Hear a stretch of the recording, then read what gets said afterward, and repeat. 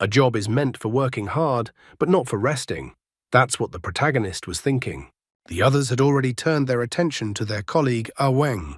The colleague wonders if he worked yesterday. And also, there are already cries that the guy's pulse is not palpable and it is necessary to call an ambulance. And here's Weng himself. He fell down while getting to his workplace with a cup of coffee. After 10 years of hard study, Weng got a college degree and worked for 2 years. The average overtime work exceeded 4 hours daily, working without a day off for 3 months. In his 20s, the guy's health was like that of a 70-year-old. Even he himself admits that his life was no better than that of a mere dog. While his colleagues tried to shout to the guy, he had already closed his eyes and fell into some strange dream, filled with strange and unrelated things, as well as where everything is depicted in green color scheme. When he came to his senses, he felt a sharp pain. He didn't realize what had just happened, whether he was dead or not. It all reminded him of some kind of dream. But it wasn't a dream. He opened his eyes a little and noticed blood on his hand. What he saw around him didn't make him very happy. There were some strange and frightening creatures and monsters around. All the buildings were battered, as if the hands, paws, or tentacles of these monsters had collapsed on them. One could also spot some sort of monster extermination team that was in the thick of things. To say that this surprised the guy is not to say anything. He was incredibly shocked. He didn't realize what had happened, and if he had traveled through time and something like that. Looking at the reflection on the axe he had in his hands, he saw that instead of a human head, he had a dog's head. And what was that stupid face looking back at him in the reflection? He grabbed his cheeks and began to pull them away, still staring at his reflection. All he could think was that this wasn't all just some stupid dream, and this strange creature was him with the head of a dog. After dying of overwork, he had turned into a werewolf with a dog's head. What the hell is that? Sure, he said his life was no better than a dog's, but that didn't mean he wanted to be a dog at all. Meanwhile, a huge monster that looked a bit like a monster-like flower let out a growl. This sent shivers down the spine of the average office worker. Suddenly, he noticed in the reflection that he seemed to have turned into a human again, and he didn't understand why it happened, because just now he had a dog's head instead of a human head. At the same moment, the monsters came too close and he was already within range of their attacks. Now it was no longer a question of whether he was a human or a dog. His priority was survival, and life could be about to end. The humans from the monster extermination team, meanwhile, are escaping. The monster level exceeds level 3, so they need help. Someone asks the commander to call for help, and someone is asking about whether they should retreat. At the same time, the man heard a voice saying that the infected should not retreat. Weng doesn't understand where the strange voice is coming from. He hears that he must do his best not to let the monster escape from the third block, that he must destroy all of them at any cost. The infected have no right to retreat, and all those who violate the order will be executed on the spot. Finally, the guy notices where the noise was coming from. It turned out to be a collar. It was a revelation to him. He's wearing a collar, and what kind of attitude they have towards humans. So they're infected. The monster tossed aside the people who tried to stop it. The guy taking cover behind the wreckage of a building notes that the monster looks cool. He is even annoyed that they are shouting to do at any cost, but the commander himself is not here. So all he can do is give orders through his collar. Reminding himself that he is not of this world, he decides not to participate in all of this. Then sadly notes that he died before this transformation after all. He then makes an attempt to lie on the ground and just pretend to be dead. Perhaps this is what will allow him to leave unnoticed as soon as the opportunity arises. In the meantime, the collar still gives out loud commands for the infected to kill the monsters at any cost. Noticing that no one is paying attention to him, he decides that now would be a good time to escape. However, he got tired of crawling pretty quickly, and he hadn't eaten since last night. He wanted to drink tea and milk. As the commands continued to sound and the infected continued to die, the guy was just thinking about whether there was tea and milk in this world, whether there was crawfish in this world, whether there was fried chicken, and so on. The commands kept going on and on. The boy thought of chocolate, and then immediately remembered that chocolate was not to be eaten by dogs, for they would die. He wondered what would happen to him after eating chocolate, considering he had a dog's head. Slowly but surely he crawled to one of the buildings, then threw on his cap and decided to look around inside. An exit was already looming on the horizon. He was so excited at what he saw. However, the monster struck with its tentacles right in front of him, and the guy was protected by the girl, covering him with herself. The poor girl was thrown quite far away from this blow. The monster roared and prepared to attack the girl again. The guy pulled his cap over his eyes and decided that it was none of his business. The monster was already hovering over the girl and had his tentacles. Closing her eyes, the pink-haired girl is indignant that the monster is ugly and hurts her, and in general, how he caught her. However, when she opens her eyes, she notices that she was attacked, not by a monster with tentacles, but that someone did not save her and is carrying her in his arms. The guy's head, meanwhile, has started to turn into a dog's head again. He is directly enveloped in energy. He even tries to justify that he saved the girl and intervened just this once, and that's it. Wang doesn't even realize himself why he even intervened in the first place. The girl is surprised by the fact that he came after her and saved her. She even repeats it twice. She then also starts stroking the dog's head, stating that he is the same dog. She didn't realize it would be so much fun. The guy is so pleased with the head stroking. To get out of it all, he asks her to stop, especially since she's still in great danger. The protagonist wishes he could come up with a plan for them to escape. The pink-haired girl, pointing to the collar, reminds him that they will be torn apart if they leave the area. The girl even thought that the guy decided to die with her. Hearing this, the guy immediately stops. Now he understands everything. He said something about some human rights, and here it is like this. It's not surprising to him that the infected didn't rush to escape even when the danger was maximum. He wonders if he'll be able to escape with his head still in place. This world seemed to be too unfriendly to newcomers. Since they stopped, the monsters caught up with them rather quickly. Wang wonders why there are more and more monsters and why they are all coming towards them.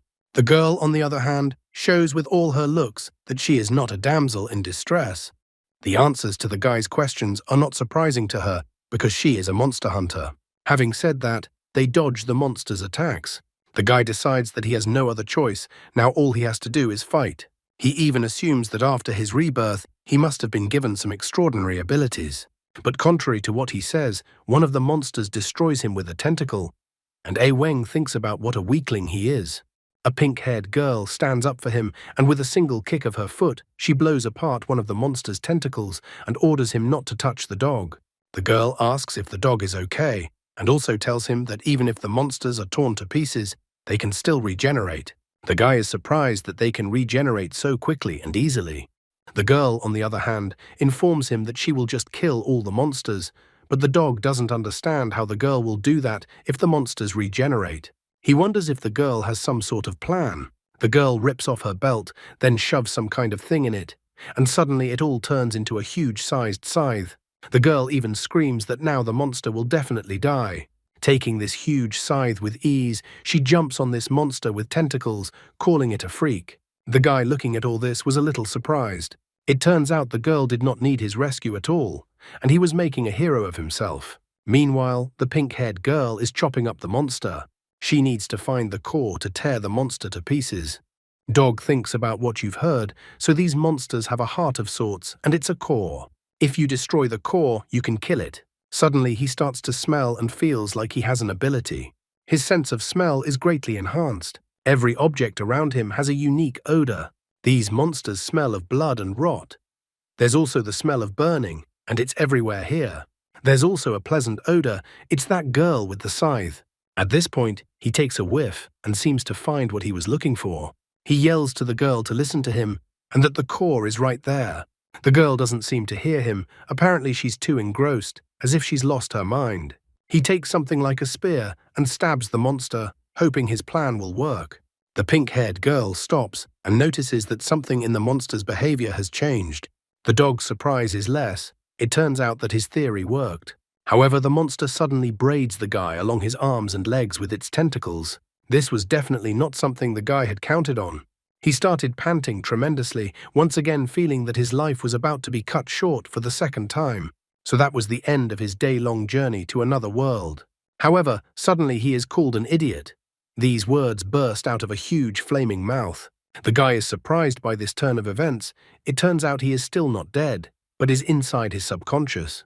In his subconscious is a huge throne room, in the center of which sits someone resembling his current one, a chained werewolf. All around the subconscious in this hall are chains, as if a deterrent to this madness. Looking at this monster, Wang assumes that this beast is the original consciousness of this body he is currently in. There were some statues of people he didn't know everywhere. He wondered what these statues were. But then this big guy in chains spoke up and called someone a mean breed. Wang said hello to him. However, all of this really scared him and left him puzzled, as he didn't realize whether the prisoner in chains was talking to him or not. Besides, the prisoner did not look weak.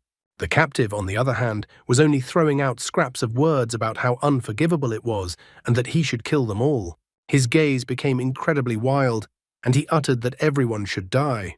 Wang was greatly frightened by such a thing, and then his body felt as if it was pierced with energy, and that energy filled his body. Suddenly, Wang's consciousness came to his senses, and he lightning quickly broke the monster's tentacle bindings that were restraining him. Even the pink-haired girl paid attention, though she was busy with her fight. The guy, who had become more like a large dog or wolf, easily grabbed the core or heart of the monster that had almost killed him a while ago. Then he squeezed the heart with his huge paw, and the remnants scattered in different directions.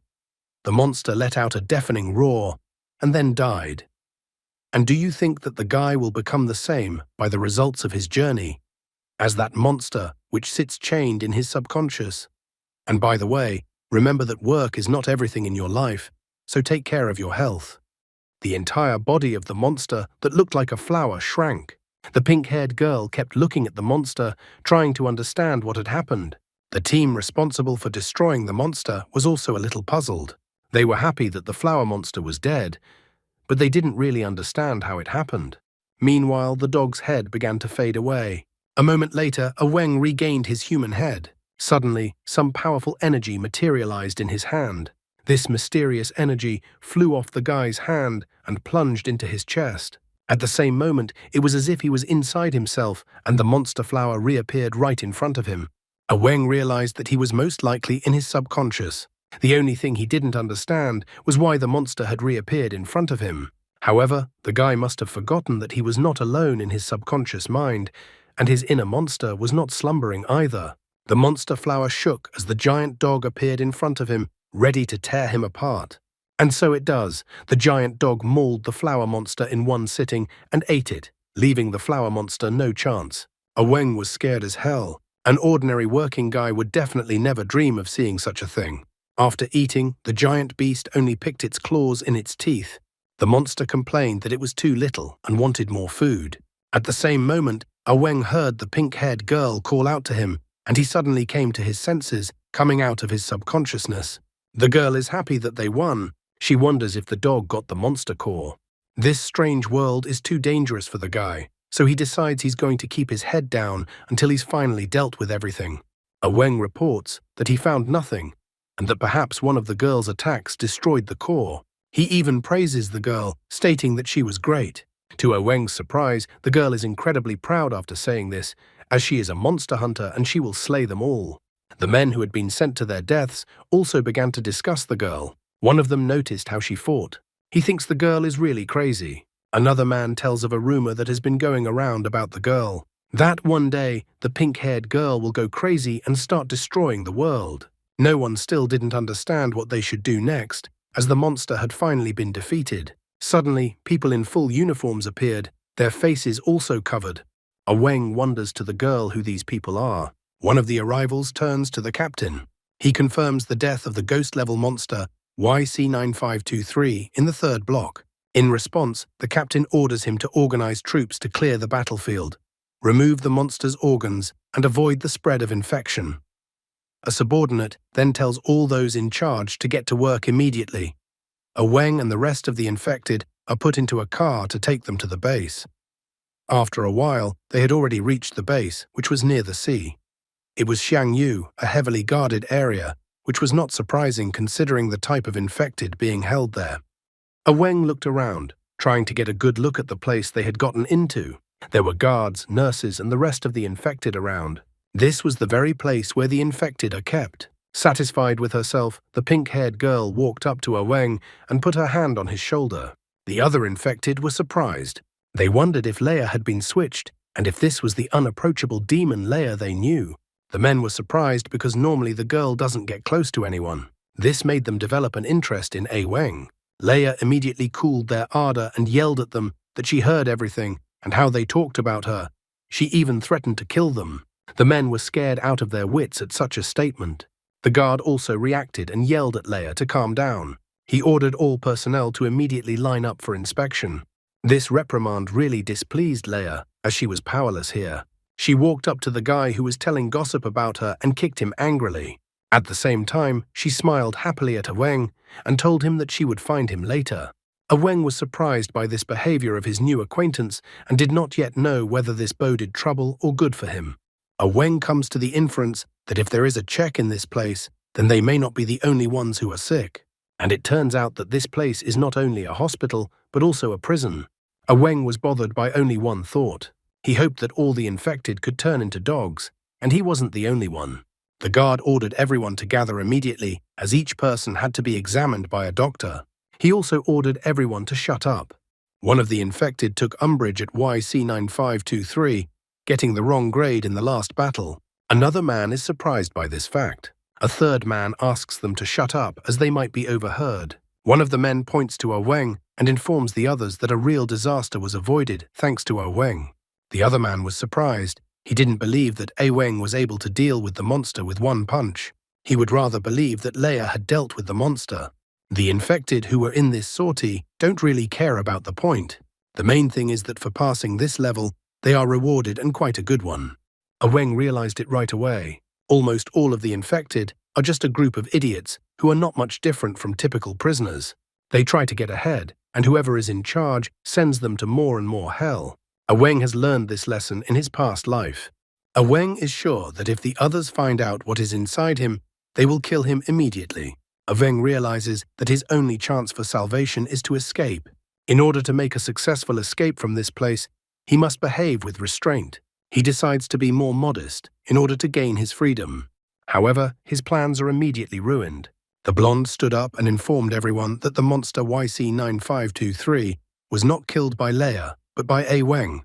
All of the infected's gazes turned towards Wang, who had only decided to sit quietly and unnoticed. However, almost immediately, the infected all burst out laughing, because according to them, there was no way Wang could have defeated that monster.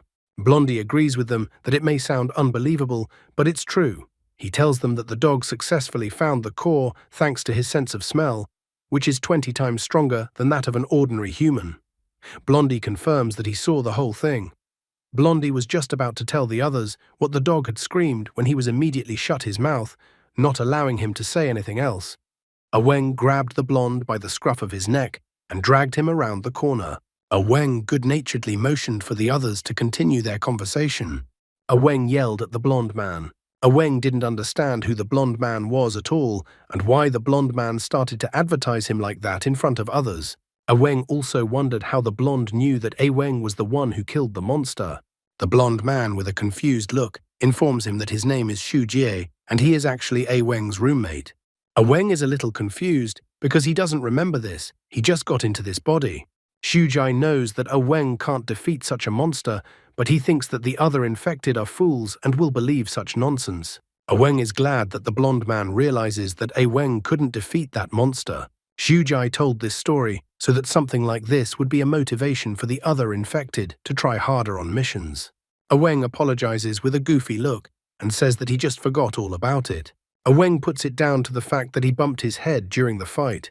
Meanwhile, a nurse comes over and starts calling out the number 7763 and asking where he is. The nurse called Wang, the number 7763, and the name Jiang Wang. It seems in this world he has the name Jiang Wang, since the guy immediately responds to this name. He informs Xu Jie that he is going for a checkup and that they will talk later. Xu Jie is not that simple. He is definitely not a fool, so he immediately notices that Jiang Wang has changed somehow. He even makes a crazy suggestion that maybe Jiang Wen isn't who he says he is and has been switched with someone else today. The infected's health check was unbearably hard. Jiang Wang even felt like he was being called a monster, an infected, a monster, and that he was wished to die. However, an incredibly beautiful nurse soon appeared, who lovingly wanted to examine Jiang Wang and asked him not to be afraid. The guy who couldn't move anymore was unable to resist such a nurse. His nose was even bleeding. The nurse took out a huge syringe and was about to inject Jiang Weng, the guy, as much as he could from this procedure, although his red face proved that he did not mind to do it, and rather even in favor of this initiative.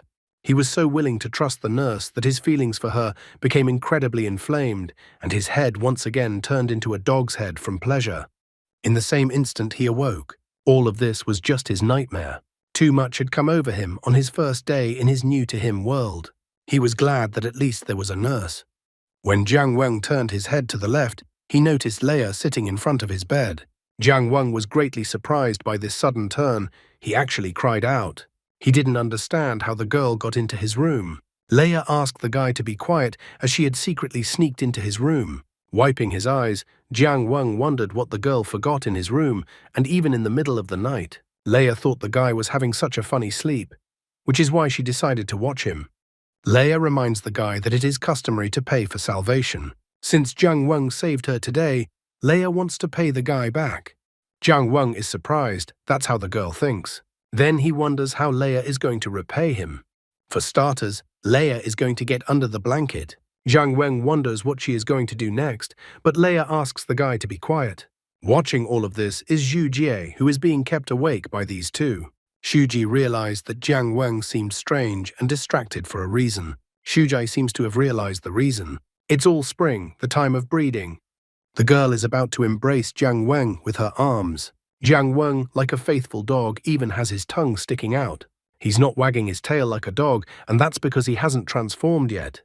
Leia wrapped her arms around Jiang Weng's neck so tightly that the guy thought that the girl was about to strangle him. At the same moment, the couple notices Shuji sitting and glowering. Leia asks Shuji why he is still awake. Shujai takes her hint without any unnecessary explanation.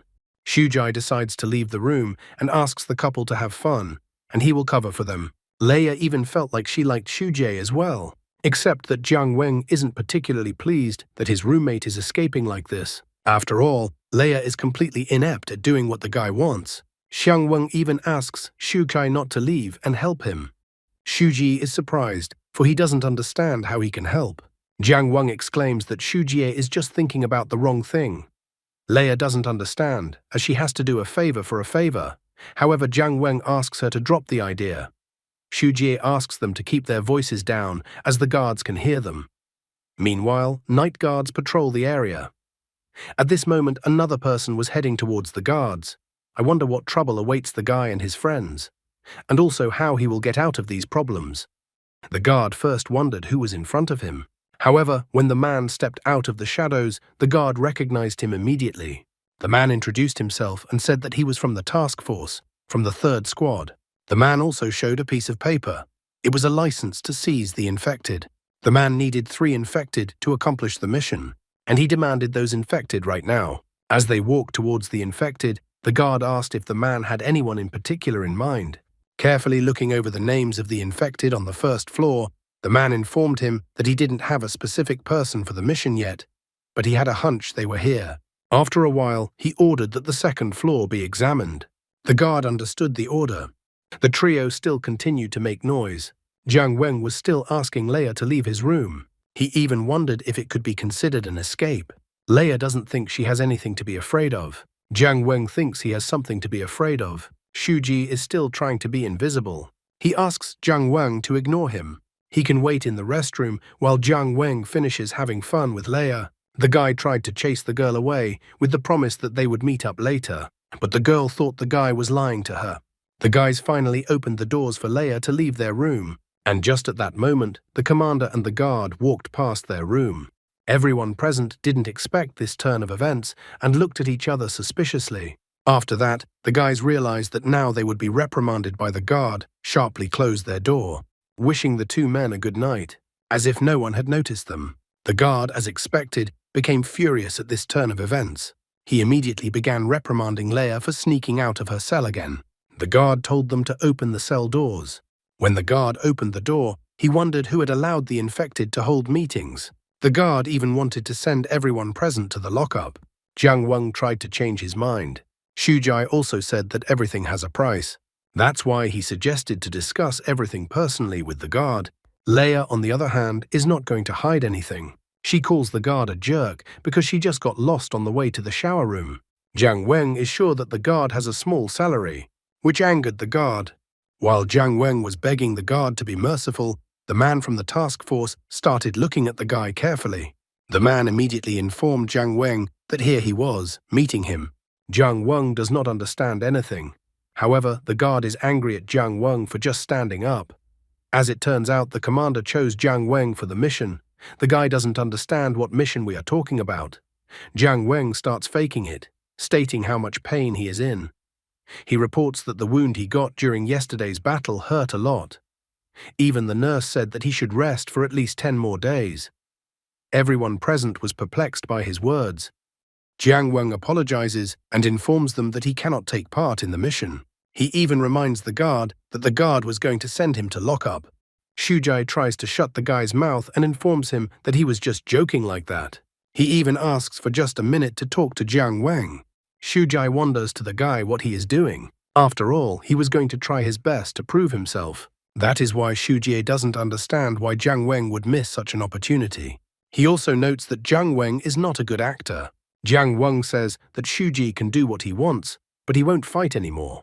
Shujie, on the other hand, informs him that the likelihood of there being someone like YC9523 this time is extremely low. Therefore, he believes that the guy has nothing to worry about.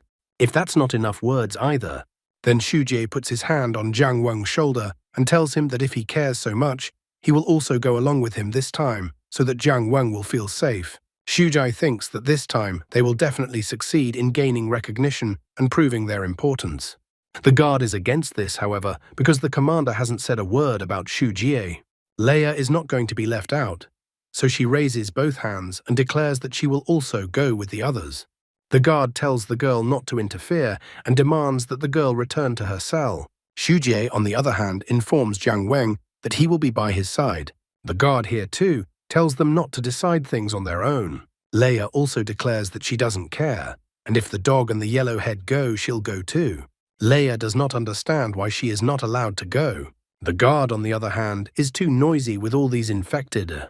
The commander can't stand all this talking noise, so he tells everyone to shut their mouths. He says he'll be the only one talking now.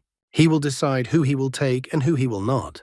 The commander tells all three to expect him at 6 in the morning and no tardiness, and then leaves. Leia is happy as she goes on the mission along with the dog. She even announces the formation of an invincible team. Shuji is happy as well. Jiang Weng alone is depressed as his life is ruined. The commander is not simple either. He was also happy that Jiang Weng would go with him, even though it turned out to be a bit more complicated than he had planned. In the morning, all three of them met with the commander. The commander informed them that his name was Ling Bo, and that he was in charge of this mission. He also informed them to call him Captain Ling, and since this is the first time they are all working together, Captain Ling reminds them that he is counting on them. Leia is happy. Shujie is also happy, only Jiang Weng alone is still not happy. Ling Bo did not delay since they have already reached the research institute. He points the others to the research institute and informs them that this institute was established 15 years ago to observe monsters. Later, they entered the institute's laboratory. Captain Ling informed that this laboratory is off-limits to ordinary personnel. A few days ago, there was a theft in this lab. A batch of monster organs that were to be used in next week's experiments were stolen. Jiang Weng is upset by the information he heard. After all, since they're monsters, even they're expendable. Shujai reminds his friend not to underestimate the monster organs. He even thinks that his friend still hasn't recovered from his amnesia. Shuji informs him that after battles, they always send the monster organs to this lab for research. He reminds them that although the risk of infection from contact with them is quite high, the monsters are of great research value. The treatments that help the infected avoid worsening their condition happen to be based precisely on monster organ research. Also, another important point is that most of the modifications to the guards' weapons and the infected's weapons as well are also related to the research at this institute. These words make Jiang Weng take a look at the weapons that Leia always carries. Captain Ling, who heard all this, confirms Shuji's words. That's why Captain Ling reminds him that the monster's organs need to be returned. He showed Jiang Weng a crate that contained a particular batch of monster organs and asked the guy to try to find something using his sense of smell. However, upon approaching the crate, Jiang Weng notices that the formalin practically overpowers all other odors, making it impossible to identify them. Xu Jai immediately inquires with the captain about the surveillance cameras installed in the lab. But as it turns out, the surveillance system had been turned off days ago. There were no witnesses, no shoe marks, no fingerprints, and no hair. The thief who broke into the lab left no evidence behind. The captain reports that the work was professional and that they have only a week to solve this theft case. Xu Jai reminds him that there's a slight possibility that there's no genius thief who broke into the lab, and that it could just be some intern's carelessness. Leia agrees with him. However, the captain reported that there was no record of it. Jiang Weng, on the other hand, doesn't want to deal with this theft case at all. He doesn't want to work at all, and is only thinking about how he can make it through just 1 week. While he was unconsciously touching the collar, he suddenly remembered about it. He remembered that he wouldn't be able to do anything with this collar on anyway. However, collar control doesn't work on a mission. In this theft mission, he saw his chance. This was his chance to escape from this place. He immediately turned to the others and reported that he had figured out everything in this theft task. Jiang Weng put on his glasses and asked the others to ponder the theft case a little differently. When the others didn't understand what he was talking about, he decided to explain. He reminded them that no matter what method the thief used, the thief had clearly prepared for it. Therefore, the all-glowing Jiang Weng asks to look for where the thief might have taken it all to. If they can find the place, it will definitely help them. Leia was all glowing. After hearing the information from the guy, she even praised him. Xu Jai was also happy that finally a friend had suggested something sensible. The captain said that he had also thought of starting the investigation with a motive, but it's quite a time-consuming task. Jiang Weng asks the captain not to worry about anything, because with the help of their abilities, their team will succeed. Leia is already all excited to enter the battle. Xu Jie is also ready to do his best. Looking at the trio standing in front of him, the captain sighed and decided that this was really the only way out in the current situation.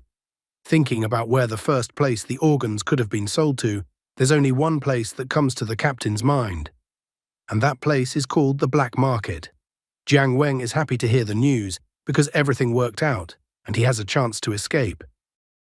Meanwhile, some guy who had been working since he was a little kid reported that he was from Luguan restaurant and had come to pick up a fresh batch of goods. He required everything to be delivered to the restaurant before 3 o'clock in the afternoon. He needed 100 kilograms of mussels, 100 kilograms of shrimp, 150 kilograms of clams, and 25 kilograms of fish. Suddenly, the guy was thrown the fish and told that it was for his boss. The guy immediately understood everything. At the same moment, the lad collided with the captain, whereupon he fell painfully on the wooden pier. The captain asked the guy to be more careful. Suddenly, everyone noticed what fell from the guy's hands. This fish was obviously not of the best quality. The guy was immediately frightened, grabbed the fish with a quick movement, and rushed to run away. Xu Jai even tried to stop the guy. However, the captain asked him not to worry, as it was just a slightly infected fish. The captain brought all 3 of them to Shubang Wharf. It was quite a popular place. This place was called the Black Market. As long as it was profitable, it was difficult to abolish the illegal trade. And because of the location, it's even harder to control the place. So officials turn a blind eye to everything, tacitly accepting the existence of the place as long as it doesn't cause much trouble. After listening to all this, Jiang Weng once again turns his attention to the fleeing guy with the fish. The captain reminds him that they don't have much time, so they need to find the thief who stole the monster's organs. The captain concluded that if the thief wanted to sell the stolen goods, he would definitely do it in this place. Any stall, restaurant, or fishing boat could be a haven for thieves, so the captain tells the trio to look around themselves. Shuji is surprised that they won't do the job altogether. Eventually, the captain informs them that he has better things to do. He tells them that if they find anything suspicious, they should report it to him. He even wishes the others good luck. And after that, the captain leaves them. Meanwhile, the captain did not go to rest. He went to one place. When he entered the establishment, everyone there was having fun. However, as soon as the captain opened the door, all the men's eyes immediately went to the captain. The captain is glad that everyone turned out today. He even declares that no one will be able to escape today. However, as it turned out, this was a premature opinion, for the captain had come to this place to rest. Taking off his jacket, the captain declares that he will get rich today. Another man even called him a jerk. The captain, however, informed everyone that no one would go home today unless they were drunk. He even tells the boss to bring in a dozen mugs of beer. Everyone in the bar was overjoyed. After a moment, the captain himself was happily pouring beer from the bottle into his mouth. At the same time, Shujai only noticed that the captain had really left them alone. He even seemed unreliable to Shujie. Jiang Weng, on the contrary, thinks that the captain did the right thing. After all, they only have 7 days to find a needle in a haystack. Therefore, the best option is to split up and act. Jiang Weng decided to go ahead and contact them later. Leia, at this moment feeling free, was already running away from them in the opposite direction. Shujai was at a loss, as he didn't know what to do in such a situation. In the back of his mind, Jiang Weng apologized to the guys, as he would have to act on his own. He decided to bring everyone here not to investigate, but to regain his freedom. Walking through the black market, he notices that there is a very diverse crowd in this place, and the chance that he will find the right person for him is quite high. He needed someone to take the collar off of him. He only had 7 days, so he didn't want to waste a minute. From the moment he entered the black market, there were many strangers' eyes on him. Finally, after a while, Jiang Weng reached one building in the black market. He thought that this was the starting point of his search. At the entrance to the establishment, the guy was greeted with a smile by an employee. Meanwhile, night had fallen and the captain still continued to drink, not wanting to go anywhere. The next morning, Leia and Shuji still also went in search of the stolen organs. After finding a place to sleep for the night, Leia slept in the bed while Shuji sat outside the door. The third day came. The morning came quickly and the black market was fully operational again. Jiang Weng let out a frustrated sigh. It was more difficult than he had anticipated. In 3 days, he still hadn't managed to accomplish anything. He had already noticed that this restaurant was obviously not that simple, but he still hadn't been able to find out anything. There was too little time for such a task. Suddenly, the employee who was only talking to the guy who came in ran to his boss. The boss's smile could not be hidden after his words. The boss didn't hesitate to run to see what his subordinates had done. The subordinates were all smiles when the boss ran out to meet them. He asked if they had succeeded. One of the subordinates said that they had succeeded. He even praised the boss because he was incredibly talented and that his method had worked. The other subordinate agreed with this statement. They gathered the infected creatures together, then starved them, and then forced them to fight each other. One of the infected became incredibly ferocious through this method. As soon as they opened the container, a monstrous monster emerged. This monster looked like a chimera, as if a fish had been combined with an arthropod. At the same time, the fish had giant fangs. Level, weak beast. The boss asked if anyone had discovered their plan, and the subordinate replied that it was simply impossible. The boss is incredibly happy to hear the news. He is glad because the more ferocious the monster, the more expensive it can be sold. Even for such a monster, he was expecting to get 100,000. Meanwhile, Jiang Weng was sitting on the roof with his hood over his head like a Spider-Man. He knew that there was something going on in this place, but he didn't think it would be this much fun. Suddenly, the monster became enraged and pushed his subordinates away. The monster was about to escape, however. The boss told his subordinates not to let the monster escape. At the same moment, right in front of the monster, Jiang Weng jumped off the roof. The boss immediately told the guy to stop the monster. Jiang Weng is upset. He doesn't understand why people want to possess what they are not supposed to. He reminds him that it's the boss's monster, so he and his subordinates should help Jiang Weng. The monster still keeps running at the guy, so he has no choice. Jiang Weng firmly grabs the wooden beam like a baseball bat and swings like he's trying to hit a home run. The boss practically has tears in his eyes as the defeated monster falls right in front of him. The boss is incredibly upset because now he won't get his 100,000. Frustrated and furious, the boss wonders who the guy in front of him is. Jiang Weng is practically sickened by the stench that comes from the monster. Since the boss asks who he is, Jiang Weng informs him that he is the one who knows their secret. The boss and his subordinates immediately stared at the collar around Jiang Weng's neck that he had specifically shown them. Seeing the collar on the guy, they were immediately wary because he is infected. Jiang Weng admits that the boss is not mistaken and that he is the infected one. The guy immediately informs the boss not to worry. Jiang Weng didn't have any thoughts of reporting them, and he doesn't realize if there's any point at all. Then the boss asks what the stranger wants from him. Jiang Weng says that he came to ask some questions, and he hopes to get an answer to them. And if the answers are different from what he knows, It will make for an uncomfortable situation. The boss immediately realized that it sounded like a threat, so he became even more wary. Jiang Weng asked his first question. How long had the boss been working in this field? The boss said that he inherited the restaurant about 7 years ago. Jiang Weng immediately noticed that in 7 years, the boss must have acquired connections. Even more wary, the boss informed that he had some connections. Then Jiang Weng asked the third question. Was there anyone who could remove the collar from him? The boss was incredibly shocked when he heard what the guy standing in front of him said. Jiang Weng once again points out that the boss didn't hear it and that he is looking for someone to take the collar off him. The guy notices that this is also beneficial to the boss. After all, what the boss is doing is not normal. If the boss will help him, he will help the boss. The boss immediately informs him that he has a man who can remove the collar. He offers to take the guy to him. Jiang Weng likes people with business acumen. However, the boss shows his subordinates a thumbs up, and they somehow smile grimly. I wonder if they're going to harvest the guy's organs. I've seen something like this before.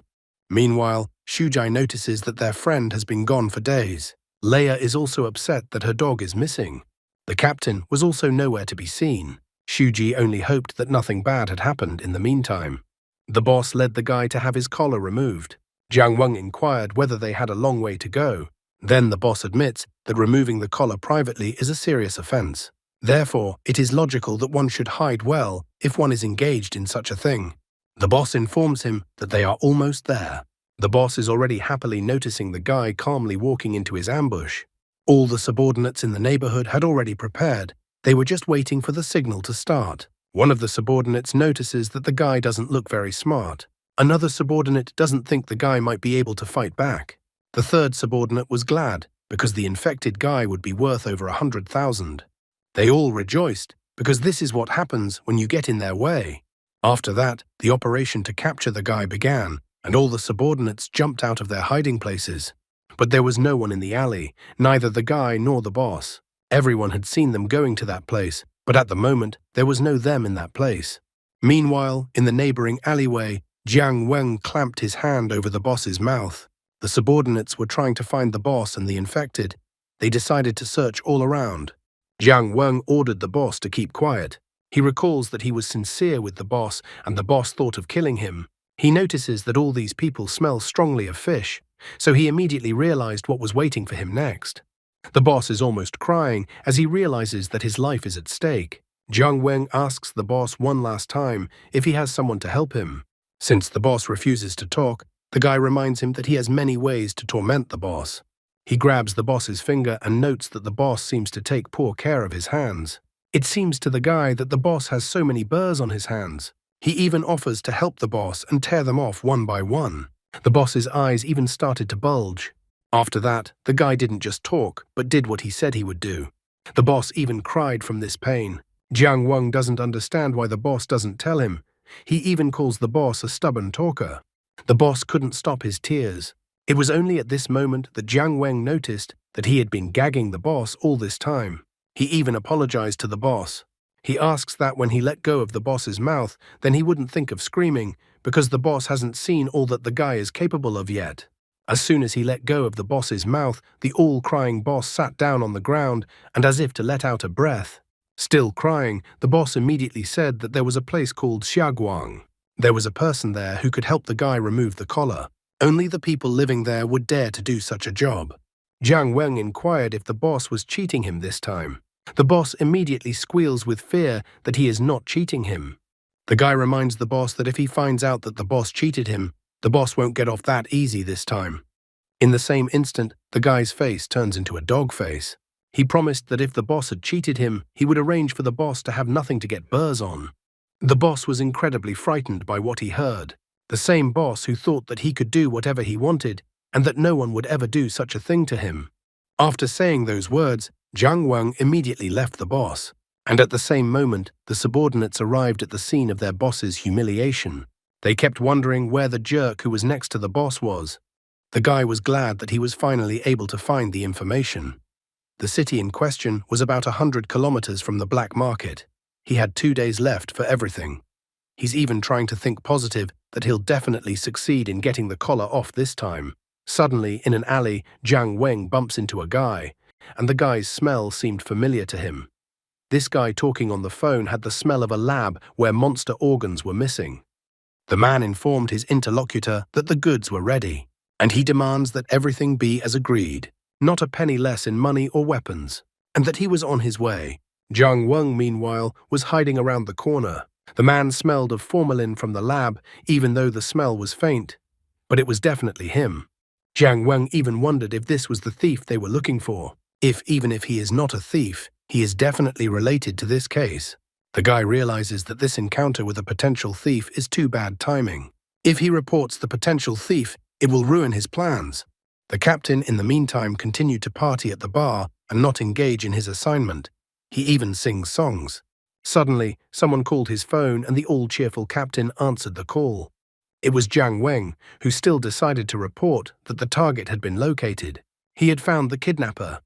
The captain seemed to sober up from the information he heard and was no longer so drunk.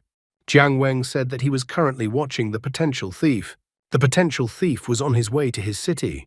Jiang Weng then reported that the suspect is a man about 175 centimeters tall, appears to be 27-28 years old, wearing a red and white twist, wearing a gold chain, has a tattoo on his head, no eyebrows. Now the suspect was about to board the dark red ship at the West Pier, so Jiang Weng asks the captain to hurry.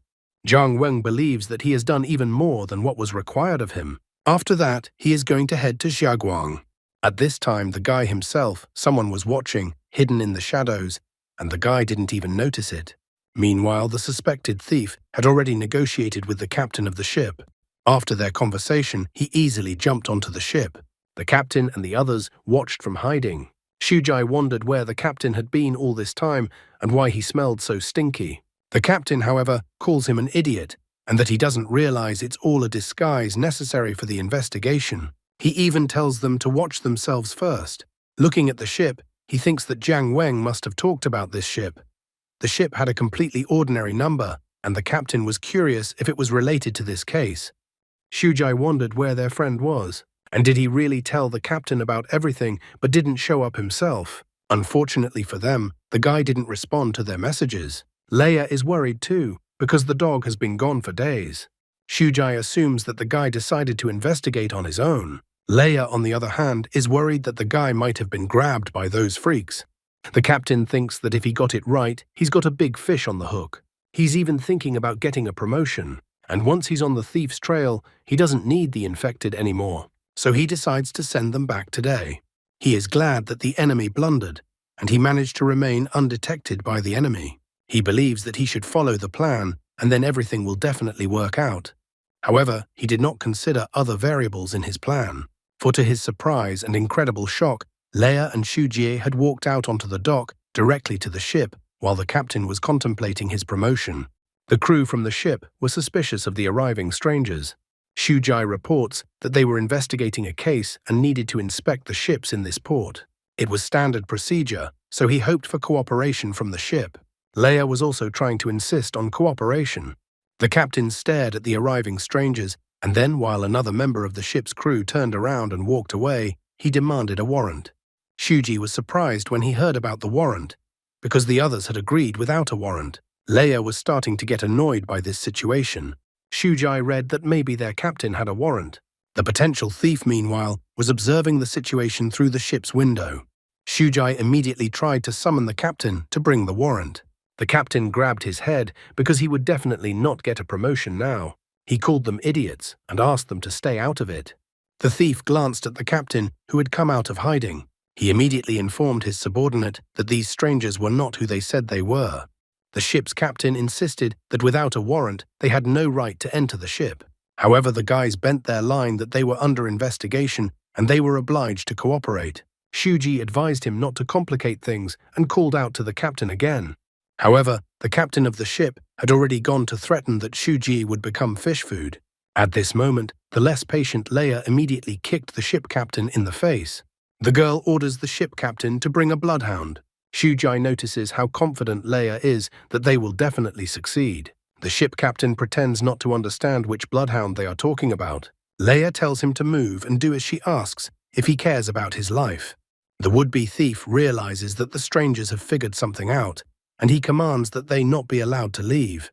At the same instant, people rushed out from everywhere and surrounded Ling Bo and his subordinate infected. The captain of the ship immediately stood up, grabbed his weapon, and reported that the strangers had messed with the wrong people. He started firing, and a large number of bubbles were sent towards Leia and Shujie. The guys didn't realize what it was. It wasn't until the captain realized everything, he immediately yelled that it was a secret weapon and urged the guys to dodge. The noise from the battle came to Jiang Wen's ears. He is even surprised that the sounds of battle from the ship even reach this place. Running away, the guy is comforted that the girl and the others will be okay. He knows that the others consider him their friend, but he doesn't want any trouble. He even apologizes to the others and says goodbye to them as friends. However, he himself runs out at exactly the wrong place and at the wrong time, as he encounters a large number of monsters.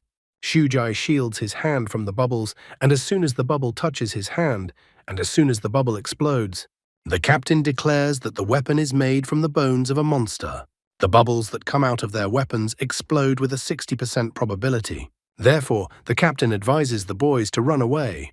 However, Leia and Shujie find themselves surrounded by the bubbles. Leia notices that the guy never came back and that they must find him. Jiang Wen himself, in the meantime, encountered monsters. They were infected monsters, and he found himself somehow near them and didn't understand how it happened. Seeing the frightening aura emanating from these infected, Jiang Wen thought that he would definitely not live. However, all the monsters suddenly kneeled before him and informed him that they had finally met their great lord again. Looking at the monsters that kneeled before him, he didn't understand which great lord they were talking about. However, almost immediately, he came to the conclusion that they must be talking about the monster inside him, and that he was indeed a lord to them. It seems that this body is indeed some sort of monster leader. The monster with hair like vines asked if there was any progress on the Lord's mission. The guy absolutely didn't understand what mission it was talking about. He tried to go inside his soul to meet the monster inside him. Inside, he called out to the monster and felt that they should help each other and exchange information.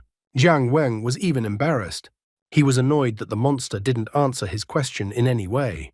He felt that next time he should make an agreement with the monster in advance.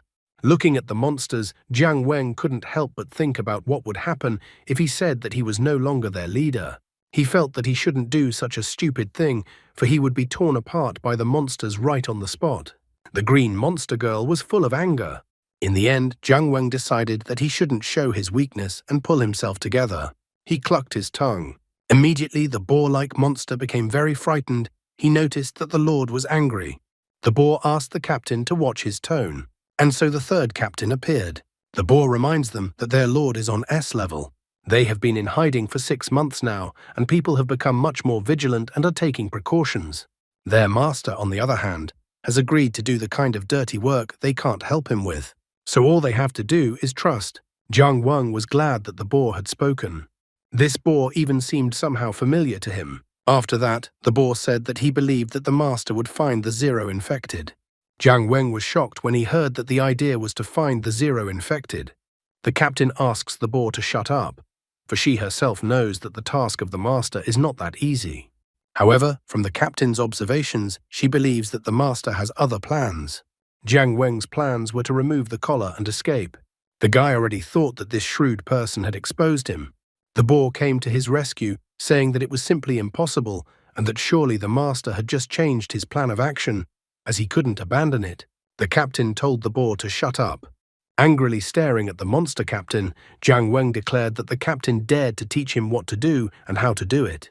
The monster captain experienced awe and fear from that look and words. She immediately apologized to the master and declared that she had crossed the boundary. Meanwhile, in his thoughts, Jiang Wen was angry with himself. All this time, the monsters had been following him while he was in the black market, and he didn't even realize it. He complained that he lacked experience. However, he told himself to calm down because he needed to analyze the situation. According to the boar, he is a spy who was sent to find 0 infected. These monsters were his subordinates. They were continuously following him, so even if he took off the collar, he wouldn't be able to escape. These monsters would definitely not let him escape, and he wouldn't be able to defeat all these monsters because that monster inside him was still too weak. The guy had no idea what he should do in this situation. He needed to think of a way to get rid of the monsters. Meanwhile, Shujai was still being attacked with the bubbles released from the bone weapon. Leia was also fighting against the attackers. She was incredibly pissed off by all those bubbles. She declared that she would kill anyone who touched this guy. At the same instant, the suspected thief appeared behind her back. He immediately recognized the girl and advised her to do nothing. If she did anything at all, her friends would find out all the information about her. When Leia was attacked by multiple bubbles and stopped doing anything, the captain yelled at her. The captain realized that he shouldn't care and that he needed to escape from this place as quickly as possible. However, the captain was unable to escape as he was surrounded on all sides by the ship's crew members. He looked at his subordinates, and the situation around the situation was very bad. Leia had stopped doing anything, and Shujai was already exhausted and could no longer fight fully. At this moment, Jiang Wang decided that he needed to distract all these monsters. He asks them if they heard the noise. The captain of the monsters declares that they have heard and that the sound is coming from a ship. The boar immediately understands everything. The Lord wanted to say that this boat is not that simple, and that the fishermen are not simple. That's why the master has been watching them all this time. So the Lord thinks they have something to do with the case. And maybe they can find out about the 0 infected. The Lord just pretended to want to escape, but it was all a disguise so he could get close to them himself later. The boar notices that he expected nothing else from their great Lord.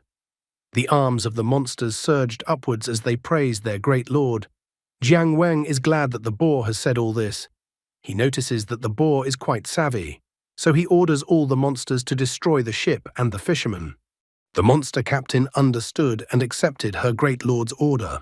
Shuji, meanwhile, was receiving a slap in the face from the ship captain. Leia raised her hands and declared that they were surrendering, and only Ling Bo still didn't understand how he got into this situation. The would-be thief, meanwhile, was about to end all this squabbling. He took out a weapon, the exploding bone, enhanced version. This weapon was quite popular in the neighborhood. The official number is YC0467. The weapon uses part of the spine to make the weapon. It has an 80% chance of detonating, and the explosive power is equivalent to a Class A bomb. The potential thief decided to start with Shujai and had already taken aim at the guy. However, suddenly, the water behind him began to bubble suspiciously. In an instant, the ship was entangled with the plant-like vines, and the ship went down. The potential thief and the rest of the crew stood and just watched the ship go down. Captain Ling, Leia, and Shujie didn't realize what was happening around them either. Finally, the ship easily went underwater with a sudden movement, flooding the entire dock with water. The ship's crew panicked from side to side and then started to run away because now they noticed that it was a monster. It was the captain of the monsters. Number YC186. Codename Flower Spirit. Skill Plant Control. Level Ghostly. The ship's crew abandoned running away from this place. However, the monsters were already waiting for them on the land on the other side. The boar, as soon as it saw all those fishermen running straight towards them, told the monsters to kill them. The monsters started grabbing one fisherman after another. The fisherman only screamed pitifully and asked to report the monsters' invasion to the city. Some of the fishermen were mercilessly eaten by the monsters. Leia and Shujai were shocked by what they saw as they watched the monsters massacre the fishermen.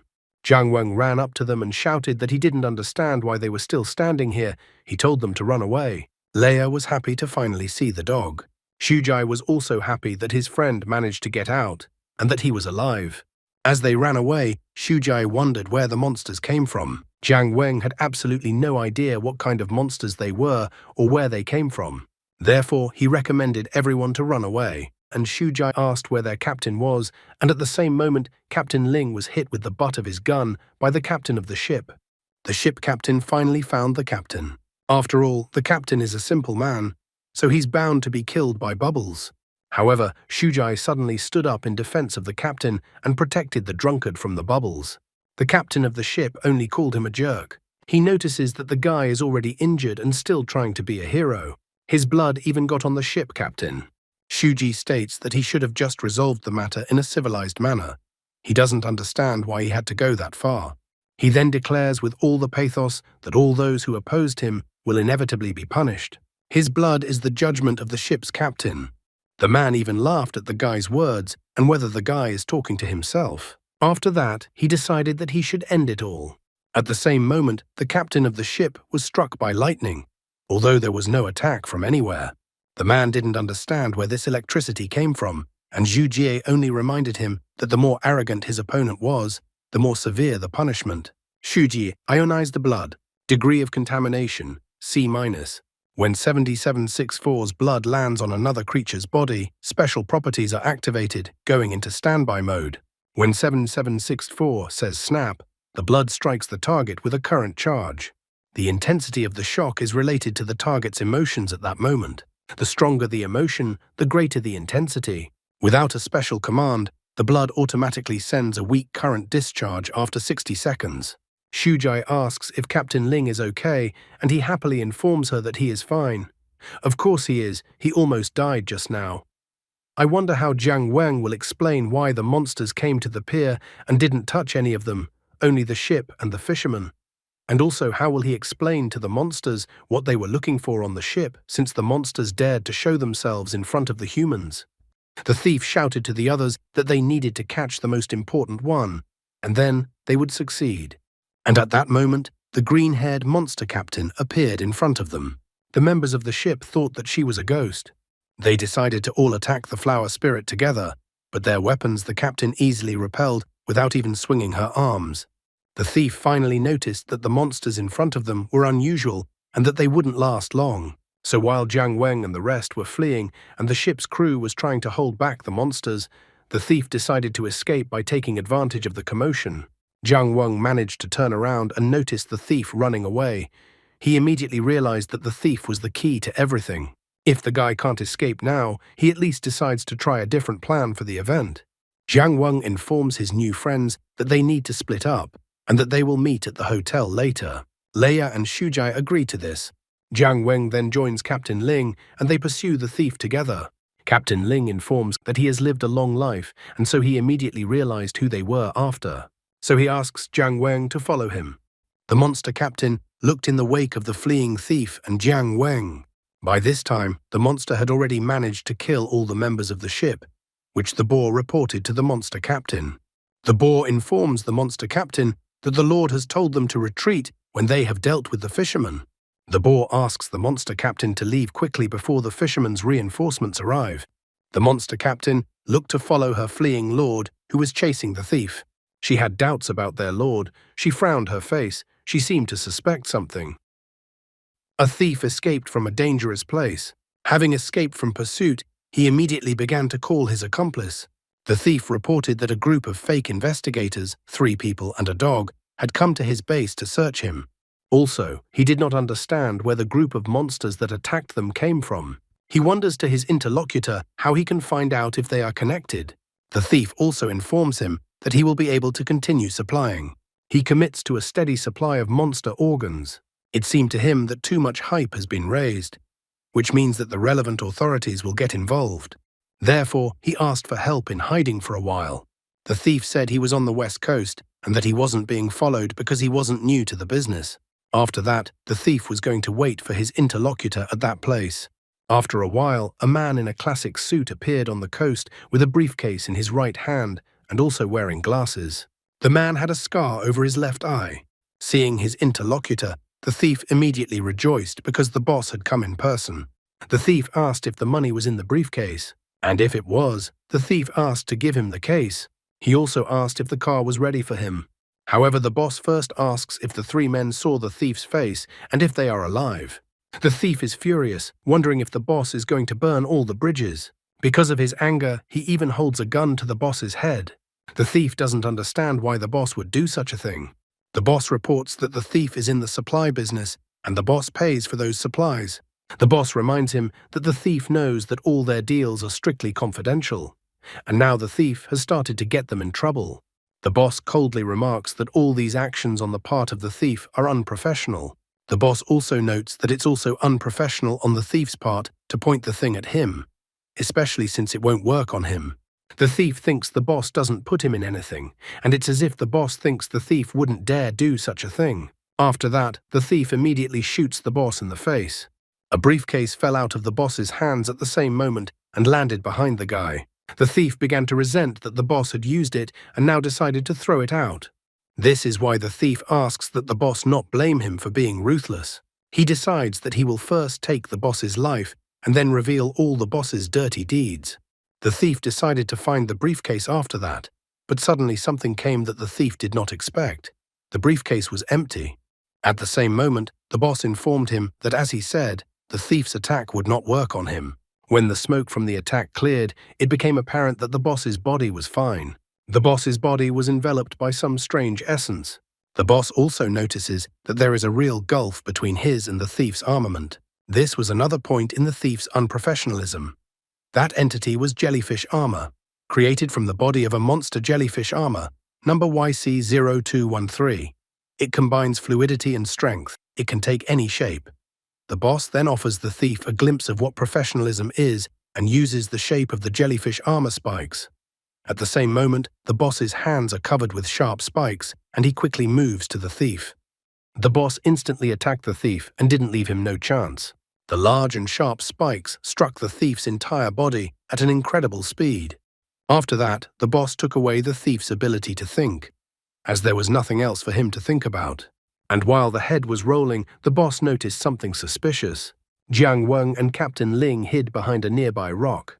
Jiang Weng wondered if they had been discovered or not, while the boss was looking exactly at the spot where they were hiding. The boss couldn't let the witnesses be left alive if there were any, so he went to see what was behind the stone. Looking behind the rock, the boss found 2 footprints. He immediately realized that something was not clean here, and that according to those footprints, there were 2 people here. Jiang Weng and Captain Ling meanwhile tried to escape. Jiang Weng wondered why the man wasn't chasing them, and if they had gone unnoticed. Jiang Weng thought that the guy was a common thief who was donating organs to that boss with the scar, which means it's an organized criminal trade. The captain ran as fast as he could because he noticed that the man with glasses was very dangerous, but he wondered who the man with glasses was. The captain thought of the man with the scar and kept repeating it. He thought he had seen this man. Finally, the captain managed to remember that 6 months ago there had been a tour of the lab. A group of executives came that day. In that group was this man with the scar. This man is the secretary of Sanju's organizational department, Wang Ai, and now it turned out that this man was the one behind the theft of the monster's organs. The captain began to complain about how he was an idiot and that he should have guessed earlier. After all, how the thief had managed to avoid the cameras was only if the thief knew the exact schedule. He knew all the details of the lab's layout, so he didn't leave a single trace. Without help from inside, the thief couldn't have pulled off something like this. The captain noted that his intuition had not failed him and that investigating was the right thing to do. He was even glad that he had definitely caught a big fish this time. The captain doesn't understand his situation at all, and he's incorrigible. Meanwhile, the 5th squad arrived at the scene of the battle between the monsters and the fishermen. The monster incident happened at pier number 13, so all the troops closest to the site were sent there. Jiang Weng and Captain Ling also arrived there and tried to pass so that they wouldn't be noticed. So Jiang Weng and Captain Ling arrived at the hotel. Leia was happy to see her dog and immediately climbed up for a hug. Leia and Shujai wondered where Jiang Weng and Captain Ling had gone. After a short story, the captain stated that the investigation is over, which means they can go back. The captain reports that they have all had a very hard time in the past few days. He must have forgotten that he had been drinking at the bar all those days. The captain states that after what happened, they can all be considered comrades for having survived death together. The captain suggests that they all have dinner, as they must be hungry. Leia immediately complains that she has no money for that. The captain sighs because they don't have to have money, since all food expenses are covered during the investigation. However, he states that excessive wastefulness should be avoided. I wonder how this drunk is going to provide his bosses with all the receipts for drinks and food from the bar. Shujai informs him that he knows a great place for such an occasion.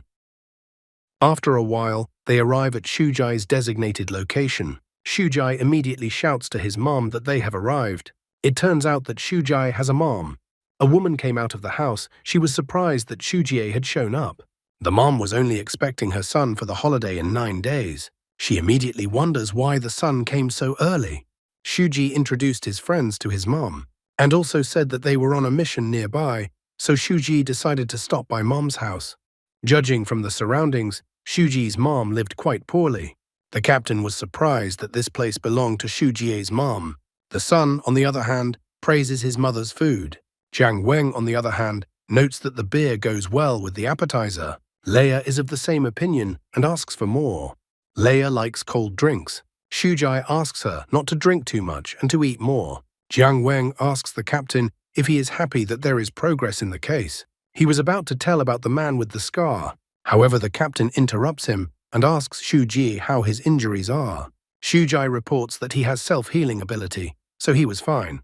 Leia was still happy to drink. Everyone tried to force Shujai to drink for some reason, but he refused. Shujai's mom reported that her son had been a good boy since childhood. Everyone sat and ate and enjoyed this good time. Suddenly, Jiang Weng asked the captain again if he knew the man with the scar. Leia and Shujie also tensed up. They were curious about the scarred man. However, the captain wasn't going to give up and decided that he would tell them if they outdrank him. Obviously, the captain didn't want to say anything about the man with the scar. After a while, Jiang Weng declared that the captain was just a monster. Leia still refused to give up. She asked Shujai to help them, but he refused again. At that time, even his mom had already decided to let Shuji have fun with his friends since it was the first time he brought someone home. Leia wanted Shujai to listen to his mom. Jiang Weng thought that auntie was so kind. The captain, on the other hand, couldn't think of much else anymore. However, Shujai said that he didn't want to do this. Besides, he didn't like the taste, and he also didn't want to lose control over himself. Therefore, he firmly and clearly stated that he would not do it. But he couldn't believe these words because a moment later, he was already having fun with his friends. After a while, Jiang Weng, Leia, and Shu Jie were already asleep sitting at the table. The joyful captain informed the boys and girl that they had lost. Shujai's mom only sighed, finding it all very funny. The captain informs them that they had to face the adult trickery as soon as possible. He even stated that he had to try really hard today to not lose. The captain enjoyed having fun with Jiang Weng, Leia, and Shu Jie. He even felt like they had always been together. A woman asks the captain if he ever had a family. The captain apologizes and states that he always says stupid things when he is in this state. He even decides to go for a walk, eating more than he had a headache. The woman reminds him that they have a restroom in their house, but the man decides to head outside anyway. Later on, the captain was nestled against some wall and decided it was a good time to flush his need. At the same moment, a man with glasses approached the captain from behind. The man immediately recognized the man as Ling Bo. Ling Bo was a lab guard, and he violated the rules because he impersonated an investigator. The man says that Ling Bo's lateness due to drunkenness led to the theft of organs from the lab during his shift. The man found out everything about Ling Bo. Ling Bo used his connections to win 7 days, forged an investigation authorization, and summoned 3 infected from Xiangyu to look into the case. Wang Ai even wonders if Ling Bo took such a risk just to keep his job. He even wonders if Ling Bo really likes working as a security guard that much. Ling Bo only notes that this seems to be Wang Ai's way of trying to shift some of his mistakes and worries onto him.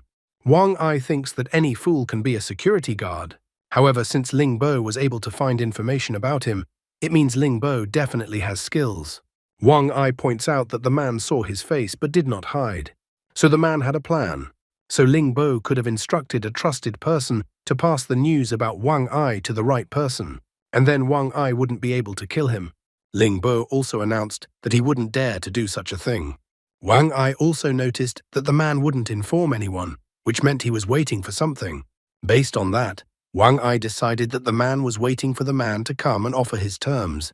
Ling Bo really doesn't understand what the man in front of him is talking about. Wang Ai decides to guess what Ling Bo is up to. In his opinion, Wang Ai Ling Bo has been prepared from the beginning. If the trio of infected helped him find the monster's organs, then everything would end well for him. If the infected couldn't find the monster's organs, then Ling Bo would accuse them specifically of stealing the organs. In Wang Ai's opinion, no one would pay attention if there were a few less infected people, and Ling Bo himself would be a witness in the case. Wang Ai remarks that no matter how events unfolded, Ling Bo would be safe. Wang Ai absolutely did not understand why Ling Bo decided to go into security. After all, he definitely has talent. Wang Ai decides that Ling Bo has succeeded, and he gave himself the opportunity to keep his job. And not only keep his job, but he gave himself a chance for a promotion and a substantial bonus.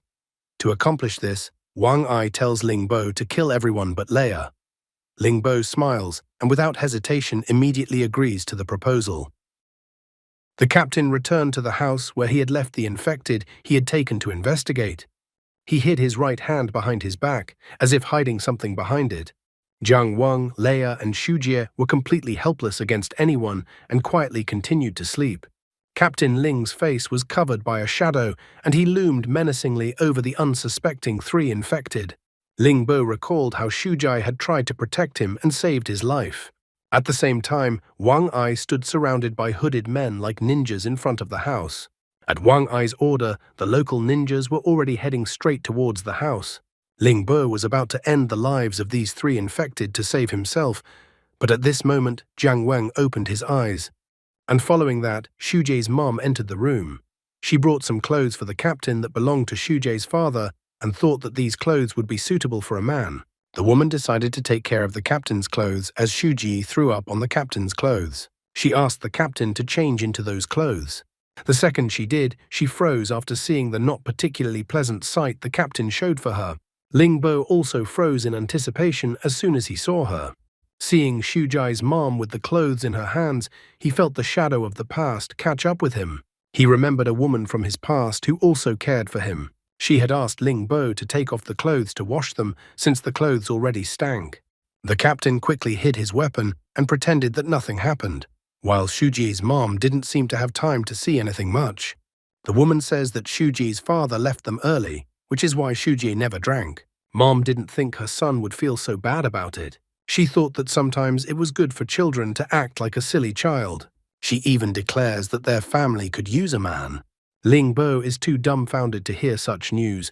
After all, what does it mean that a family needs a man? What is the woman standing in front of him implying? Ling Bo blushed at what he had heard, and if he had understood what the woman had said correctly. Ling Bo even imagined this picture of him and Shujie and his mom becoming one family. Shujie's mom is feeding him grapes. Shujie himself runs to the store for beer for his new father, and also takes care of his feet, so that the new father steams his feet well in a basin. Ling Bo liked the idea so much that he couldn't even hide his happy face, and the knife fell out of his hands.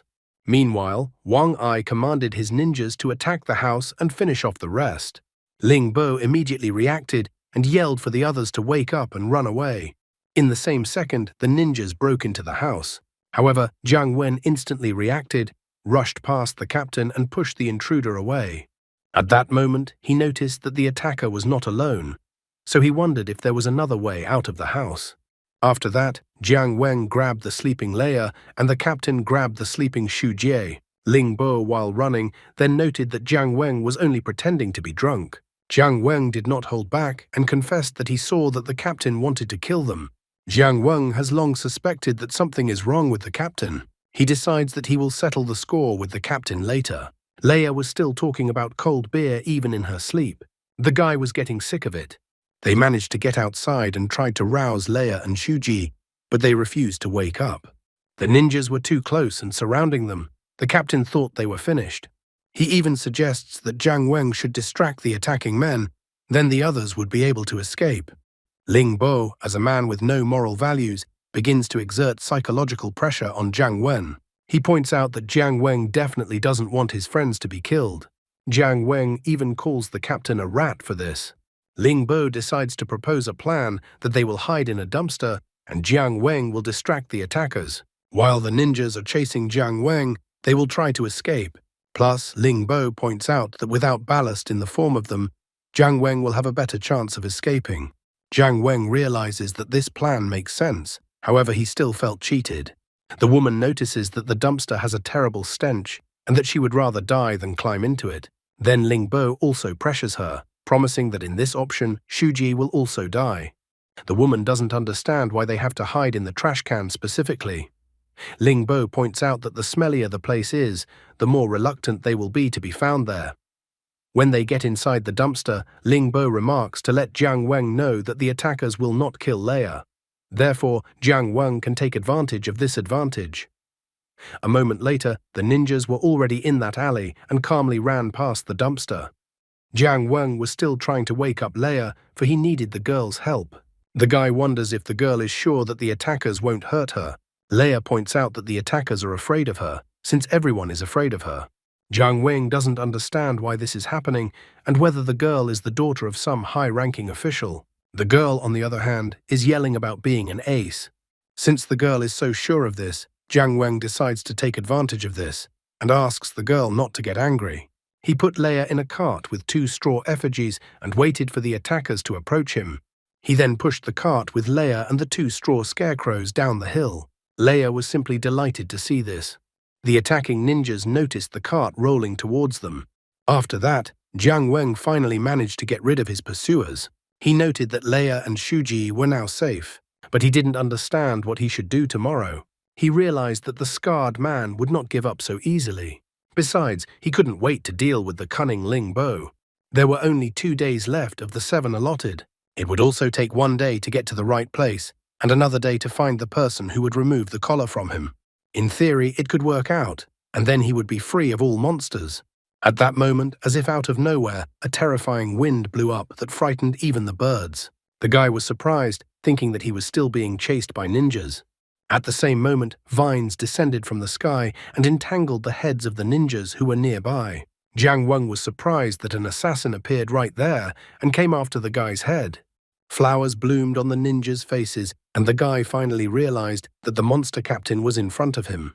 The flower spirit reported that she had killed the people who were chasing the lord, and in the same second she stopped and noted that it was definitely not her lord in front of her. Jiang Weng recalls that he had ordered her to wait for his orders. He really wanted the monster to stop chasing him. The monster captain pointed out that all the other monsters had returned, and she had disobeyed her lord's order. After saying that, Jiang Weng tensed up and asked if the monster had any business with him. With a slight stutter, the flower spirit tells him that she had no right to disobey her lord's order. She had crossed the line and believes she deserves to die, but she couldn't take it anymore. She wanted to see her lord, but it was definitely not her lord in front of her. With a horrified face, the monster captain informs the guy that she saw the whole thing. What a wimp in front of her. All the time he was only thinking of escaping. Seeing all this, Jiang Weng thought that there's definitely some kind of crazy woman in front of him. The monster captain couldn't understand what was wrong, for she felt that the guy in front of her wasn't her lord. She knew that their lord was indomitable and that he was like a natural disaster. 10 years ago, when she first saw her lord, he had taken her soul. It was for her lord that she was here now. The flower spirit wished to see her lord as soon as possible. Jiang Weng's face was covered in cold sweat, for there was definitely some crazy woman in front of him. He tried to look inside himself and ask that inner lord to help him. After all, only the lord would help bring the girl to her senses.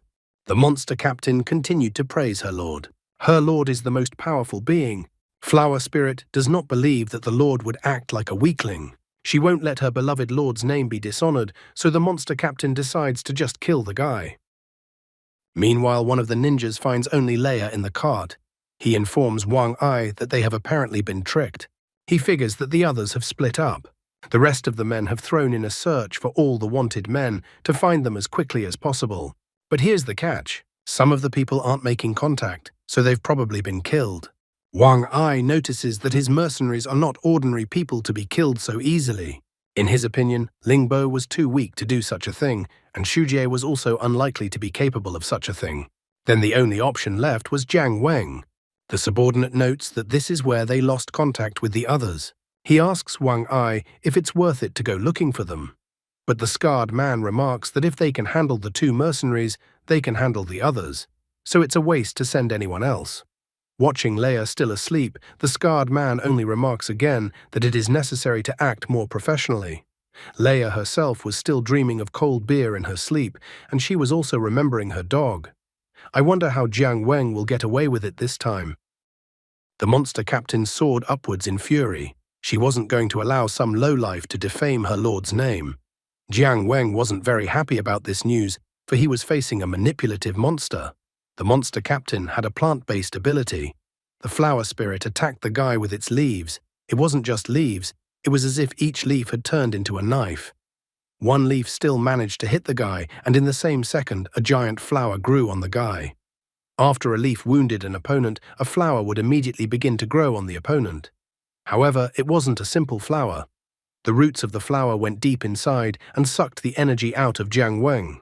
The guy didn't wait for the flower to completely destroy him, so he ripped the flower out of his left hand. The boy ran under the monster's attacks. He was in pain. Jiang Weng realized that it was too dangerous to fight the flower spirit alone and needed to escape from the battlefield. Such an idea didn't please the monster captain, and she was even more annoyed that the Lord was running away again. After quickly thinking about the situation, Jiang Weng came to the conclusion that running away was definitely not an option. After all, even if he succeeded in removing the collar, this crazy girl would chase him for eternity. Therefore, it was necessary to solve the problem. He is determined to get rid of the monster captain once and for all. He even asks the monster that is imprisoned in him to borrow the power. The guy's head immediately turned into a dog face. He decided to destroy the monster captain with one punch right in the heart. However, this transformation made the flower spirit even more angry, because now she was even more convinced that the person in front of her was not her lord. It once again attacked Jiang Weng with its leaves that were as sharp as knives. In the same instant, many giant flowers formed on Jiang Weng's body. Turning into a dog made Jiang Weng even more furious. He wasn't going to give up, but was going to survive, and asked the monster captain to continue his pathetic attacks. In fact, he still had his mind, and he noted that he wouldn't be able to withstand such injuries from the attacks for long. Flower Spirit even cried, seeing how weak her lord looked. She didn't understand why he was in such a weak state. She intended to send the lowlife who pretended to be her lord to hell. Jiang Weng in his dog form was also unwilling to relent and intended to kill the monster captain. Suddenly, another figure intervened in their battle that there was no way they could ignore. Leia appeared in the air with her giant scythe in her hands. She jumped down with lightning speed and cut all the vines-like entanglements that came from the flower spirit. Leia stabbed the scythe into the ground with fury, and the ground beneath her feet shattered. Jiang Weng was shocked. He couldn't be completely sure that Leia had appeared in front of him. It was not surprising, since Leia's eyeballs were colored black, and a horn grew on the right side of the girl's forehead. Leia is a Shinigami. Hidden number 0002. Infection level undisclosed. Description undisclosed. Jiang Weng still couldn't understand what had happened to Leia. Leia did not answer the questions, but instead swung her slash attacking Jiang Weng. The dog barely managed to duck from this attack, which saved his life, as all the trees around him that were hit by the scythe were easily chopped off by the scythe, leaving only stumps. Jiang Weng was startled when he saw such events and such a side of Leia in front of him. He immediately realized that it looked like Leia was out of control and was no longer in control of herself. Leia kept repeating over and over again that she needed to kill someone. While Leia was unconscious, Wang Ai asked the girl if she had forgotten why she was in this place. He reminds the girl that she is the spawn of the devil. Wang Ai points out that the only way for the girl to atone for her sins is to keep killing. He also why that the girl only has a life of constant killing and that she can only then get revenge. Leia couldn't contain all of this and cried constantly, the tears unable to stop. Wang Ai notes that this is an order, and after that calls the right words. Dawn, fire. Good morning, Daddy. The order was to destroy the dog. After that, Leia awakened, having lost her consciousness. The only thing that moved her was the lust to kill. Such audacity the monster captain could not tolerate, so she entangled Leia and her giant scythe with her liana hair. Flower Spirit is incredibly pissed off that some damn thing dared to touch her lord. Jiang Weng doesn't understand why the monster captain decided to help him. Flower Spirit notes that if the guy isn't her lord, she'll kill him herself. Jiang Weng even thinks that there is definitely something wrong with the girl's head. In order for Jiang Weng to keep her out of the way in battle, Flower Spirit tossed him aside with her liana hair. A giant flower instantly grew on the dog. The monster captain decided to deal with the pink-haired girl first and then deal with Jiang Weng. Leia, in her frenzied and uncontrollable state, did not fight according to the monster captain's rules and immediately pointed her giant scythe towards the dog. With one sweep of her giant scythe, Leia shattered a giant patch of land, causing incredible shaking and destruction all around. Wang Ai covered his body using his jellyfish armor. He was faced with an unexpected sight, as he did not expect to see a ghostly monster in this place.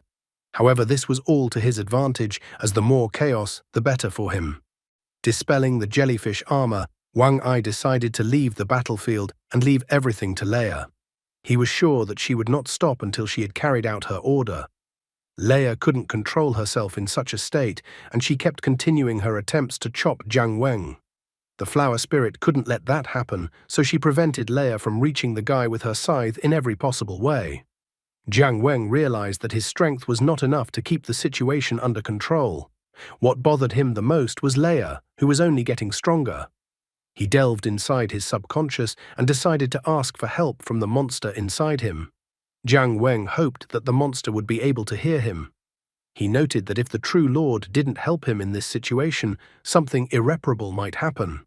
Leia had finally managed to get to the dog and was about to chop him up, and Flower Spirit was desperately trying to prevent that from happening, even though she realized that she wouldn't make it this time. All of this had gotten to the point where Jiang Weng was fed up. He tells the monster not to be a pain in the ass and get lost. At these insults, the Lord seemed to show signs of life. He could not bear such insults. Jiang Weng notes that Lord has too much pride, and that when the monster's power is weakened, the monster falls into decline. Jiang Weng recalls that Lord had been hiding in his lair all day, picturing deep thoughts. Jiang Weng could not accept that he was so weak and cowardly. He even told the monster to piss off. The monster captain had miraculously managed to cover her Lord. However, the blow she took from Leia was monstrous. Jiang Weng was finally tired. Since the Lord wasn't responding, then it was over. These were two people's lives, and he didn't understand why one person should take everything. Leia took advantage of the moment and rushed towards Jiang Weng, who stood helplessly and had no intention of dodging. The monster inside the guy went wild when he saw this moment. However, at this moment, Leia was still able to catch up with the guy with her slash, who flew aside from such a blow. The monster captain desperately ordered that the vile maiden dare not touch the Lord. She entangled the pink-haired girl with her hair vines in a rage. After that, Flower Spirit used her favorite attack, and Leia's entire body was covered in giant flowers. Jiang Weng was still alive, but he was in incredible pain. He even noticed that his sternum was broken. Jiang Weng also noticed that the blow was no longer felt, and then he noticed that he had turned into a dog again. Inside his subconscious mind, he saw that the monster inside him had finally appeared. Lord was furious, for how dare some inferior creature threaten him? Jiang Weng asks Lord not to be angry, as time was not on their side, and he was in a hurry. He asks Lord to decide what to do after this whole situation is over. Jiang Weng wants to solve the current situation first, so he asks Lord to listen to his plan. Flower Spirit was incredibly excited. Finally, the pink-haired deviless was in her power, and she was able to overpower her. Suddenly, the monster captain tensed up from what she felt.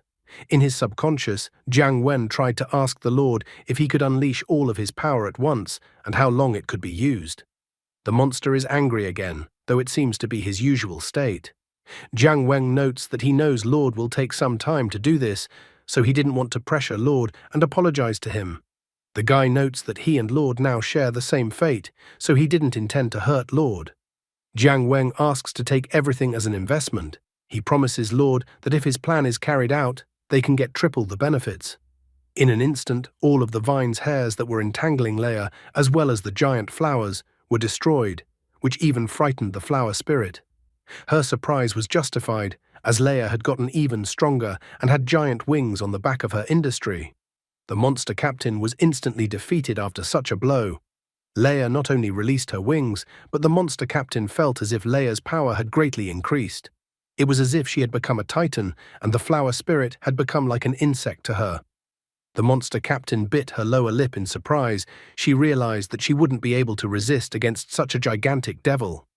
Meanwhile, Lord decides to believe the guy only once. He notes that if anything goes wrong, Jiang Weng will be cursed. Jiang Weng thanks Lord, and his body immediately gains previously unseen power. An unimaginable power poured into him. He increased in size, and red marks appeared on his body. The monster captain only looks annoyed at the attack that comes from the devil in her direction. She realizes that she doesn't stand a chance. However, at this moment, Jiang Weng bursts into the battlefield and knocks Leia down, causing him to save the Flower Spirit. The monster captain couldn't believe what happened at that moment. As soon as she saw the face of the one who saved her, she was incredibly surprised. Immediately after that, tears appeared in her eyes, so happy was she to see her lord. Jiang Weng hugged Leia and began to squeeze her, preventing her from attacking. Flower Spirit couldn't hide her tears. They kept pouring out of her eyes. The monster captain was so happy that her lord had finally returned. Leia, on the other hand, had yet to fulfill her order and continued her attempts to end the giant dog's life. Jiang Weng advised the girl not to try to break free, even though the guy realized that he wouldn't be able to restrain the devil for long. The Lord reports that he only has 5% of his reserves left, so the guy only has 20 seconds. Jiang Weng calls out to Hanabi. The girl is ecstatic. Her face even turned red because Lord finally called her by her name. Leia continued to break free from Jiang Weng's embrace. Jiang Weng informs Hanabi that he will restrain the devil and the girl should use her flowers to suck all the energy out of the devil. Hanabi worries that because of this, she might hurt her lord with her attack and the latter might die. However, Jiang Weng informs her that they don't have much time. Leia was creepily noisy even in this state and kept breaking out of the guy's embrace. Since the first plan didn't work, Jiang Weng uses a terrifying aura and informs that Hanabi's claims are too ridiculous since he is her lord, and she won't be able to kill him. Feeling the aura of her lord, the girl was immediately frightened. A moment later, she had already begun to carry out her lord's orders. Hanabi began to entangle her lord and the devil with her liana hair. Leia kept screaming about killing the giant dog. Hanabi decided that she would do whatever it takes to fulfill her lord's orders, so she decides to go all out with what strength she has left. Jiang Weng tries to reach Leia's mind. He asks that the girl hear him and remember that he is Jiang Weng. He promises that he will not hurt the girl. Jiang Weng asks for Leia to remember the beautiful moments they spent together. However, instead of coming to her senses, Leia bites the dog's nose. Jiang Weng complains that he is in pain and tells Leia to let him go. He's even angry, since he's the one who's the dog here and should be acting like this, not Leia. Jiang Weng notices that Leia is more like a dog now. Hanabi tries her best to follow her lord's orders. Jiang Weng calls the girl a crazy girl who laughs and as if she wants to die together. Jiang Weng removes the dog form and headbutts Leia in the forehead, telling her to wake up. The girl seems to start feeling something after that blow to her forehead and Hanabi's actions. Hanabi was in pain. She was crying, but she had to do her lord's bidding, plus he called her by name. Finally, from the place where the entangled giant dog and the devil were located, a giant flower bloomed out of the place and shot up into the sky.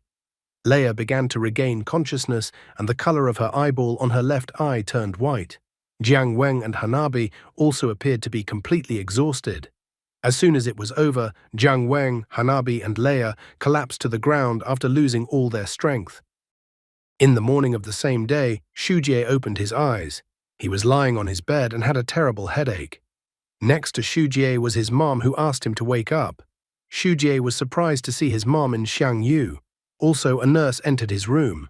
The nurse smilingly pointed out that there was nothing special about Shujie's case, and all he needed today was to drink lots of water. Shujie finally remembered that they had fun last night, and that was why he had such a condition. However, he absolutely could not remember what happened next. His mum even let out a heavy exhale when she heard her son's words. It took his mum some time to tell what had happened last night.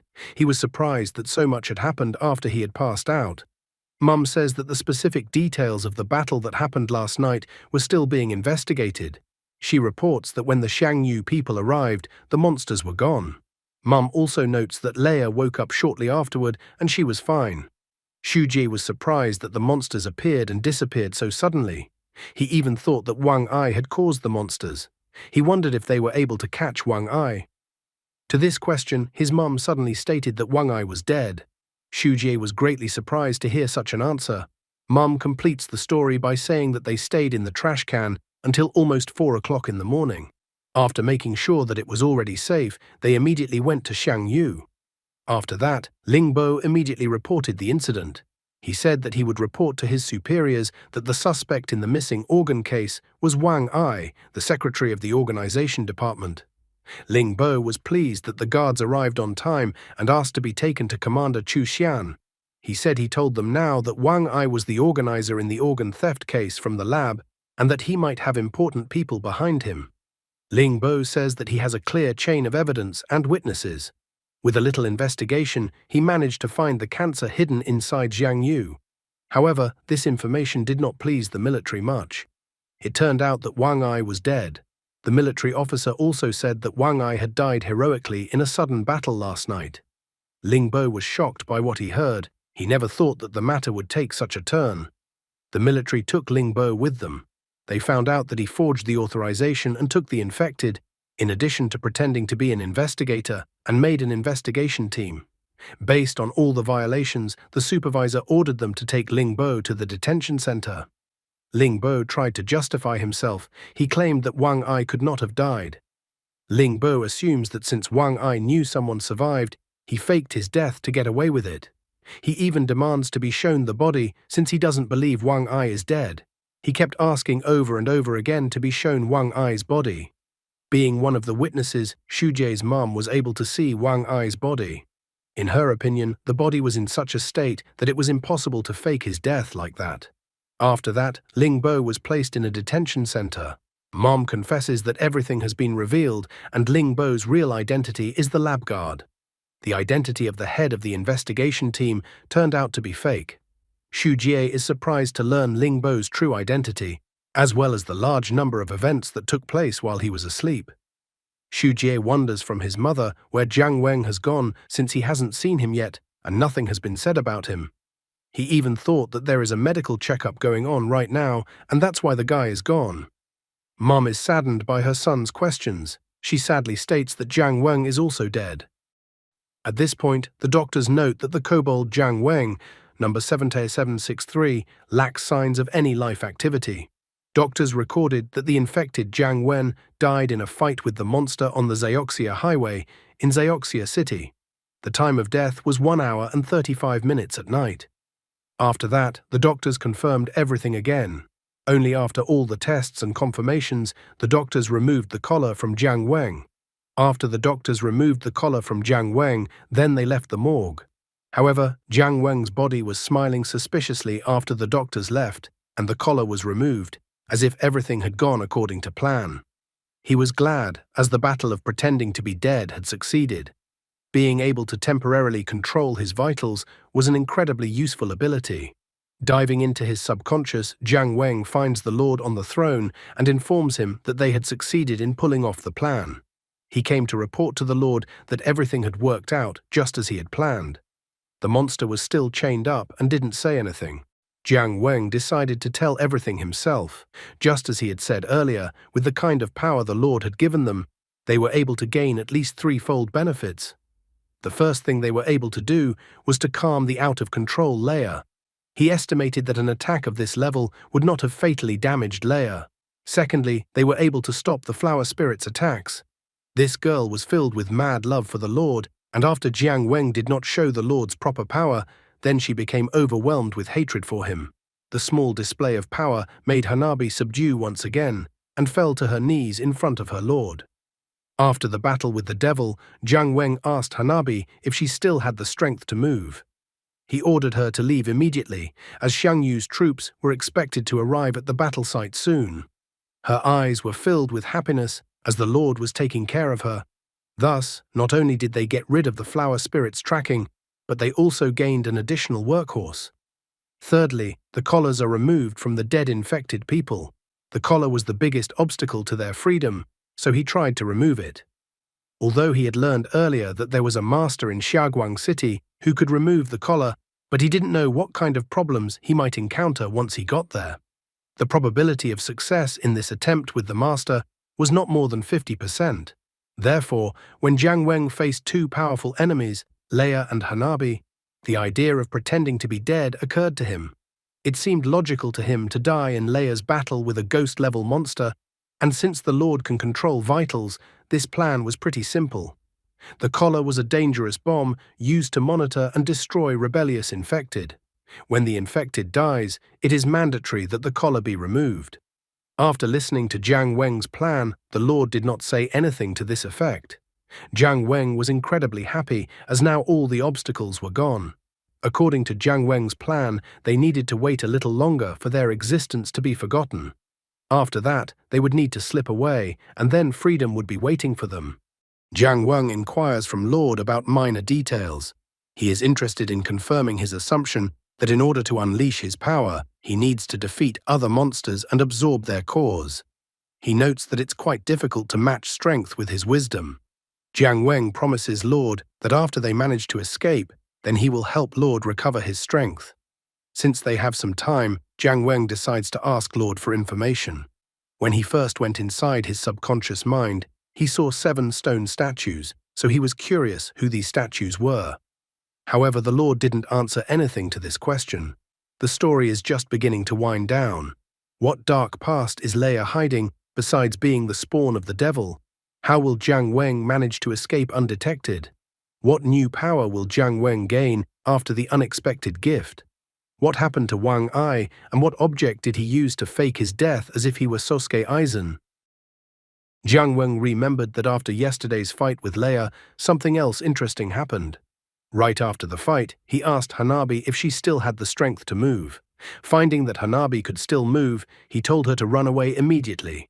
As the Shangyu army was about to arrive at the battle site, Hanabi was so impressed that the Lord cared for her so much, even after she behaved rudely to him. Hanabi didn't understand how to deal with her current situation and how she should contact the Lord next time. Suddenly, a strange thought occurred to her. She pulled something out and held it out to the guy, wondering if he could take the item.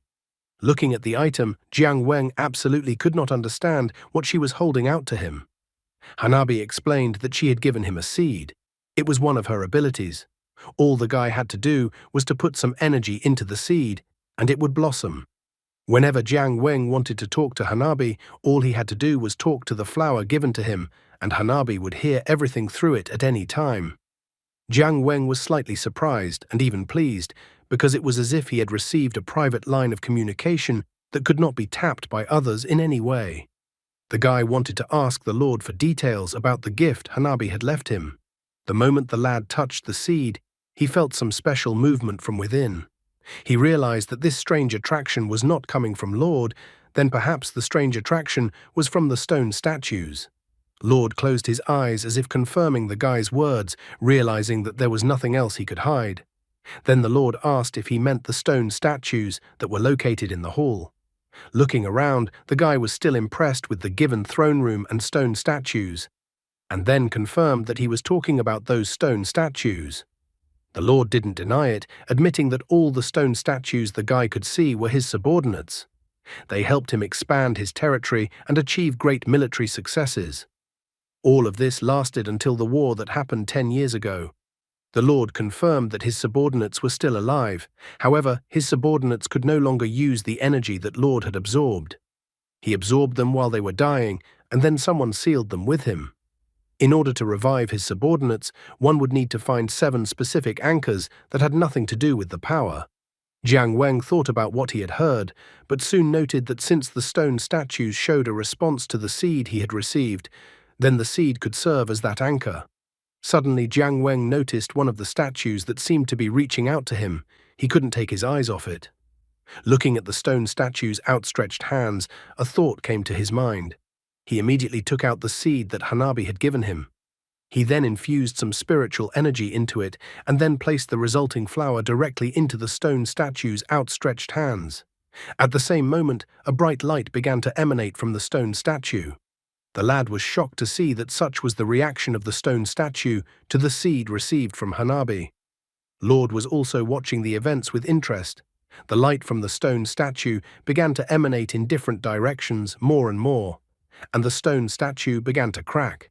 As soon as the statue cracked, a little girl who looked like Paimon, though more like Shia Poof from Hunter x Hunter, flew out of it. Official number YC1314, code name Golden Crow. Ability, an elf with a certain ability to control fire. The elf's speed is faster than a spark. Combined with her cloning ability, consciousness is shared between clones. The elf is an absolute expert tracker. Level, Ghost. Upon her appearance, Golden Crow immediately said hello to the boss. The Lord was surprised that Golden Crow was still able to appear in front of him. Flying up to the guy on her wings, Golden Crow explained that when she was still human, she was very fond of flowers, so this little obsession was the key to her resurrection. She noted that boss number 2 of the unholy fighters had received her signal. Hearing this treatment and noticing how cute the girl was, the guy asked her to call him Jiang Weng. Golden Crow was incredibly excited. She was so happy since she had been imprisoned in a stone statue for 10 years. She immediately decided to summon her sisters, although they were obviously clones. They all took turns to introduce themselves. Golden Crow number 1, Yoshi. Golden Crow number 2, Darcy. Golden Crow number 3, Touch the West. Golden Crow was so happy that she was finally free from her shackles, so she flew at full speed throughout the throne room. Jiang Weng was thrilled to see for the first time a little elf that could split into two. He wondered if other stone statues had such interesting abilities.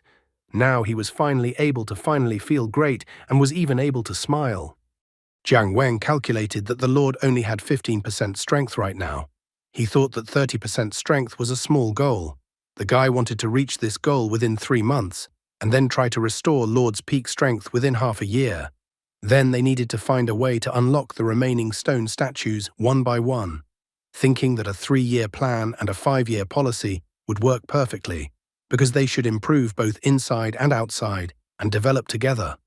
The mighty Lord positively appreciated the guy's efforts and the plan he proposed. Jiang Weng realized that this kind of big cake painting trick was the boss's real legacy from his past life.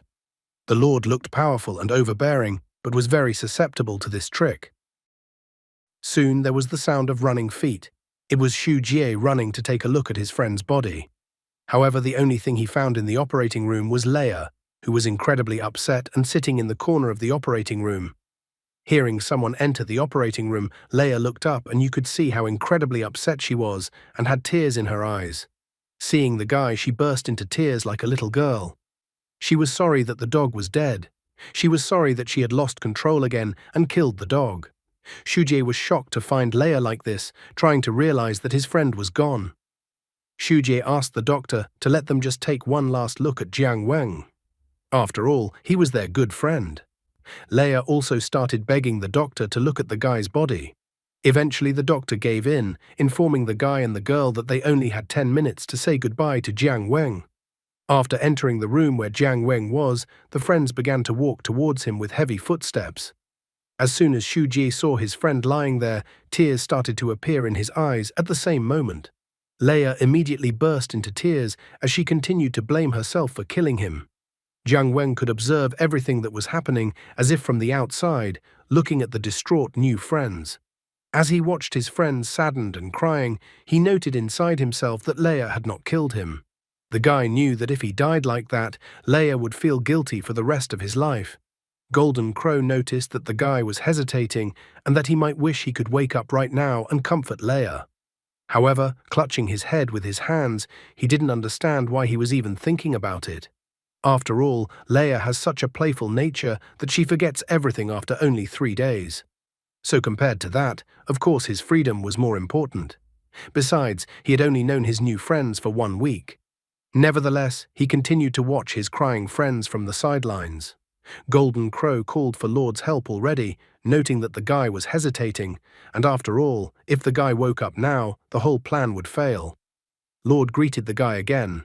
However, the guy once again abruptly sat down on the bed from a lying position. Leia, Xu Jie, and even the doctors were all in complete shock after seeing this. Jiang Weng laughingly announced that he had slept for too long and that he had a dream about how he died. He even greeted Leia and Xu Jie. The guy actually showed that he was willing to sacrifice his personal freedom for his friends, ruining the whole original plan. The doctors and everyone else started calling the guy a quack. Their cries were so loud that they even scared a nurse walking down the hallway past the room. Seeing Leia crying, Jiang Weng asked her why she was crying. He pointed out that he wasn't dead and even offered to hug the girl if that was what she wanted. Leia turned her back to the guy and started to run away. All these actions caused Xu Jie to yell at the doctors and point at the guy. Jiang Weng realized that girls were always difficult to deal with. However, at this moment, the Lord became furious with his actions, because he had thwarted their successful plan. Golden Crow pointed the guy at the Lord, noting that they had a more serious problem here. Jiang Weng immediately put his hands up, indicating with a gesture that he was giving up. He asked the Lord not to get angry and to listen to him first. The guy realized that such opportunities that they still had before he came to his senses and stood up were not given so easily. Jiang Weng began to convince Lord that he was right. He pointed out that a hero like Lord, who was so famous and had the loyalty of his subordinates, couldn't upset a girl. Besides, the guy promised to find another way to escape. Golden Crow immediately noticed that Jiang Weng's boss was very gentle with the girls. The Lord was enraged. He declared that he would scare the guy to death. As a result, the second escape plan was automatically cancelled, so Jiang Weng failed. Nevertheless, the guy didn't despair, noting that they didn't need to worry now. Now that Hanabi was outside and Golden Crow was inside, it was quite easy for them to escape. The lad decided that compared to walking alone, perhaps now the Lord could have more freedom. Meanwhile, in the organizational division, one of the military arrived to report the situation to the superior. The subordinate showed the chief the photos of Jiang Wen and Xu Jie, and then he reported that with the exception of Leia, these two were involved in the chain of events of last night. The boss stared intently at the photo of Jiang Weng that he held in his hands while thinking about something. The guy had foiled his escape plan so easily because of his new friends that it might have undermined his newly established trusting relationship with the Lord. Jiang Weng managed to attract unwanted attention from his superior after the incident. What will be Jiang Weng's next plan to escape or continue his investigation to find the Zero infected? Meanwhile, in the northern district of Zioxi, which was far to the north on the map of Zioxi City, a man was asking the people present if they knew what the most profitable business in the world was, and that it is the so-called double profit business. You have to take orders, get commissions from your employer, hunt monsters and sell them on the market to make more money. The man with the mustache noted that Brother Kai had gotten them interested in taking on such an interesting business. The Black Hunter is an unofficial, illegal monster hunter who takes hunting commissions and participates in the underground trade of monster organs. The group is made up of a wide variety of people, including normal people armed with unconventional weapons, as well as infected people who are not officially registered. Kai asked the others to stay focused, as this is still a business where you have to have eyes even in the back of your head. He asked the others to always be vigilant, never overestimate themselves, and never underestimate the monsters so that the people on the team could live and spend the money they earned. Someone in the group panicked, wondering if they would meet the terrifying monsters on this sortie. The man with the mustache asked the others not to worry, for Kai was famous for his caution. He had been in more battles with monsters, more than the others had seen the women in their lives. 10 years ago, there was a battle of 4 monsters. According to the man with the mustache, Kai participated in that monster battle personally. The girl was surprised because the monster war is the same disaster that almost destroyed the entire Jiangsu and Zhejiang region. All 4 of them are demonic beast-level monsters. She was curious about the names of the other monsters, as she only knew Huodu's name. Also, she had heard that 3 of the 4 monsters eventually died. She wondered how many of them Kai had personally killed. However, Kai informed her that he was not in charge of this confrontation with the monsters, but merely joined the fight. He then told the others to shut up and keep their weapons ready. Suddenly, they noticed the area around them was covered in fog. Kai immediately noticed that heavy fog was not the norm at this time of year, which meant that a monster might be waiting for them. At the same moment, some sort of melody came from the depths of the fog. Kai was annoyed as he couldn't figure out where the singing was coming from. He immediately realized that there was something wrong with the song, so he told the others to be ready for battle. Suddenly, some ugly monsters approached him out of the mist. Kai reacted instantly, destroying the monsters by cutting off their heads. However, at the same instant, he discovered that under the influence of the fog, he had just destroyed his entire team. Instantly, green liquid spurted out of his eyes, mouth, and nose. He immediately fell to the ground, realizing that he had fallen into an illusion. He realized that the monster was able to create an illusion with the help of the mist. In the distance, he saw someone's silhouettes in the fog that were rapidly approaching him. Looking at the silhouettes in the fog that were approaching him, Kai recognized them. He remembered that he had seen them before. He had seen them 10 years ago, during the battle with the monsters, when he had cowardly hid, unable to do anything. One of those legendary 4 monsters, Ju Ming, appeared in front of him.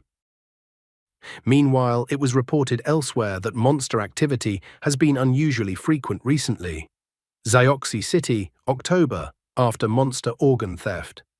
Excerpt from the abnormal event report: blue, general level, beast level; yellow, greater level, monster level; red, basic level, ghost level; yellow, danger level for Zone 3, preliminarily classified as an extremely dangerous event. One of the military was requesting an increase in danger level, because a re-evaluation of the threat was needed. The military had already lost over 30 men, so they asked for support to be sent immediately. The command received their message for help and sent 3 more troops to Zone 3. It was also necessary to send information related to monsters and prepare for the ghost-level plan. Jiang Weng used his newfound strength to easily deal with the monster that appeared in front of him. Jiang Weng was a little surprised that the boss had absorbed the monster core of a barely ghost-level monster, and the boss's strength had recovered to 18%. This month, he had diligently used every opportunity to absorb monster energy, but his strength had only increased by 3%, and it was becoming increasingly difficult to make a qualitative leap. He realized that in order to make a sharp jump in progress, he needed to destroy a large monster. Golden Crow at this moment informed the guy that reinforcements had arrived at the military. Jiang Weng instantly rushed out to avoid being seen by the military. He wished to keep a low profile as much as possible and quietly evolved to absolutely not attract any attention. When Jiang Wen escaped from the monster killing scene, the support troops arrived in Area 3. However, they were greatly surprised to see what was happening. They reported with incredible excitement that all the monsters in Zone 3 had been destroyed. The monsters were killed by an unknown person, which surprised the operation commanders very much. They had absolutely no idea who could have done something like this. Meanwhile, in Immortal Juvai, one of the military told the infected to join the battle. Carrying the injured people away on stretchers, the military complained that there had been too many monster incidents recently. The military conducted a tally, stopping at the number 24. He noted that many infected people had died. The man concluded that if this continued, Zioxi City would be doomed. One of the military men asked the other why there was so much going on lately. He also heard one interesting rumor that made a lot of noise. He had heard that a monster had organized the infiltration of spies into Xiangyu. Jiang Weng heard the conversation of the military, was surprised to hear about the spy. He couldn't understand if he had really been exposed and how it could even happen. Suddenly he saw the seed in his hand begin to blossom into a beautiful flower. He was slightly surprised, for Hanabi had decided to contact him herself for the first time in a long time. Tears formed in her eyes, and her face turned red as she informed her Lord Huodu that she had decided to contact him. She also stated that she was incredibly nervous, as she had been preparing to talk to her lord for a whole month. She was so nervous that she even sat down to make notes in her diary. She wrote in her journal that today was November 2nd, and that it was sunny today. Today was the first time she communicated with Lord Huodu using her colors. She was so happy, and assured herself that she would be happy forever. She also added a note in her diary to make sure that she would remember this moment forever. Jiang Weng irritatedly told the girl that now was not the time to write the diary. After all, if it was discovered, there would be very unpleasant consequences. Hanabi apologized to her lord for her act, believing that she deserved to die. She finally cut to the chase and decided to explain the reason why she had contacted her lord immediately. She stated that she shouldn't have bothered the lord, but she needed to say something important since today was her opportunity. Hanabi suddenly informed he that Lord Ju Ming was in Zioxi City. Ju Ming, meanwhile, easily dealt with a lot of stupid people. Upon hearing the news of Ju Ming's arrival in Zioxi City, Lord Huodu became enraged. She said that there had been rumors that there were spies in Xiangyu, and it turns out that Lord Ju Ming had ordered all these rumors to be started. Hanabi noted that it seems that Lord Ju Ming is somewhat displeased with the fact that Lord Huodu's mission to find the Zero infestation has not made any progress. Hanabi was furious, not understanding why Lord Ju Ming should be displeased. She was displeased, recalling that Lord Huodu had suppressed Lord Ju Ming all these years. And now Lord Juming dared to tell Lord Huodu what to do. She even wanted to kill Lord Juming. However, with tears in her eyes, she realized that she could not defeat him, as Lord Huodu's other supporters were powerless, so she could only protest. For her powerlessness, she kept apologizing to Lord Huodu over and over again. Eventually, Hanabi confessed that Lord Juming had asked her to give Lord Huodu a new mission. Lord Juming had assigned the task of killing Chu Xian, a high-ranking Xianju officer. Jiang Weng was a bit puzzled by such a task. Hanabi explained that Lord Juming had informed him that this task should be easier than finding a zero infected with Lord Huodu's current abilities. Lord Juming clearly indicated that his requirement should be fulfilled within 2 days. If his demand was not met within the specified time frame, or if Lord Huodu refused, then Lord Juming would reveal Lord Huodu's identity as a spy. Jiang Weng was incredibly surprised that someone from outside could reveal to the military the identity of a spy. He began to ponder over the information he received from Hanabi. It was necessary to kill a high-ranking officer in 2 days. Even if he is a high-ranking officer, it can't be that simple. Even if he succeeds in killing Chu Xian, he will not be able to leave unharmed afterward. If he doesn't kill Chu Xian, then his identity will be revealed and he will die. Whatever choice he made, he realized that Lord Juming was determined to deceive him. Moreover, he feared that Lord Juming might have other evil intentions. In addition, the problem was serious because Juming was the same level as Lord Huodu. Around the guy, the military was already abuzz with rumors of spy monsters appearing in Xiangyu. They couldn't wait to find out the information about which infected person had further turned into a monster. They were now more aware that if the rumors were true, it was no wonder that so much had happened recently. The military officer told all infected people to undergo a medical examination immediately. He also stated that those with abnormal levels of infection would be sent to an isolation center immediately. Xu Jie asked the military man what all this inspection was for and whether the military suspected that the mutation of the infected people was out of control. He also began to complain that the battle had just ended. Everyone was very tired, and many people were seriously injured since the battle had been so tiring. Other infected people also began to protest the military's decision. They were outraged that the military told them to fight monsters, but doubted them. The infected one by one joined the protest against the military and the new medical examination at this moment. The infected people were incredibly angry. They didn't understand why they were being treated like prisoners or captives. Although they were infected people, they were also human beings first and foremost. Besides, they were the ones who were actually the ones protecting Zioxi City. However, the military men put their shields forward. One of the military men told all the infected people to shut up immediately. One by one, the infected people began to speak out, unwilling to be silenced. Someone shouted about how he was just an infected person and not a monster. The old man couldn't wait to go home. Someone was also shouting about how infected people were not monsters. Jiang Weng watched the infected people protest from the sidelines, perplexed at how things had come to this. Xu Jie reminded the military that it was not appropriate to force them to undergo another medical examination now. After all, everyone needs treatment and comfort first. However, the military man was unwilling to listen to the nonsense Xu Jie was telling him, so he punched Xu Jie in the face with his fist, telling Xu Jie to shut up. Jiang Weng was a little worried about his friend. Xu Jie immediately realized that because his blood got on the military man, then due to the resulting situation of public outrage, his ability would trigger and the conflict would definitely escalate. At this very moment, the military man who had previously hit Xu Jie was struck by lightning as if struck by lightning. Just as Xu Jie had predicted, the situation escalated. The military man said that they had a riot, so he told the soldiers not to be afraid to attack the infected people. The infected people did not stand silently waiting to be beaten with clubs. They lashed out violently at the military.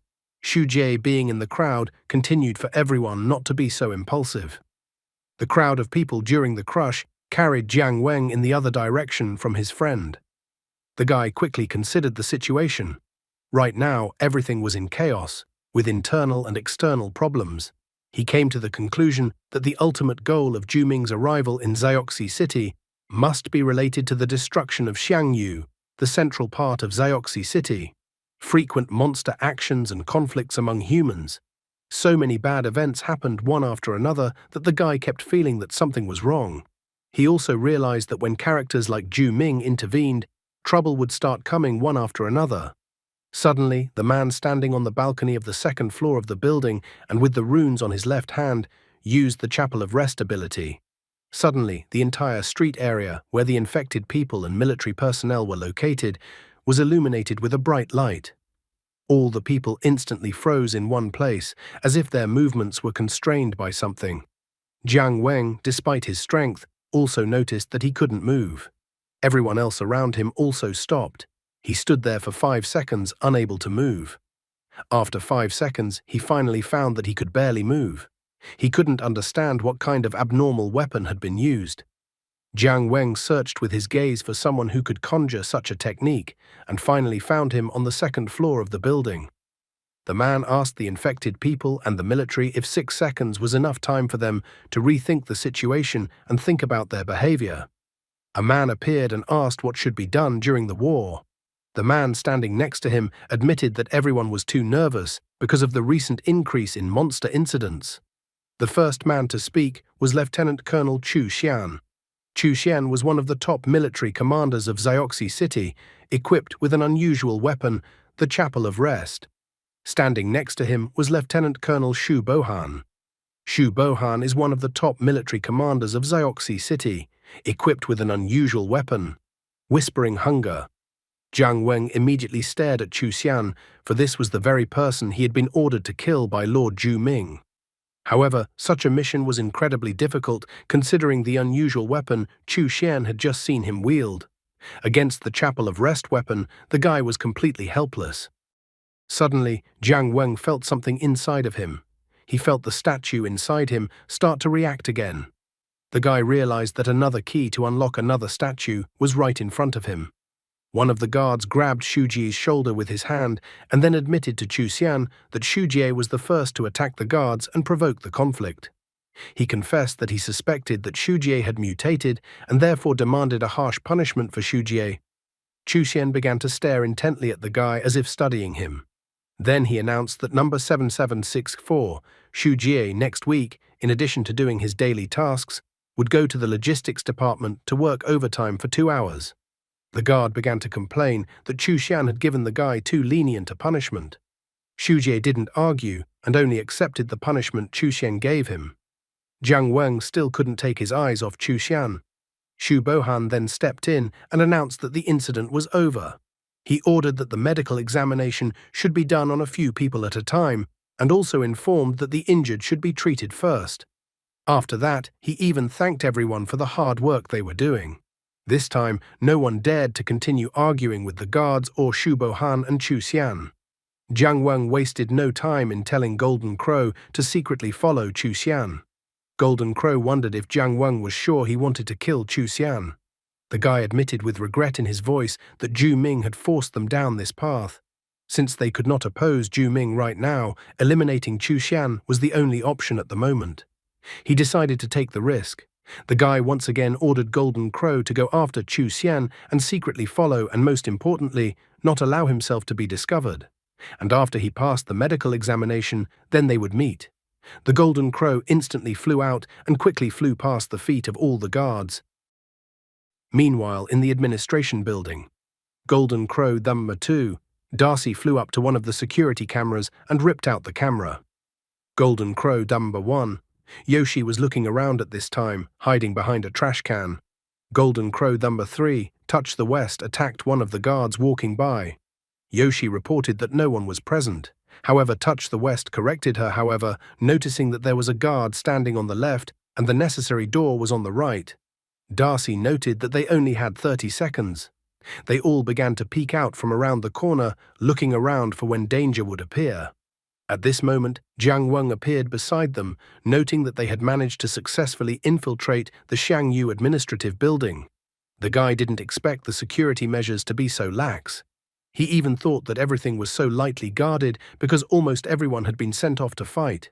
He even started praying for things to work out. However, at this moment, Chu Xian felt something, as if he sensed the gazes of all the Golden Crow and Guy. Jiang Weng and Golden Crow, who seemed to think that they were acting silently, were not quiet at all. When Chu Xian tensed up, Shu Bohan, noticing his change, immediately asked him if everything was all right.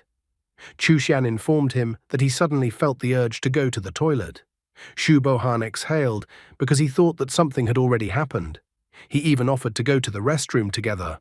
Hearing their conversation, Jiang Weng didn't understand what was wrong with the two people in front of him.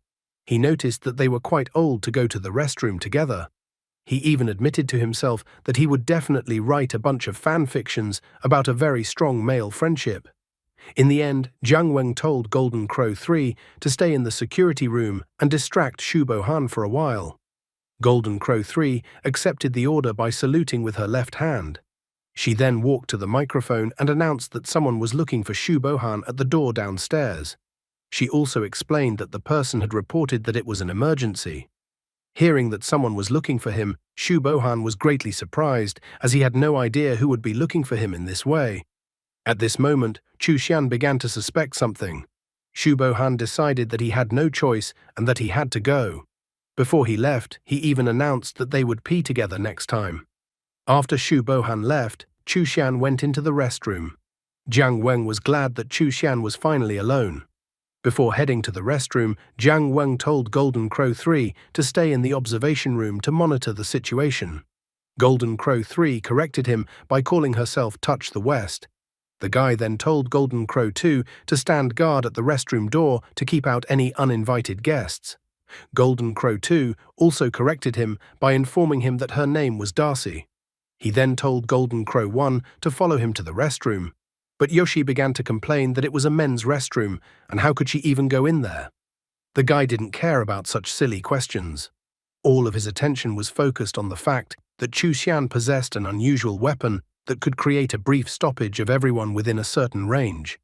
Therefore, he felt that before approaching Chu Xian, they should have a backup plan. So he told Golden Crow 1 to follow him, but to keep a certain distance to avoid unforeseen circumstances. The guy headed for the restroom, Yoshi flying after him at a certain distance, and Darcy watching with a nonchalant expression to make sure no one disturbed them. Walking into the restroom, the guy found Chu Xian, who was standing calmly near one of the urinals. With a nonchalant look, Jiang Weng walked around the restroom and stood at the neighboring urinal with Chu Xian. If Shu Bohan finds out about it, he will be incredibly envious of the guy. Yoshi closed her eyes, unable to watch the men pee. In the end, Jiang Weng turned to Chu Xian. He reported that he was the infected person with the head of a dog, number 7763, Jiang Weng. He also confessed that he wanted to be a good person. The guy managed to get the attention of Chu Xian, who stared at the guy. Jiang Weng confessed that there were rumors recently that there was a spy in Xiangyu, and he mentioned that he thought that this spy might be himself. Yoshi, who heard this conversation, could not understand what Jiang Weng was doing and why he decided to reveal his true identity. At this moment, Chu Xian stared menacingly at the guy and asked the guy to repeat what he had just said. Not the least bit embarrassed, Jiang Weng repeated that he was a spy, but he only wanted to admit it to Chu Xian. In his thoughts, he even complained that he needed more time to pee. The guy confessed that a big demon had arrived in the north of Zioxi City and that he had threatened the guy to make the guy become a spy. Letting tears well up in his eyes, Jiang Weng revealed that the demon had taken his sister hostage, and after all, the girl was as dear to him as his own sister. Therefore, with sadness in his voice, he stated that he could not disobey the demon. Looking out from behind the corner, Yoshi realized that the guy seemed to be up to something. The guy's head began to turn into a dog's head, and his body was enveloped by lightning as he declared that even if he dies, he must kill Chu Xian. The man stared at the guy with a shrewd gaze. At this moment, Shu Bohan arrived at the first floor. He discovered quite quickly that no one was there and that it was probably some kind of prank. He arrived at the office, but Chu Xian was not in his office. So he went back to the restroom, but as soon as he opened the restroom door, Chu Xian's body fell from there. Meanwhile, in the north of Zioxi City, Hanabi began to look for Lord Juming. She happily reported that Lord Huodu had succeeded in doing what Lord Juming had asked him to do. She once again reported that Lord Huodu had killed the target, Chu Xian. The monsters were shocked that Lord Huodu was able to kill Chu Xian so quickly. It took him less than 1 day to destroy Chu Xian. The monsters couldn't believe it because Chu Xian was known to be the strongest barrier of Xiangyu. The monsters were shocked that Chu Xian was destroyed in one fell swoop. They were even anticipating how fast they would be able to capture Xiangyu now. The boar was glad that Lord Huodu had once again returned to Olympus. He was glad that the Lord had turned out to be really cool. However, another monster corrected the boar's words. Monster said that everything had only worked out because of Lord Ju Ming's good leadership. He stated that everything only worked out because Lord Ju Ming gave Lord Huodu good motivation. Everyone began to shout out Lord Ju Ming's name. The boar, realizing that he was powerless to do anything now, covered his mouth with his hand and started shouting out the words along with the others. However, Lord Ju Ming was not joyful like all the other monsters around him. 10 years ago, before the Battle of the Four Monsters, while in the dilapidated building, Ju Ming told Huodu that humans were just lowly creatures full of weaknesses. He saw through their self-deception and vanity, but they covered themselves with concepts such as friendship, family affection, a sense of shame, and a sense of honor. Ju Ming believed that people could be killed easily. He said that there are so-called schools in the south of Zhejiang province. There were still human children gathered in these places. In addition, there were more than 10 such places. Ju Ming believed that one could easily capture them and make puppets out of them. Besides, one of his monsters is their favorite. And then he wanted to let these crazy little ghosts infiltrate emotionally rich adults, watching them suffer and fall down. He even called it true beauty. However, Lord Huodu did not share his interests and notions of beauty. He called Ju Ming an idiot, noting that such an approach would only make people even more angry. He also said that the idea Ju Ming is telling him about is incredibly stupid and is only needed to satisfy his perverted whims. Furthermore, the most important thing was that he didn't like Ju Ming's dirty tricks. Lord Huodu explained that according to his rules, if you want to fight, then just fight. The other 2 lords didn't cross him or even stutter to say anything about it. Remembering past events in the present tense, Ju Ming pondered over Hanabi's words as he walked down the corridor. After tracing from around the corner that Lord Ju Ming had left, the boar exhaled heavily. The boar began to tell the other monsters that Lord Ju Ming obviously wanted to frame Lord Huodu. However, the boar pointed out that Lord Huodu had too many supporters, so Lord Ju Ming couldn't just do evil. He even remarked that Lord Ju Ming has made an excuse that if Chu Xian is not killed, Lord Huodu's identity will be revealed. The boar even pointed out that Lord Huodu had flawlessly accomplished the mission, but Lord Ju Ming had simply taken credit for it. The other monsters asked the boar to be careful as someone might hear him.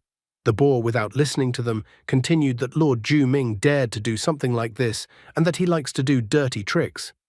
Suddenly, the monsters in front of the boar trembled in fright. The boar did not pay any attention to their reaction at all. He even enthusiastically declared that if Lord Ju Ming dared to harm Lord Huodu, he would personally beat him up personally because he had a bad temper. The monsters standing in front of the boar were about to piss their pants in fear. Only now did the boar notice the strange reaction of the monsters. Behind the boar were several giant snakes. The boar realized that perhaps his end had come. The snakes were so gigantic that the monsters looked like ants in comparison. Meanwhile, the alarm was raised in Xiangyu. All the guards put on their weapons and went on alert. Xu Bohan announced that until the murderer was found, not even a fly was allowed to leave Xiangyu. Jiang Weng meanwhile returned to his room, which looked more like a prison cell. Golden Crow announced martial law had been declared in all of Xiangju. She didn't know how far the investigation would go, but she hoped they didn't leave any evidence behind. Jiang Weng realized that all he had to do now was to buy some time for a breather. He had completed the task perfectly, and his reputation among the monsters would help him survive for a while. But he also realized that Ju Ming would continue to look for ways to kill him. After listening to the guy in the restroom, Chu Xian remarked that it looked like he would have to die then, just like what the guy wanted. However, Jiang Weng was still planning to escape from Xiangyu. After thinking for a bit, he ordered Golden Crow to go to Shaguan City to find clues about the locksmith to remove the collar from his neck. With this method, if he had a chance to go outside of Xiangyu for a day or two, he would be able to go to Shaguan immediately. Such a plan would allow him to avoid many uncertainties and greatly increase his chances of removing his collar. Golden Crow wondered why the guy wouldn't just pretend to be dead like last time. Jiang Weng believed that the same trick would be easy to detect if it was used a second time. Besides, now was a special period where everyone in Shangyu was on guard. Plus, he noticed that there were other situations that were different from the previous ones. He admitted that if he was alone, with the help of the monsters outside and inside, he would be able to escape. However, the situation was different now because the others considered him a friend. Since they were now friends, he didn't want to leave his friends in trouble. At least he was going to ask his friends, though, if they would go along with him or not. The only one he wasn't sure about was Ling Bo, who he wanted to cross off his friends list. Did the guy take offense to the way Ling Bo had set him up? While in his room, the guy passed a note to Nurse Wei through the bars on the door. He asked the girl to pass the 2 notes to Ling Bo and Leia. However, the guy did not know where they were. Nevertheless, the nurse agreed to his request and was even willing to find Ling Bo and Leia herself. Jiang Weng thanked the girl, promising to do his best if she needed any help. Nurse Wei, on the other hand, only wished that the guy would get less injuries. She wasn't worried about his health, only that she would have to deal with his injuries later. The guy, in response to her request, extended his hand from the bars on the door and showed her the heart sign with his fingers. The nurse just waved goodbye. Next, he decided to think about his next move. While the notes would be delivered and they would be answered, he needed to organize the next things to do. Together with his supporters, he had to find a way to remove the collar. He even contemplated that the letter might be accidentally checked, but he didn't see that as a big deal, even if it was found by someone from the guards. The guy realized that the content of the note would be seen by ordinary people as a collection of a debt. Do you remember what happened on the 23rd of last month? How is the money you borrowed from me? When will you give the money back? Actually, the sentence in the middle is just misleading information. The key point is the date of the 23rd of last month. What happened on that day, only they knew, so the rest of the group should definitely understand what he was hinting at in the note. On the 23rd of last month, they were resting, and at this moment, they were wondering if they still wanted to do so. Upon receiving the note, Ling Bo immediately thought that the kobold was hinting that he wanted to escape. Leia, on the other hand, did not understand his hint at all. After reading the note, she looked at it with a confused look because she didn't borrow money from the dog. She couldn't understand what the dog wanted from her and what the 23rd day of last month had to do with it. Jiang Weng bragged to himself that he was so smart. From Xu Jie, he was going to ask directly when the guy came back from work, since Guy had been helping with the logistics department for the past 2 weeks. When Xu Jie returned, the guy told him about his plan. Xu Jie was a little surprised to hear that the guy was proposing to escape from Shangyu altogether. He realized that if something went wrong, they could all be killed. However, he still agreed to escape from this place with the others. Xu Jie informed that before they tried to escape, he wanted to do one more thing. Jiang Weng did not understand what he meant. Xu Jie revealed that he had been helping out in the logistics department for the past 2 weeks. The job of the logistics department is to mop up the battlefield and extract the organs of the monsters that are still alive, and then send them to the lab for research. He had been there just recently and had heard that many people in the logistics department had been held accountable. As it turned out, the theft of the organs taken from the monsters had been happening regularly over the past few months. The case that Ling Bo had sent them to investigate was actually not an isolated case. Reflecting on this, Jiang Weng admitted to himself that he had guessed it long ago. All signs pointed to the fact that the Jiangyu officials were involved in organ theft. Wang Ai was just a scapegoat. He concluded that there must be a bigger organizer behind the scenes. In his previous life, this would have been a routine matter. Jiang Weng felt that they needed to escape as soon as possible and couldn't care about these trivial things. Xu Jie was upset because Uncle Mao really takes good care of him, so he didn't want his uncle to be involved in the theft. Jiang Weng couldn't understand who Uncle Mao even was. It was actually Mr. Lin Mao from the logistics department. Suddenly, a loud noise reached Jiang Weng and Xu Jie's ears. A giant mouth appeared in the Xiangju territory. Jiang Weng couldn't understand what was even happening, and Xu Jie assumed that the noise was coming from the neighboring room. The door of the neighboring room was smashed out along with a piece of the wall with a single blow. A huge monster appeared from the neighboring one and let out a terrifying roar. There were shouts everywhere about the appearance of the monster. The guards immediately shouted that the infected man was out of control. Shujie looked slightly out of his room through the door and was incredibly shocked. With trembling lips, he only said, "Uncle Mao." The giant monster continued to smash everything around him, that shards of rocks from the room were flying in all directions. Everyone started calling for security. The nurse reported that infected individuals below level C were non-combatant. She told them to call for security as well. However, it was a mistake for her to stand in such an open place right next to the monster. It was as if the monster saw a red rag and tried to pounce on the nurse, swinging its giant arms. At the last moment, Jiang Weng ran up to the nurse, grabbed her in his arms, and jumped aside with her. As a result, the red monster slammed its fists against the floor. Stone and metal pipes flew in different directions behind the guy and the nurse who was in his arms. Jiang Weng asked Nurse Wei if she was all right. The girl was scared, although she was fine, but the guy was injured again. The guy didn't have time to keep chatting with the nurse, so he turned towards the monster. The red monster was letting out a terrifying roar while emitting a hissing sound. The monster was staring at Shuji, who was standing not far away from him. The guy looked at the monster that used to be Uncle Mao with fear and horror. He still couldn't believe that the monster standing in front of him was Uncle Mao. He remembered how recently Uncle Mao had been surprised that the guy was sent to help them in the logistics department. He believed that young people should be doing more important things than this work. One afternoon, Uncle Mao happily handed the guy a candy, telling him that his grandson turned 1 year old today. Shujie remembered how Uncle Mao, while he was working, suddenly told him that the infection index in this part was high, so he asked to do everything by himself in this place and asked them to move as far away from the place with high infection index as possible. At that moment, Uncle Mao told the guy with a smile that the logistics department was in constant contact with infectious substances, so he asked the guy to help him if he lost control one day. Uncle Mao asked the guy not to be soft-hearted and cut his life short. Trying to gain determination, Shujie gathered his strength. He shouted to Uncle Mao that he knew what he had to do. The guy used his ability and attacked the monster with lightning using his blood. The monster received a powerful electric shock and fell to the floor. Shujie was too upset that he had to do this because Uncle Mao had turned into a monster. Jiang Weng supported the guy by placing his right hand on his head.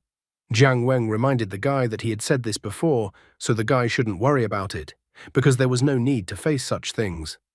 Only after that did the guards in full uniform finally arrive. The head guard told everyone to stop, informing also that there were infected people who were mutating. He also inquired who had just been in a fight. The guard grabbed Jiang Weng by the shoulder and informed him that he would be temporarily kept in another room. Shujie, on the other hand, was declared mentally insane by the guard, so he decided that the guy should be in solitary confinement and undergo a medical examination. The guard ran up to the man who had just approached. The guard then informed him that there were no additional casualties. This person was Liu Chengfeng, the captain of the 3rd Xiangju Task Force. After a quick look around, he decided to leave the guards to deal with the consequences and left. The guy was immediately locked up in a cell. He told Dawu to follow the captain, though the girl corrected him that her name was Darcy. Darcy flew after the captain, and the guy kept thinking that all of this was no accident. Uncle Mao was often in contact with infectious substances, so he had to be checked every day. The guy didn't understand then why Uncle Mao suddenly lost control.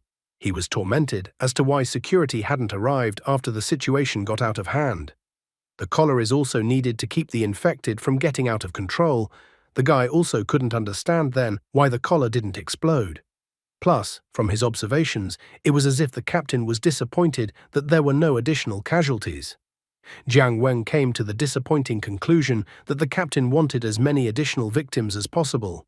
The guy quickly noticed that the captain was causing him very similar feelings to Wang Ai. An incident occurred where the monster's organs were stolen, causing the infected to lose control. The guy increasingly suspected that the same group of people who were causing trouble were still acting. He really didn't want to get involved in their affairs. Soon he heard through Darcy, the captain, talking to someone on the phone.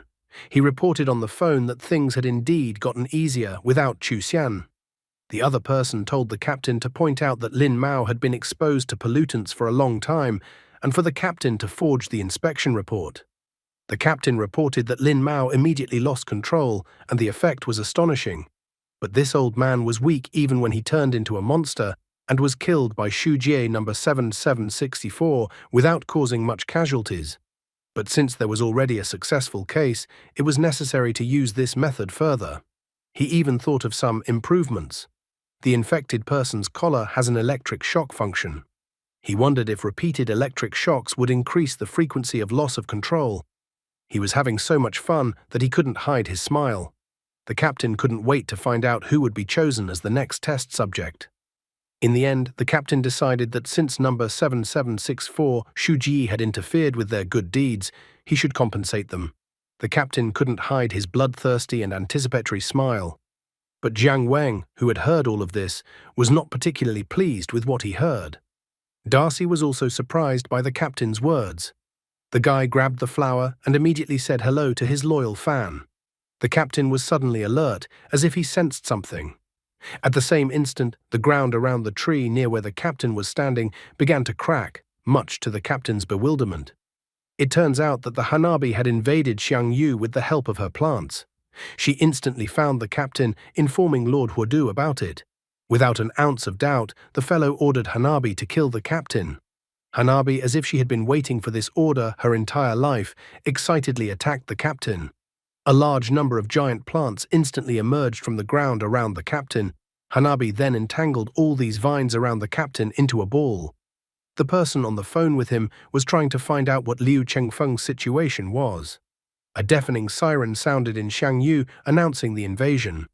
The guards quickly prepared for battle, as they expected an invasion of monsters.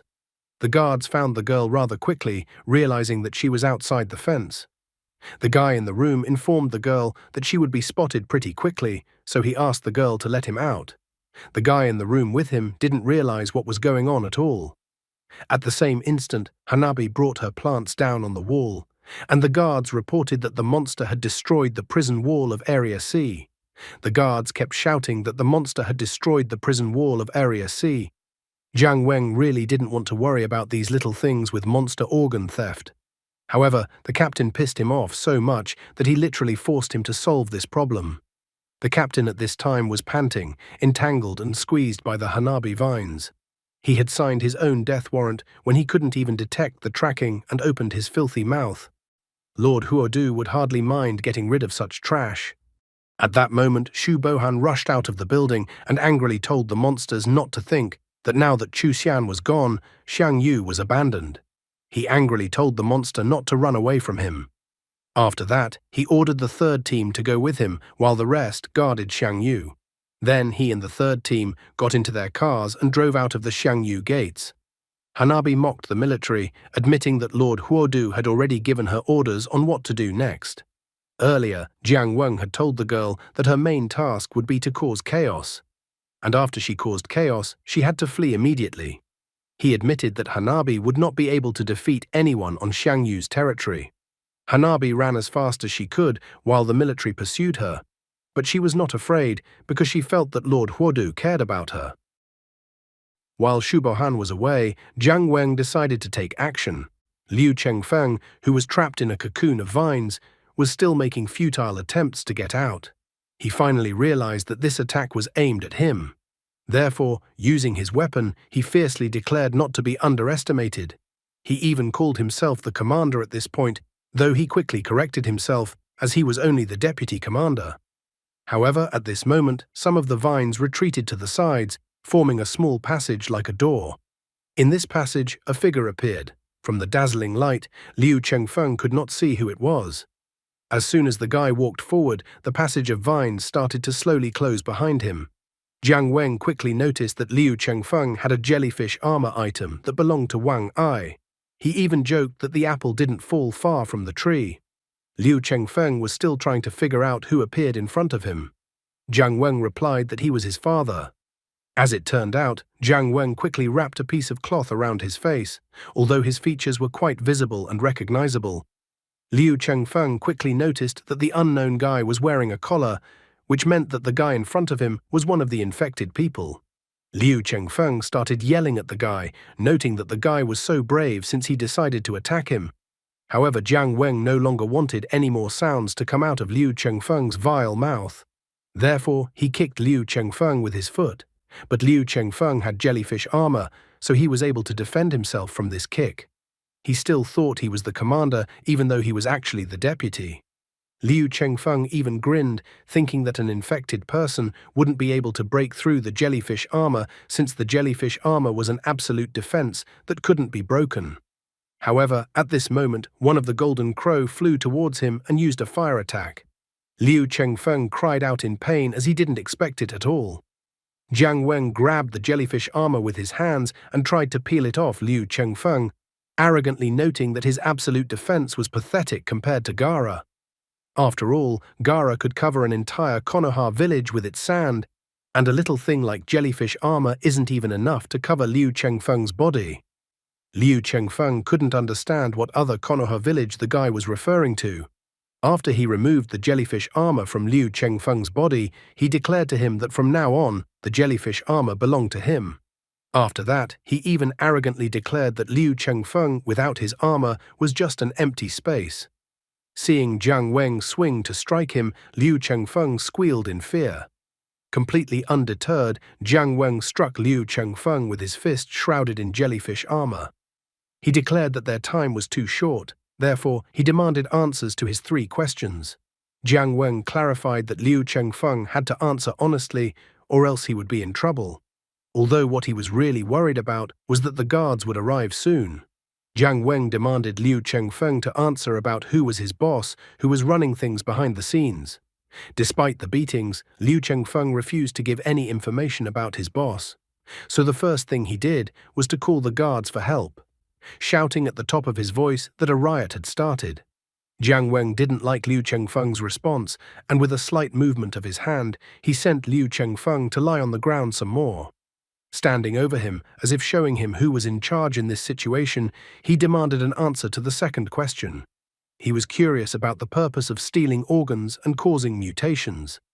Liu Chengfeng spoke up this time, informing him that it was about experiments and that more monster organs were needed for experiments. After that, he even asked the guy not to beat him up anymore. But at this moment, he received another leg kick from Jiang Weng. Liu Chengfeng didn't understand why the guy hit him this time. After all, he had honestly answered the guy's question. Not stopping there, Jiang Weng announced that it was time for the third question. He was dissatisfied with the fact that the infected people in Xiangyu were fighting alongside the military against the monsters. He wondered why the infected people, who were supposed to be considered colleagues of the military, were being treated horribly. Although Liu Chengfeng was incredibly hurt, he couldn't hold back his laughter after hearing the guy's question. He stated that they were infected people, and infected people were tools and materials. Besides, the infected had to turn into monsters anyway. Jiang Weng was astonished after the words that flew out of Liu Chengfeng's mouth. He found that there was not even a shadow of shame in Liu Chengfeng's eyes for what he had done. Liu Chengfeng was sincere in his answer, so the guy thought it was hopeless. After this response from Liu Chengfeng, the guy didn't hold back and beat him up properly. Golden Crow reminded him that if they beat Liu Chengfeng like this, they would never be able to find out anything from him, which meant they wouldn't be able to recognize the main person in the scheme who was behind all this mayhem. However, picking up Liu Chengfeng's phone from the ground, Jiang Weng said that there was nothing wrong with it, as everything was going according to plan. The guy reminded her that Liu Chengfeng was just calling a customer, so all they have to do is check Liu Chengfeng's phone and find out who the customer is. Looking into Liu Chengfeng's phone, Jiang Weng and Golden Crow were surprised. Liu Chengfeng had listed the customer in the phone as the most respected leader. The guy was amazed at what a sycophant Liu Chengfeng really was. The guy was angry but wanted to follow the plan. He decided to call the customer back to elicit everything he needed. After that, he dialed the phone number of the most respected leader. After waiting for several phone beeps, an unknown man finally answered his call. Meanwhile, Hanabi continued to run away from Shubohan and the rest of the military. The girl openly mocked them.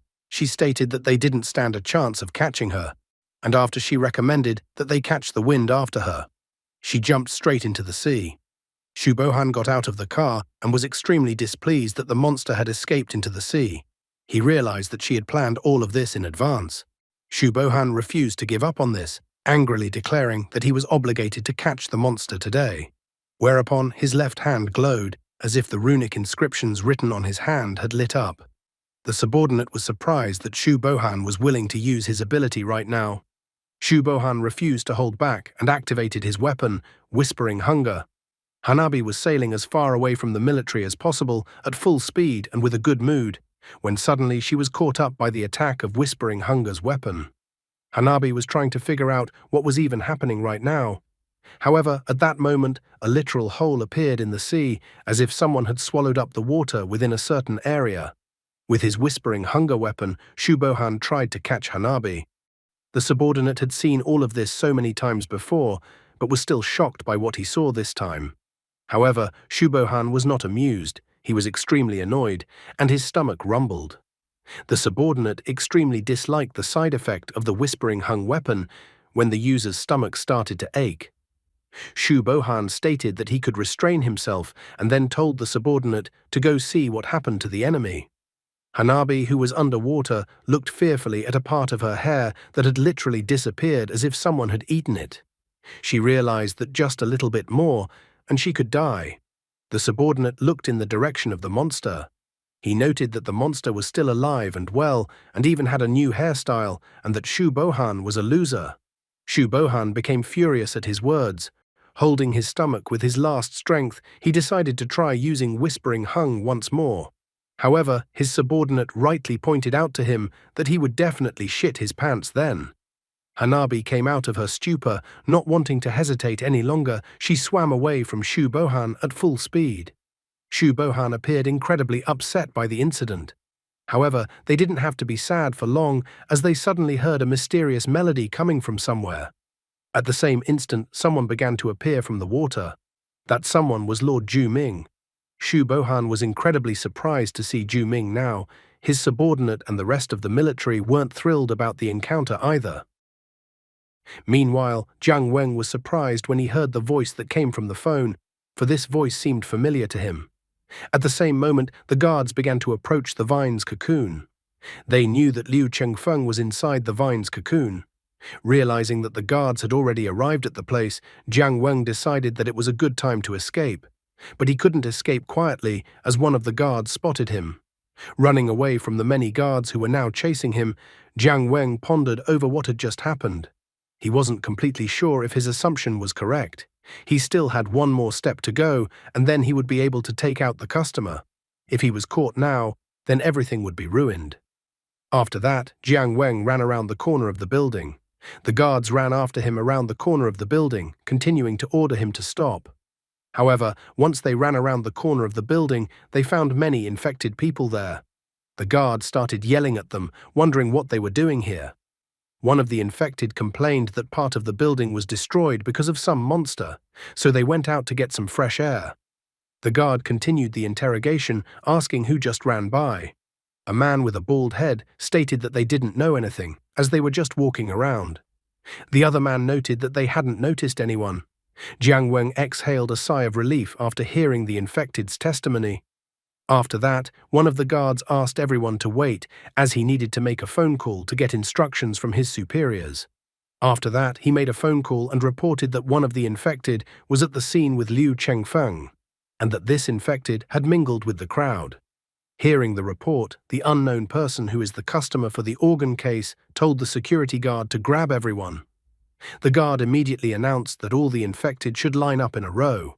He then ordered that all the infected be placed one by one in isolation cells so that all infected would be tested.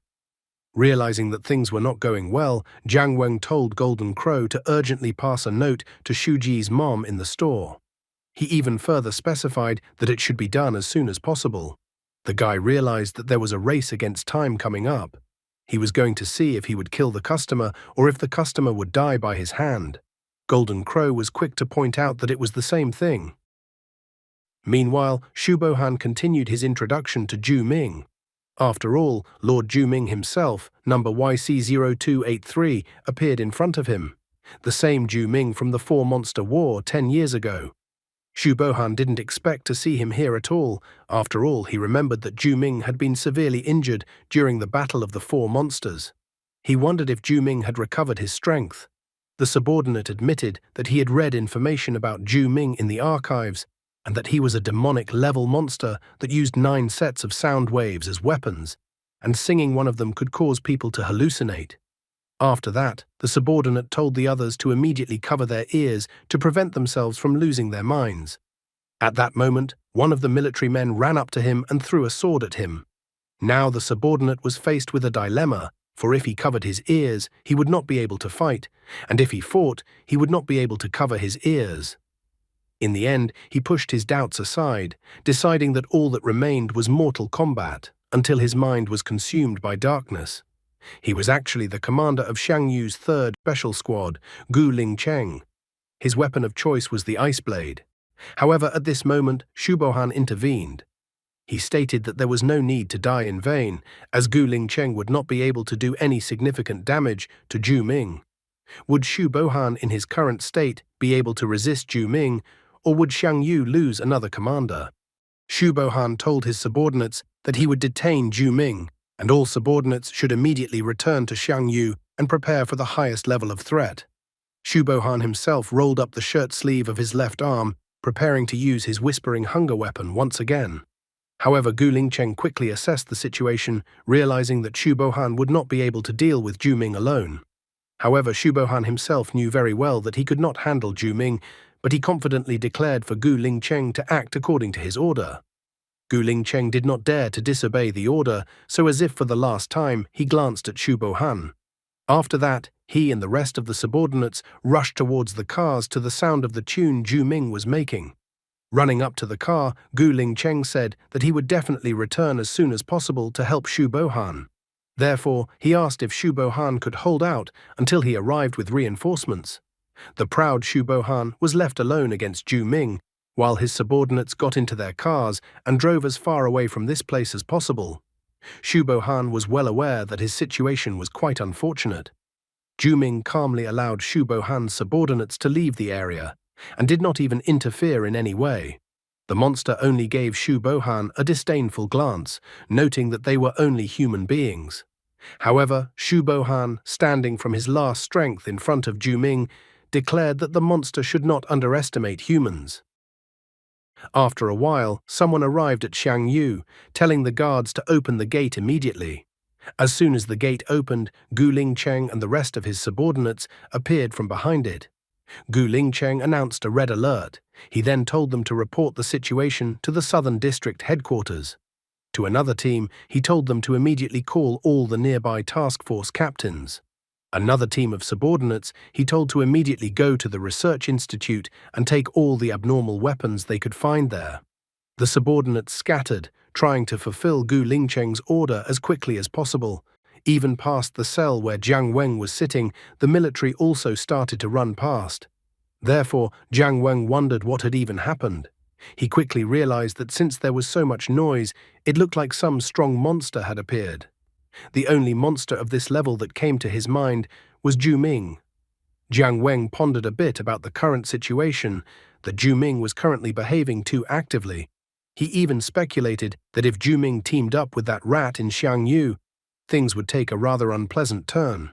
However, for himself, he decided that it was best to just wait and see what would happen next. He had already sent a note through Golden Crow, and now he could only hope that the other party would read his note and do something about it. Meanwhile, at Zhuji's mom's store, someone knocked insistently on the door. The woman asked the customer to wait and not to worry, as she would open the door for him now.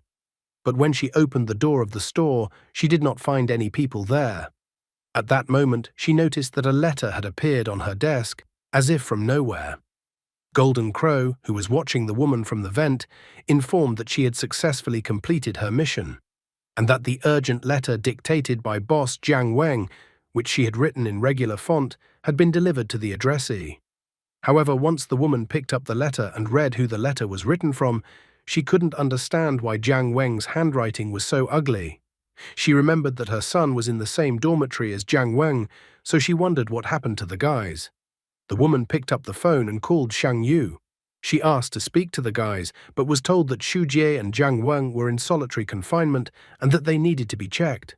The woman got worried, trying to find out what the guy's condition was, but she never got a clear answer. She then called the prison, but at that moment she was informed that Ling Bo was no longer in the prison. She was surprised that Ling Bo had been released from custody. After hanging up the phone, the woman had no way of understanding what was even going on and why she couldn't contact any of them. The woman started walking in circles, trying to figure out what she should do in such a situation. Just at such an important moment, Ling Bo appeared in front of her store. Holding his raincoat with his right hand, he asked pathetically if there was anything he could do to help her. The woman confessed that she had just called the prison, but the man was no longer there. The man admitted that he swallowed his pride and asked a friend for help, which is why he was released on bail.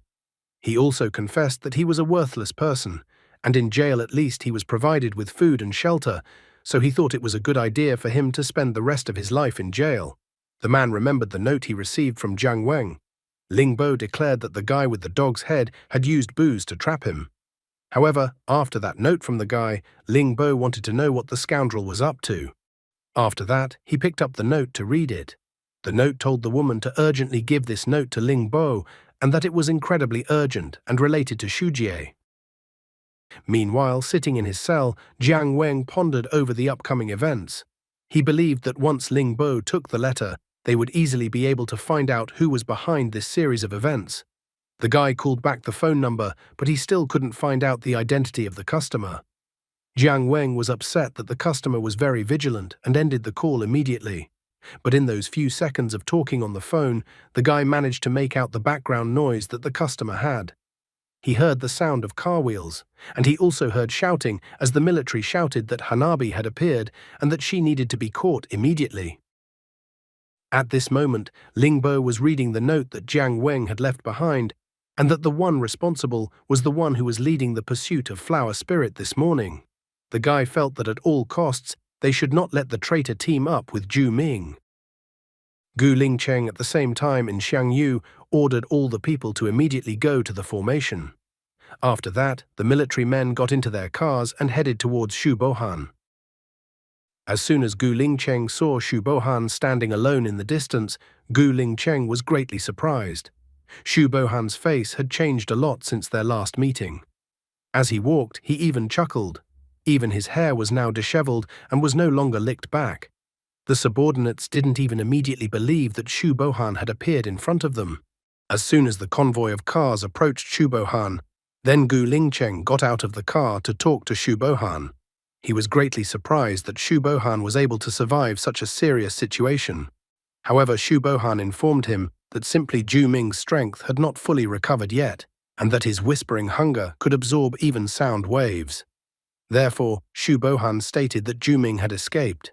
However, Gu Lingcheng was not convinced by Shu Bohan's words, and he looked at him suspiciously. After that, he turned to his subordinates and told them to immediately bring a change of pants. He approached Shu Bohan and asked if he needed help changing his pants, and this time Shu Bohan didn't mind such a decision. Shu Bohan, right in front of his subordinates, appeared in shitty pants. At this very time, Ling Bo made a phone call and learned that the officer who had led the pursuit of Flower Spirit this morning was Lieutenant Colonel Shu Bohan. Whether Lieutenant Colonel Shu Bohan was really a traitor. A puzzle gradually began to form in Ling Bo's mind. The burglary is carried out by non-employees and is stopped anytime something goes wrong. Wang Ai then acts as an intermediary, providing information to the freelancers and conducting transactions.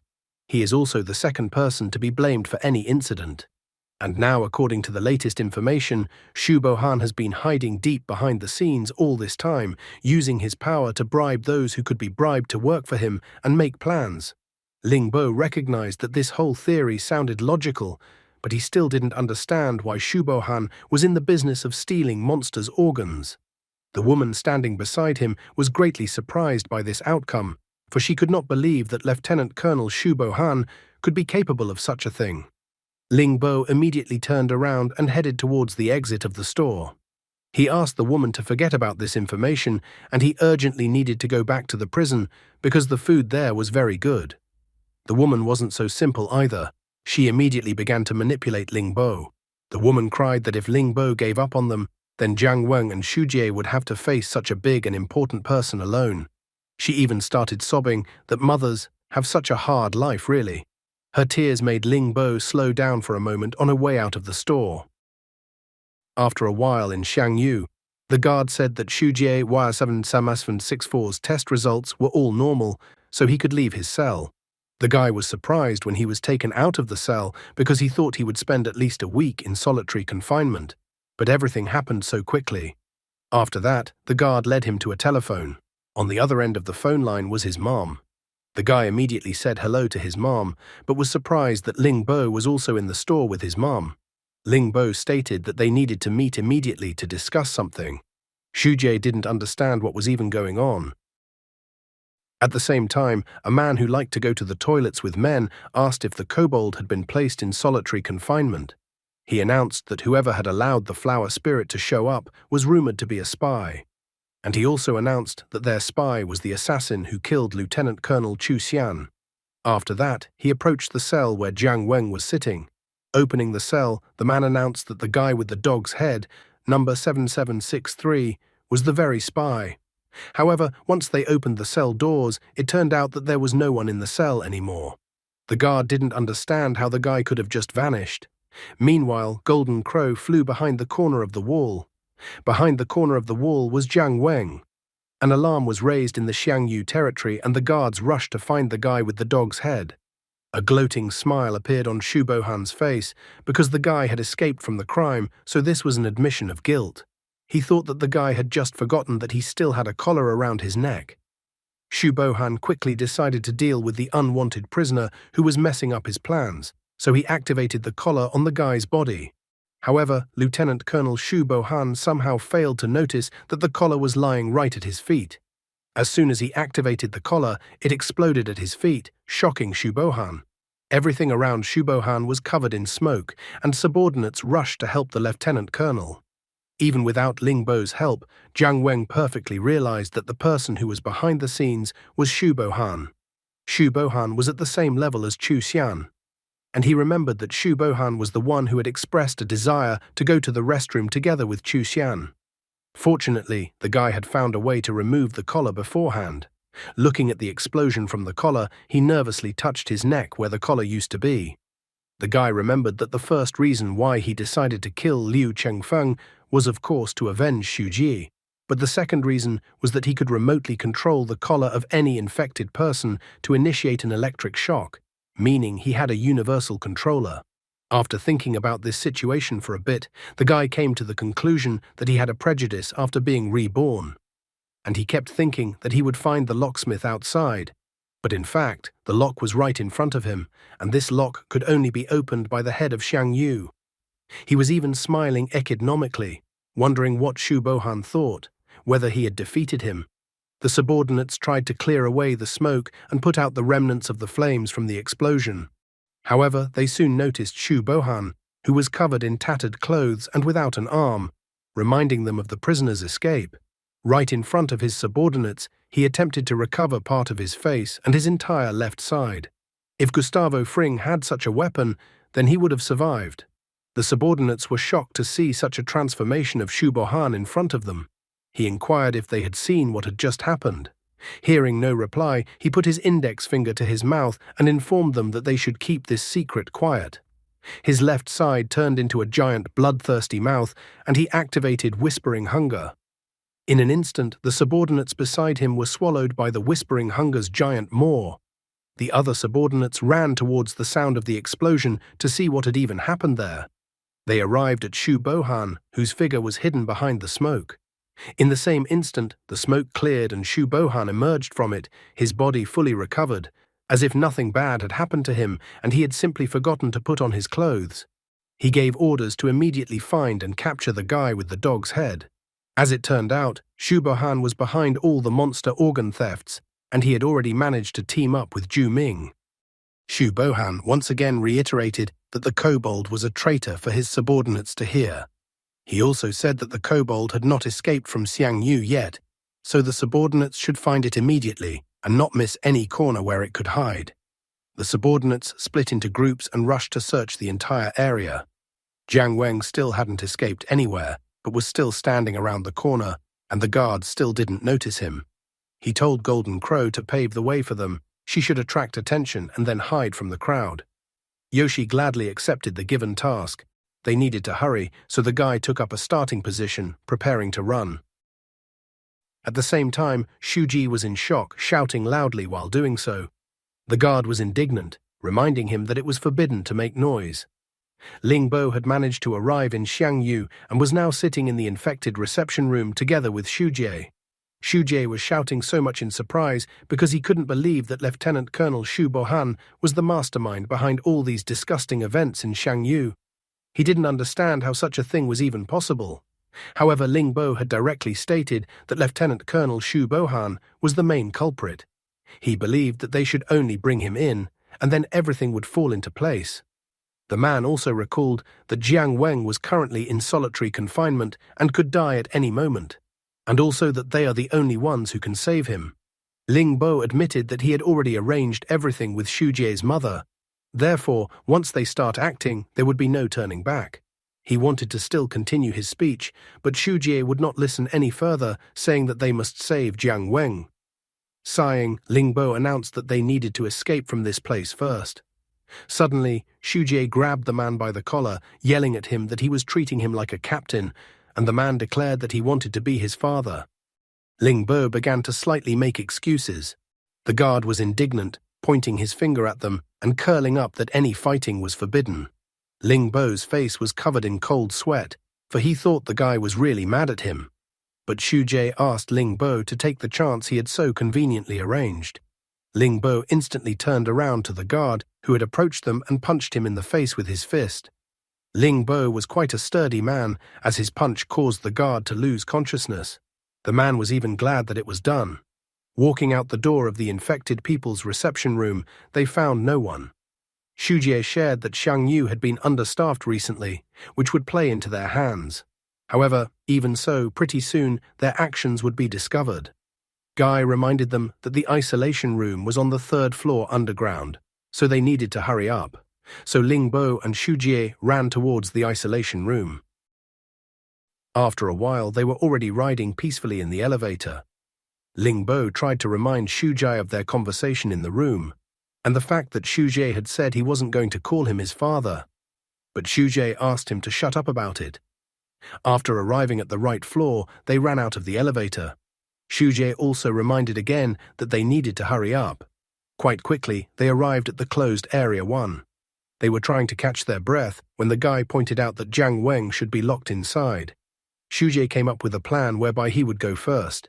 If they met the guards, he would distract the guards, and Ling Bo would have to rescue Jiang Weng. The new father candidate felt that such a plan was too dangerous for Shujie and that they needed to come up with another plan. Shujie felt that they didn't have time to come up with a new plan and that he would definitely have to save Jiang Weng. Therefore, he felt that they needed to hurry up. Just at this time, Shujie and Ling Bo ran past Jiang Weng. All three of them were very surprised to meet each other in such a place, so there was an awkward pause. The guys shook hands, and then Shujie happily said that he was glad that Jiang Weng had escaped.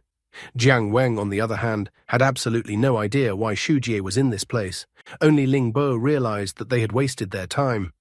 Just then, the excited guards discovered them. The guards were delighted that they had finally found the kobold.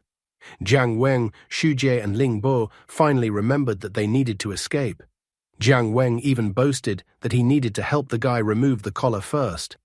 As soon as he only pressed a button on the remote, the collar around Shujie's neck instantly fell off, and Shujie was surprised at what he saw. But their joy didn't last long, as the gate leading to the exit of the building was closed. The guards also prevented them from escaping by closing the gate with their bodies. In an instant, they found themselves surrounded by numerous guards. Calling everyone by number, as well as Ling Bo, the guard stated that they were surrounded. The head guard demanded that they surrender immediately and stop their attempt to escape from the guarded area. Jiang Weng sadly admitted that he had completely underestimated the Xiangyu task force and gotten the others into trouble. Shujie couldn't do anything to help, so he was upset about the situation. Ling Bo, who had only recently bailed out of jail, was also upset. He even asked the others to think about the fact that if they surrendered now, at most they would be accused of escaping from Xiangyu. And due to his connections, the man believed that he could buy the necessary time. Therefore, he believed that there was no way they should attack the guards, because after that, the charges against them would be greatly aggravated. He remembered that if the infected were openly attacking soldiers, those infected could be immediately recognized as mutated and destroyed on the spot. However, Shujie reminded the man that if Shu Bohan caught them now, he would definitely kill them. The guy coughed slightly as they stood there looking at the numerous guards that surrounded them. Tired of waiting any longer, the main guard ordered to catch all the intruders. But in that instant, the wall behind the guards was destroyed, causing the guards to be thrown aside. Jiang Weng, Xu Jie, and Ling Bo looked in that direction, trying to figure out what had even happened. They were trying to get a glimpse of another intruder. In the resulting gap, Leia stood with a giant scythe in her hands, her face slightly confused. One day during Leia's childhood, the mother of one infected girl requested that she and her daughter be moved to another room and as far away from Leia as possible. She believed that her daughter had come to Xiangyu for quarantine and to be treated, not to jump into a bonfire. The girl looked at the man with a smug look. The woman couldn't understand how anyone could live in the same room as Leia. She felt that even their illness would not worsen, it could still affect their lives greatly. 10 years ago, Leia was 7 years old. Even then, other people shunned her.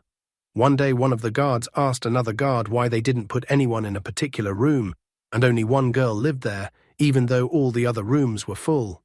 The second guard reminded him that he was new here and that he must be wondering who was living in that room.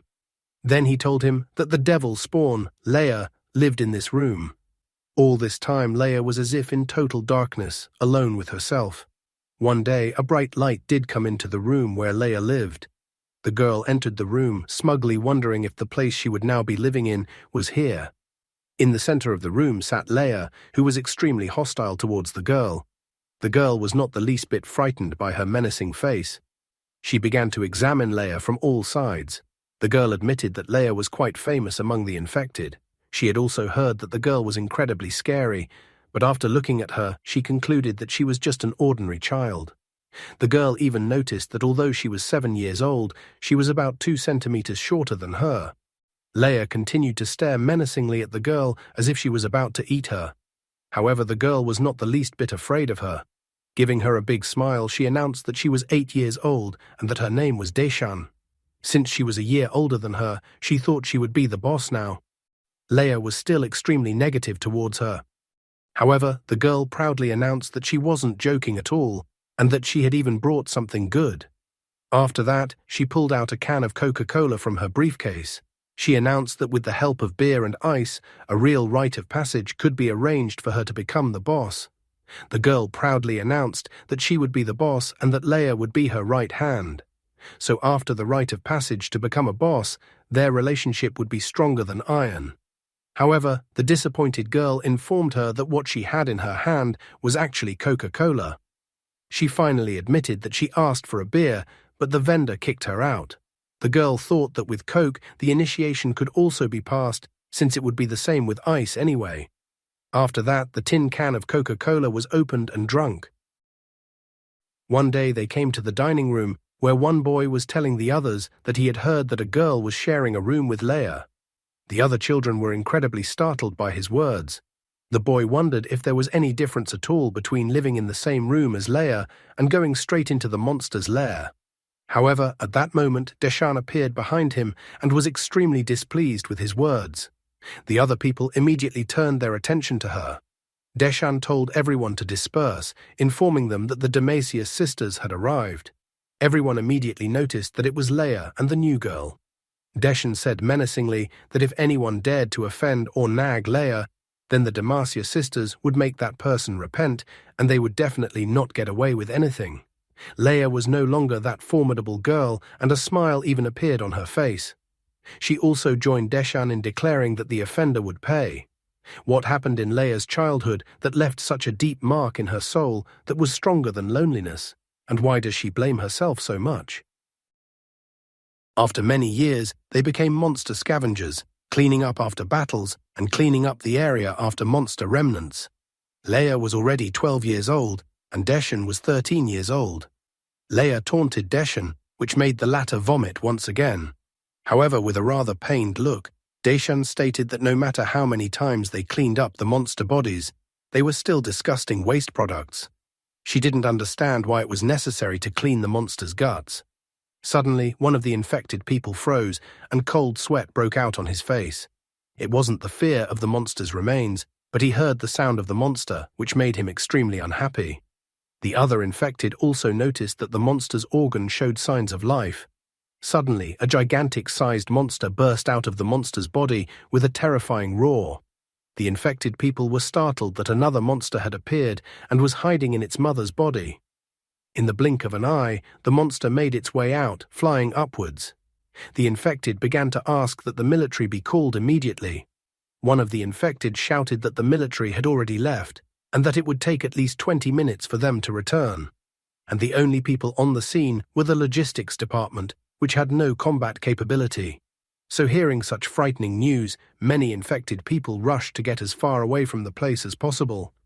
One of the infected tried to contact the boss to get directions. Then he heard a question from the boss asking if Leia was there. Receiving the answer that she was there, the boss told everyone else to evacuate to a distance of 1 kilometer and leave the scene for Leia. The monster looked expectantly at the girl, who wasn't afraid of him at all and didn't run away. She looked at the monster like a superhero with confidence and determination, preparing to become Saitama. The monster, hurt by the girl's insolence, let out a terrifying roar, scaring everyone in the neighborhood. Deshan, running away along with all the infected people, tried to ask them where Leia was. She kept wondering if Leia had escaped, as she was very worried about her. Deshan even tried to go back, but one of the infected grabbed her arm, trying to explain that it was dangerous there. However, Deshan continued to resist, as Leia had not escaped from the monster. The infected told the girl to leave Leia alone and not to come any closer. But Deshan kicked him between the legs in anger, telling the creepy uncle to take his hands off her. Eventually, the rest of the infected decided not to mess with her since she was just a crazy girl. Deshan didn't listen to them and was already running at full speed to save Leia from the monster. At the same time, Leia was listening with a sad face to the necessary words that her boss was telling her to activate her battle mode. Deshan ran towards her, not understanding why stupid Leia was standing there staring at the monster instead of running away with the rest of the infected. Deshan touched her shoulder, trying to reach out to the girl who stood in a stupor. It was a grave mistake, however, as Leia's berserk gaze was directed at Deshan, and as per instructions, she was obligated to kill the creature in front of her. Soon Leia was once again sitting in her cell all alone, staring off into the distance as if in prostration. Just when the guards were talking about why no one was being assigned to Leia's cell, even though everywhere else was full. And that was when the older guard had told the newcomer that Leia was the devil's spawn. Back in the present, it could be noticed that the same guard was now yelling at Leia. He was asking her what she was doing now, and if she, along with the others, had decided to start a riot. He even told everyone not to forget who they really were. Jiang Weng was glad that Leia had come to save them after all. Leia admitted with a shocked look that she had received his note. She also informed that she wanted to go along with them. However, she remembered about Deshan, and her gaze instantly became saddened. Jiang Weng did not understand which Deshan Leia was talking about right now. Tears appeared in her eyes, and she began to sob. She confessed that she knew that she was the one who actually killed Deshan. She also reminded him that she also almost killed him. With bitterness and frustration, Leia confessed that she felt that everyone around her was right when they called her a demon. Everyone around her believed that she brought only misfortune and was a demon. The girl was locked alone in this dark cage while everyone around her was saying that she was a demon. She was confused and scared, and she needed someone to reach out to her. Suddenly, one of the guards decided to shout Leia's name. However, the guard couldn't even finish her name because Jiang Weng gave him a fist in the face, saying that it had gotten too noisy. The girl was shocked at such an act by the guy that she even stopped crying. Ling Bo was startled as Jiang Weng did hit the guard after all. One of the guards squinted at him, and in an instant he was also sent flying by Jiang Weng's fist. Even Leia was surprised by the guy's action. Jiang Weng began to complain that while some people relied on her to kill monsters, others were pouring mud on her and labeling her a demon. He was angry that everyone around him had completely lost their shame, and that none of them had any right to call her a demon. Then a guy with a dog's head, instead of a human's, stared at the girl and poked her with the index finger of his hand. He stated that the way she was acting was not at all like her usual behavior. It annoyed him that she even said she almost killed him. The girl looked at the guy with obvious surprise. Turning back into human form, he walked up to the girl and lightly tapped her on the head with the edge of his palm, telling her not to underestimate him. He even called her stupid. He then used the previously stolen remote by pressing a button, and the collar squeezing Leia's neck flew off her neck. The guy grabbed her collar and said with a smile that she should think he was cool since he was able to get the collar off her. Enraged, he threw the collar towards the guards, yelling that the girl should immediately blow up all her abusers. The guards were startled and almost fell to the floor. However, Jiang Weng claimed that he had tricked them. He then approached Leia, Ling Bo, and Xu Jie, asking if they agreed with the escape plan. Leia was in agreement. Xu Jie, on the other hand, felt that it was too late to regret, considering the situation they were in. Ling Bo figured that if they succeeded, they would live without worry, and if they lost, they would live without worrying about food and clothes. In simple terms, if they lose, they will die or go to jail, but in their case it is more likely to be death. A joyous Leia kicked the door with a single kick of her foot, and they began to run out of the building. She was already glad that they had escaped. However, Jiang Weng reminded her that they had only just gotten out of the building and had not yet left Shangyu territory. The girl was already shouting for a cold beer. Jiang Weng was amazed at this sudden change in the mood of the girl who was still sobbing not long ago. Xu Jie was glad that the girl still came to her senses and began to behave as usual. However, they were not yet rescued and saw the figure of a man in the distance.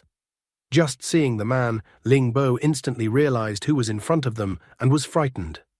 After all, the captain of the 3rd Task Force, Gu Lingcheng, had appeared in front of them. Ling Bo also told them that Gu Lingcheng was not holding an ordinary katana in his hands at all.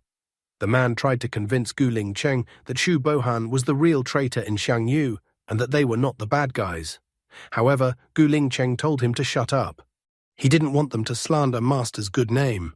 Realizing that the situation had become too alarming, Ling Bo immediately asked the others to surrender, as Gu Lingcheng was among the top 5 strongest in Shangyu. The full name of his weapon is Ice Abyss Blade. 5 years ago, a research expedition discovered a giant tooth of an unknown creature under the polar glacier of Area 43.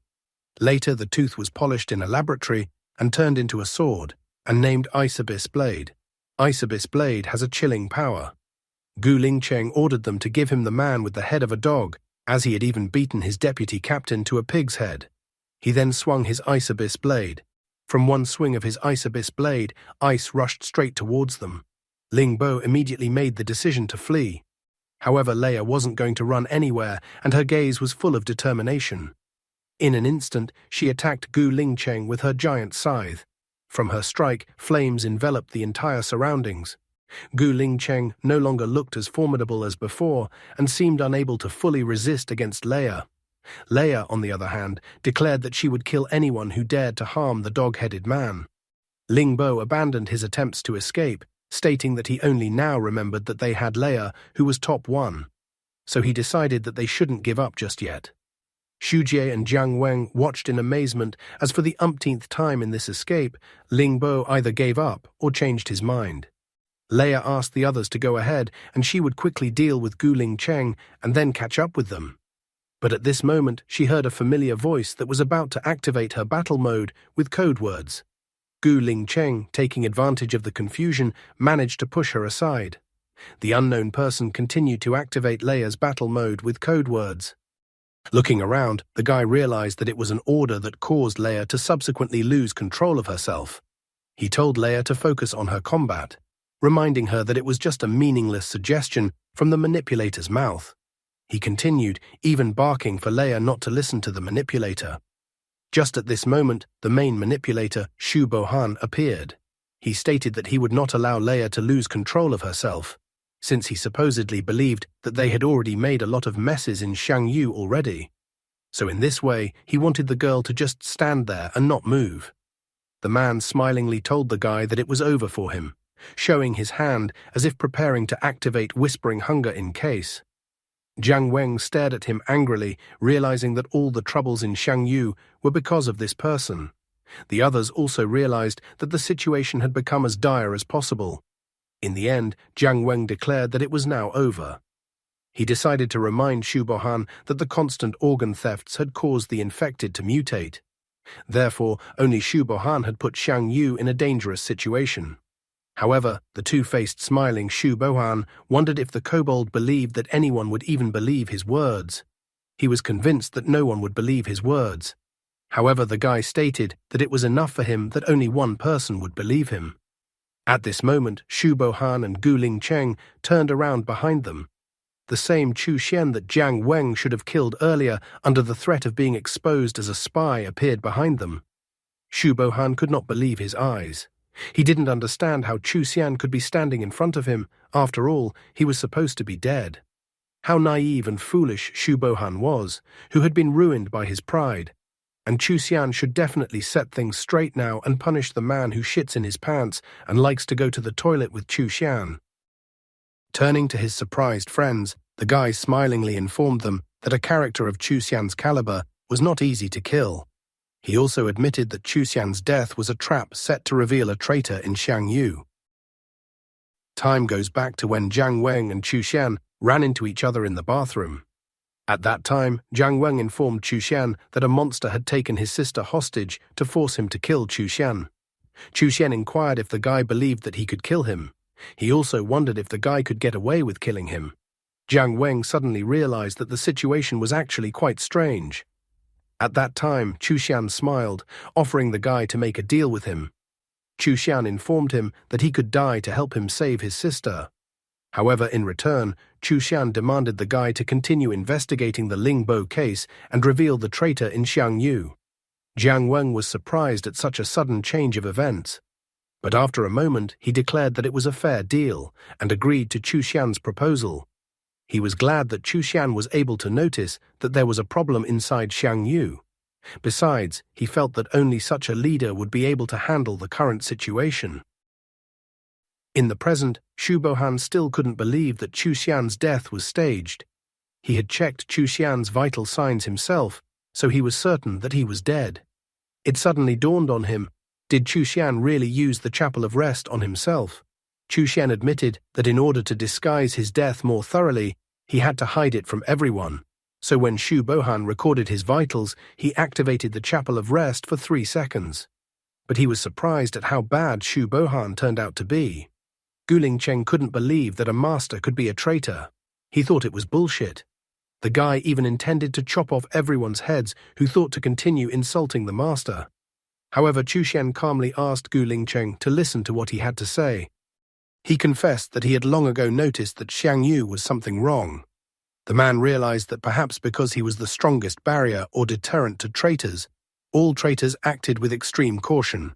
Therefore, he decided that he should fake his death so that the traitors would become more unscrupulous and show their true colors. Although Chu Xian was hiding in the dark, but he saw the whole situation perfectly. According to his statement, Lingbo's case was only one of the 15 cases in which about 100 monster organs were stolen. He admitted that he didn't want to admit it, but Shu Bohan was behind all these monster organ-stealing cases. Shu Bohan was frightened for a moment after realizing the current situation. But then, the aura around him became a little more calm. Chu Xian was curious as to why Shu Bohan was engaged in such a matter. He wondered if it was for money or power that Shu Bohan was doing all this. Chu Xian thought that monster organs were spoils obtained through desperate battles and also the key to defeating monsters. Therefore, he thought that stealing the organs was tantamount to Shu Bohan betraying all of his comrades. Approaching Shu Bohan, he grabbed him by the scruff of his neck.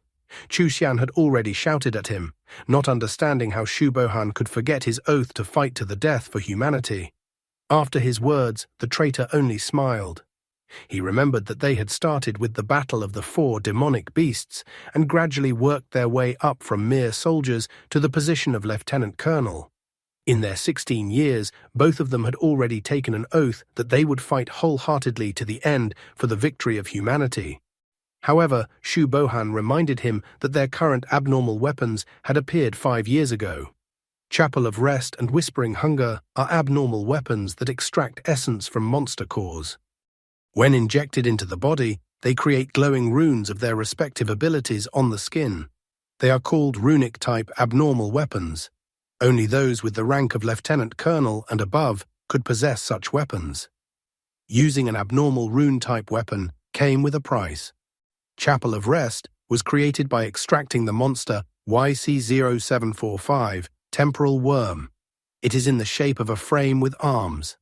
Activation on all visible objects in the frame will cause them to completely freeze for a certain amount of time. The user's body will take appropriate damage, with the degree of damage proportional to the duration of the stasis. Whispering Hunger is made from the core of the YC0837 monster's stomach.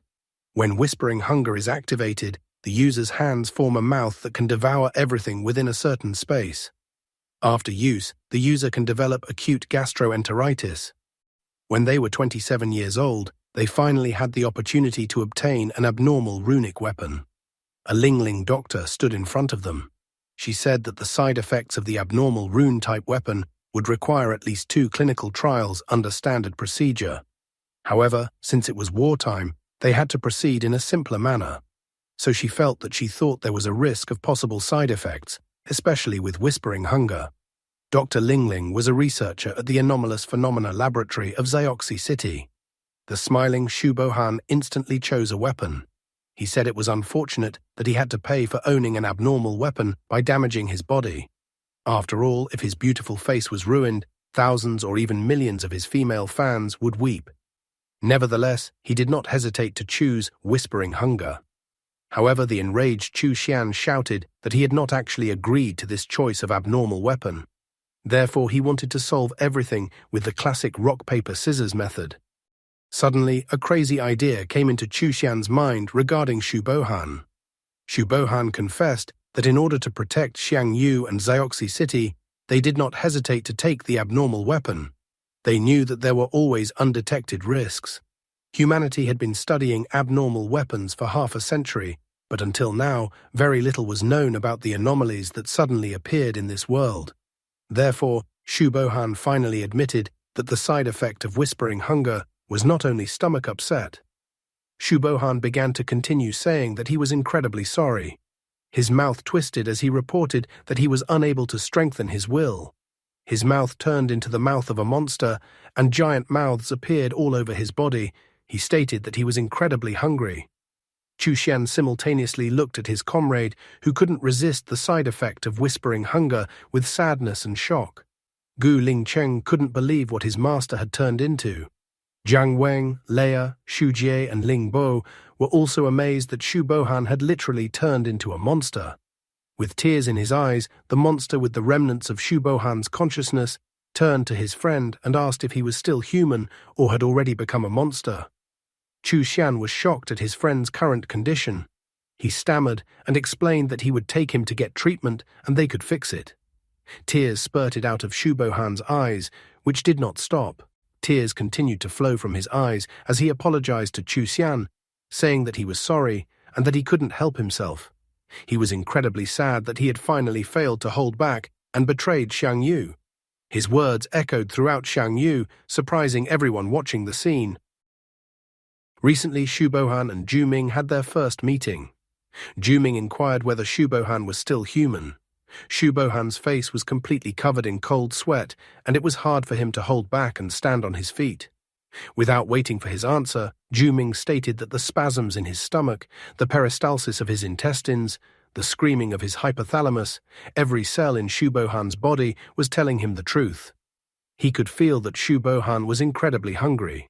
Ju Ming then asked if he wanted a dense and delicious meal. Currently, a giant wave was approaching Xiang Yu. Shouts from the observation tower that a tsunami was approaching them echoed throughout Xiang Yu. However, they had no time to react to the tsunami report when the tsunami was already looming over Xiangyu. It was announced that monsters were attacking and that everyone should prepare for battle. However, there were complaints that all the captains had been sent by Commander Xu Bohan from Xiangyu to other places. In addition, most of the abnormal weapons had also been returned to the laboratory. Therefore, the subordinates believed that Xiangyu didn't have the necessary combat capability to resist the monsters right now. The only ones left in Xiangyu were Xu Bohan and the captain of the third team, Gu Lingcheng. Gu Lingcheng was still trying to reach his master's mind. But Xu Bohan's body was turning more and more into a monster, and more mouths were appearing on his body. All he could say now was that he was incredibly hungry. Watching the impending giant tsunami on Xiangyu, the guy instantly realized that Zhu Ming was involved. Now he was finally convinced that Zhu Ming and Xu Bohan were in cahoots, and this was the worst possible scenario. The giant-sized tsunami was almost ready to cover and wash away all of Xiangyu and everyone in Xiangyu. After that, Zhu Ming appeared in front of them, informing them that today was the anniversary of Huodu's death. The huge tsunami wave was already too close to them. All the survivors in the area were amazed at how gigantic the tsunami wave appeared. They knew that it was a demonic-level power. A threat alert sounded throughout the Xiangyu territory. The nurses were terrified that all of Xiangyu, and consequently them, would be wiped out. The infected people were also frightened, realizing what fate was in store for them. Coughing slightly, Chu Xian used both hands to activate the Chapel of Rest. He was going to stop tsunami at all costs, so he used Chapel of Rest at full power. All the residents of Xiangyu territory were amazed at the sight they saw. Zhu Ming also wondered how it was even possible for Chu Xian to be here. However, Chu Xian paid dearly for using the Chapel of Rest at full power, for his left eye instantly burst open. However, he continued to fight hard and stopped the wave time for 90 seconds with Chapel of Rest. With his last strength, he ordered Jiang Weng, Xu Jie and Ling Bo to get all the medical personnel and infected people who couldn't fight away from Xiangyu. Jiang Weng, Xu Jie and Ling Bo accepted his order and went to carry it out. To Team 3, he told them to mobilize all remaining offensive weapons. He then told Leia and Gu Lingcheng to attack at full strength. The remaining time continued to slip away rapidly. Leia announced that to finish everything, they would have to slit all 9 snakes. Looking at them, Chu Xian thought that he was the most senior person here. He wondered to his friend, who had already taken the form of a monster, what he should do in such a situation. Gu Lingcheng tried to freeze the water with his ice abyss blade. However, Gu Lingcheng quickly noticed that the snake was unimaginably huge. Even if it was stationary, it was impossible to cut it in half. Nevertheless, Leia appeared in front of him, and with a sweep of her scythe, she instantly cut off the giant snake's head. Gu Lingcheng was shocked that she could so easily do what he couldn't do. Despite what he had seen, he still had a fighting spirit in his soul, and he wasn't going to lose to a crazy girl. Meanwhile, inside the buildings, the guards heard that they needed to open all the rooms immediately and let the infected out. Xu Jie shouted about how everyone needed to run to the high ground immediately. Jiang Weng, on the other hand, thought that there was less than a minute left, and that they didn't have enough time for everyone to run out. At this moment, they had 27 seconds left. The military men loaded their guns and started shooting at the monsters with all their guns. They only had 14 seconds left. When there were 13 seconds left, the entire giant wave blazed with explosions from the military's guns. There were 12 seconds left, but Leia continued to fight desperately. Gu Lingcheng and the rest of the military continued to fight desperately, and no one even thought of retreating. With 8 seconds left, Chu Xian already realized that the situation was dire. Once there were 5 seconds left, then Jiang Weng suggested that Xu Jie choose another way to save everyone. He asked for Xu Jie to help him. 4 seconds, 3 seconds, 2 seconds, 1 second. Finally, time had passed, and the time dilation effect imposed by Chapel of Rest had fallen off Zhu Ming. Where would the story go next, and what solution to the problem Jiang Weng had come up with? As soon as Zhu Ming came out from under the influence of Chapel of Rest, he used the Dance of the 9 Snakes. He looked arrogantly at the others and then stated a tiny. It was as if a strong wind had blown towards Leia. Gu Lingcheng was also affected by this attack. Zhu Ming used a sound barrier, throwing Leia and Gu Lingcheng away from himself. The giant wave was about to hit the Xiangyu territory again. Jiang Weng informed Xu Jie that they had no time to escape and told Xu Jie to help him. He explained to Xu Jie that the tsunami that was above their heads was actually created by Zhu Ming using sound. Zhu Ming's main goal was to instantly destroy Xiangyu's main fighting force. In addition, Jiang Weng explained that the biggest difference between a sound-created tsunami and a natural tsunami was that there were no continuous waves. Therefore, they only needed to survive one wave. Running in all directions was dangerous, so they needed to get everyone together. Finally, the giant tsunami began to crash down on Xiangyu. Xu Jie kept shouting to all the people to hold the hands of those around them. In the same instant, the terrifying tsunami wave completely collapsed on Xiangyu. The military vehicles were swept away by the tsunami as if they were children's toys. The military personnel were also swept away by the giant wave, even though they tried their best to resist it. The whole area of Xiangyu was flooded with water, even inside the building. People were trying to hold hands to try to withstand this destructive power of the tsunami. Jiang Weng was holding the hand of a frightened nurse. Xu Jie held the same nurse's left hand. He commanded everyone to take a deep breath. In the same instant, the destructive power of the water reached them as well, tearing them down.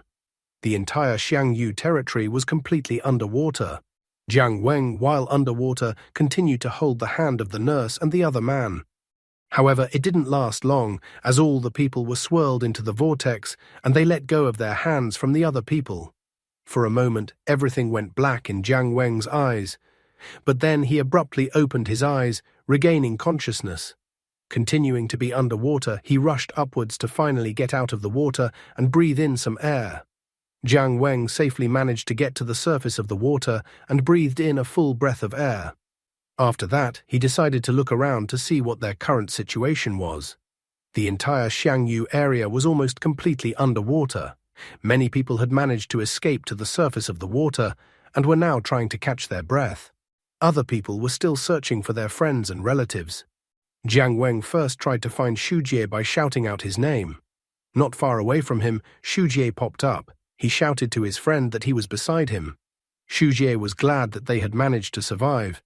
At this moment, Ling Bo surfaced beside them, desperately inhaling and exhaling the air he lacked when he was underwater. Ling Bo declared with a smile that he was fine as well, but Jiang Weng had already turned away from him. Ling Bo thought the guy's reaction to his rescue was too cold. After swimming up to the roof of one of the buildings, they decided to climb onto the roof. There was already someone waiting for them there. Waiting for them on the roof of the building was Leia, who was happy that they were all right and that they were able to survive. They were also happy to see that the girl was all right. However, Jiang Weng reminded the others that although they were alive, they shouldn't get too excited yet, as the monster was still in the sky. Ling Bo smiled, noting that there was a great opportunity for them. As long as there was chaos around, then they were able to escape. Ling Bo reminded Xu Ji that his mom was still waiting for him. Xu Ji wondered if this meant that he wouldn't have to be in jail anymore, and that he would be able to see his mom whenever he wanted. Leia was also happy, noting that she would be happy to see his mom again. Jiang Weng also added that Zhu Ming hadn't noticed them yet, so now they could leave. At this moment, another infected boy emerged from the water and addressed Xu Jie. The infected boy thanked Xu Jie for saving him. Xu Jie immediately recognized him. It was Xiaobing. Xiaobing happily admitted that it was only because of Xu Jie that they were able to save themselves from being killed. Xiaobing thought the guy was amazing. However, Xiaobing believed that Xu Jie had another plan. Xiaobing stated that the monster was still here and then asked what they should do next. Many people swam up to them, thinking that Xu Jie would give them an answer on what to do next. Xu Jie was surprised by this turn of events. After all, he had just planned to just run away in the commotion. However, Ling Bo said that the kid should solve his own problems and that they had enough to do. Xu Ji and Leia looked at each other. They didn't know what to do at this moment. Being behind their backs, the guy admitted to himself that he knew very well that something like this would happen. However, he was not at all interested in saving the world. Suddenly, at this moment, Lord Huodu said that this was a great opportunity. Jiang Weng was surprised that Lord Huodu suddenly decided to speak. Lord Huodu explained that his strength was largely sealed for a long time, so by absorbing monster cores, he could gradually recover his strength. However, a light snack was no longer enough. Therefore, he decided that even though Ju Ming was a disgusting stink worm at most, absorbing such a monster could be called a feast. So Lord Huodu commanded the guy to eat the Ju Ming.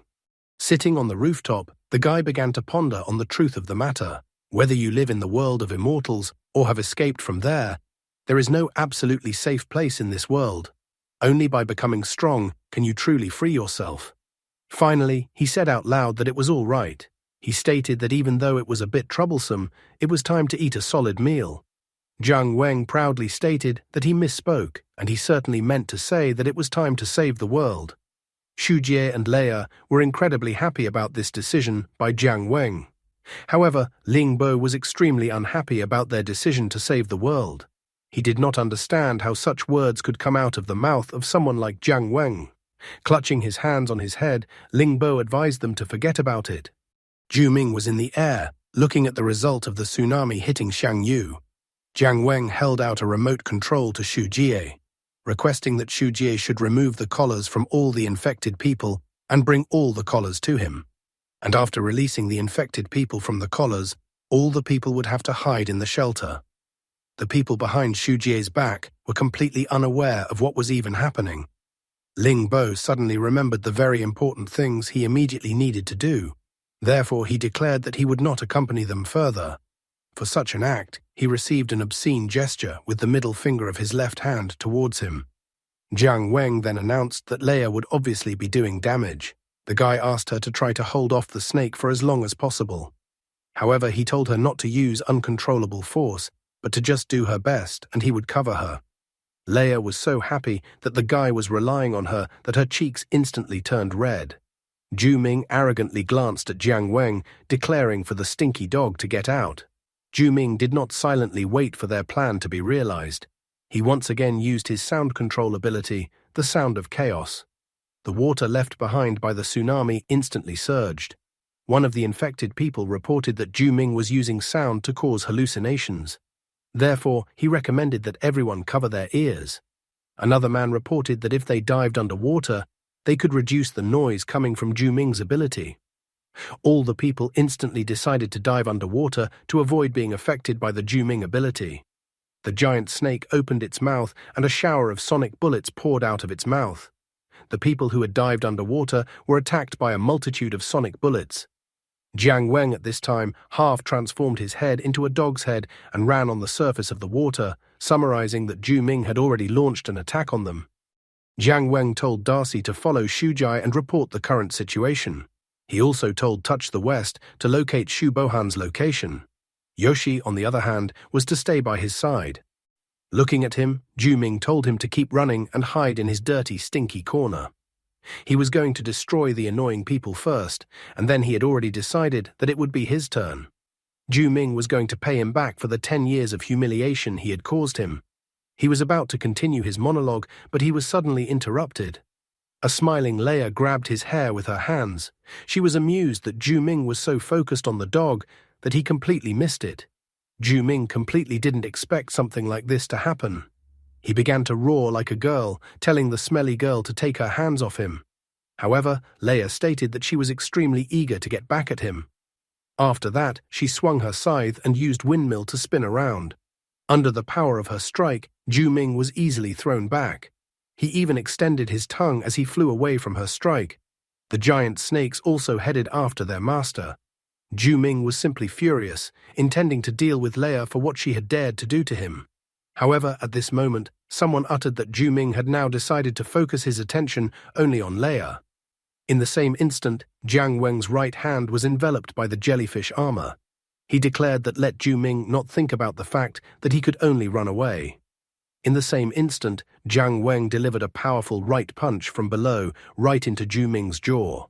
The punch was more powerful than usual since his right hand was wrapped in jellyfish armor, so he used the jellyfish armor, Rising Dragon Fist. Ju Ming coughed from such a blow and Jiang Weng only laughed. Jiang Weng then jumped back into the water, starting to run away. He noted that having provoked aggression in an opponent, one should immediately run away. The guy shouted for Ju Ming to chase after him. He himself used the Michael Phelps swimming style, the dog crawl. Ming was in an incredible rage, starting to chase the stinky dog. However, at that moment, Leia appeared behind him and quickly caught up with him. Ming looked at her to see what she was up to as she suddenly stopped, blocking the snake's path. Leia admitted that the dog told her to bring discord to the opposing forces by dividing them. So she claimed that the 4 snakes were her rivals. Ming was enraged, but at the same time perplexed as to why his rivals thought they could defeat him if they distracted him. Nevertheless, he left the 4 snakes behind and continued his pursuit of Jiang Weng, intending to finish them all off. However, Jiang Weng declared that Ming was too arrogant. He wondered if Ming was really so confident in his strength. At this moment, Golden Crow beside him reported that they had managed to discover the whereabouts of Shu Bohan. According to her, Shu Bohan was currently fighting against Chu Xian. After listening to her, Jiang Weng ordered her to return to the inner world so that she wouldn't get hurt in the battle.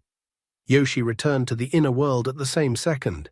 Using the jellyfish armor to allow himself to breathe underwater, he used the Michael Phelps swimming style, dog crawl, and then submerged himself underwater.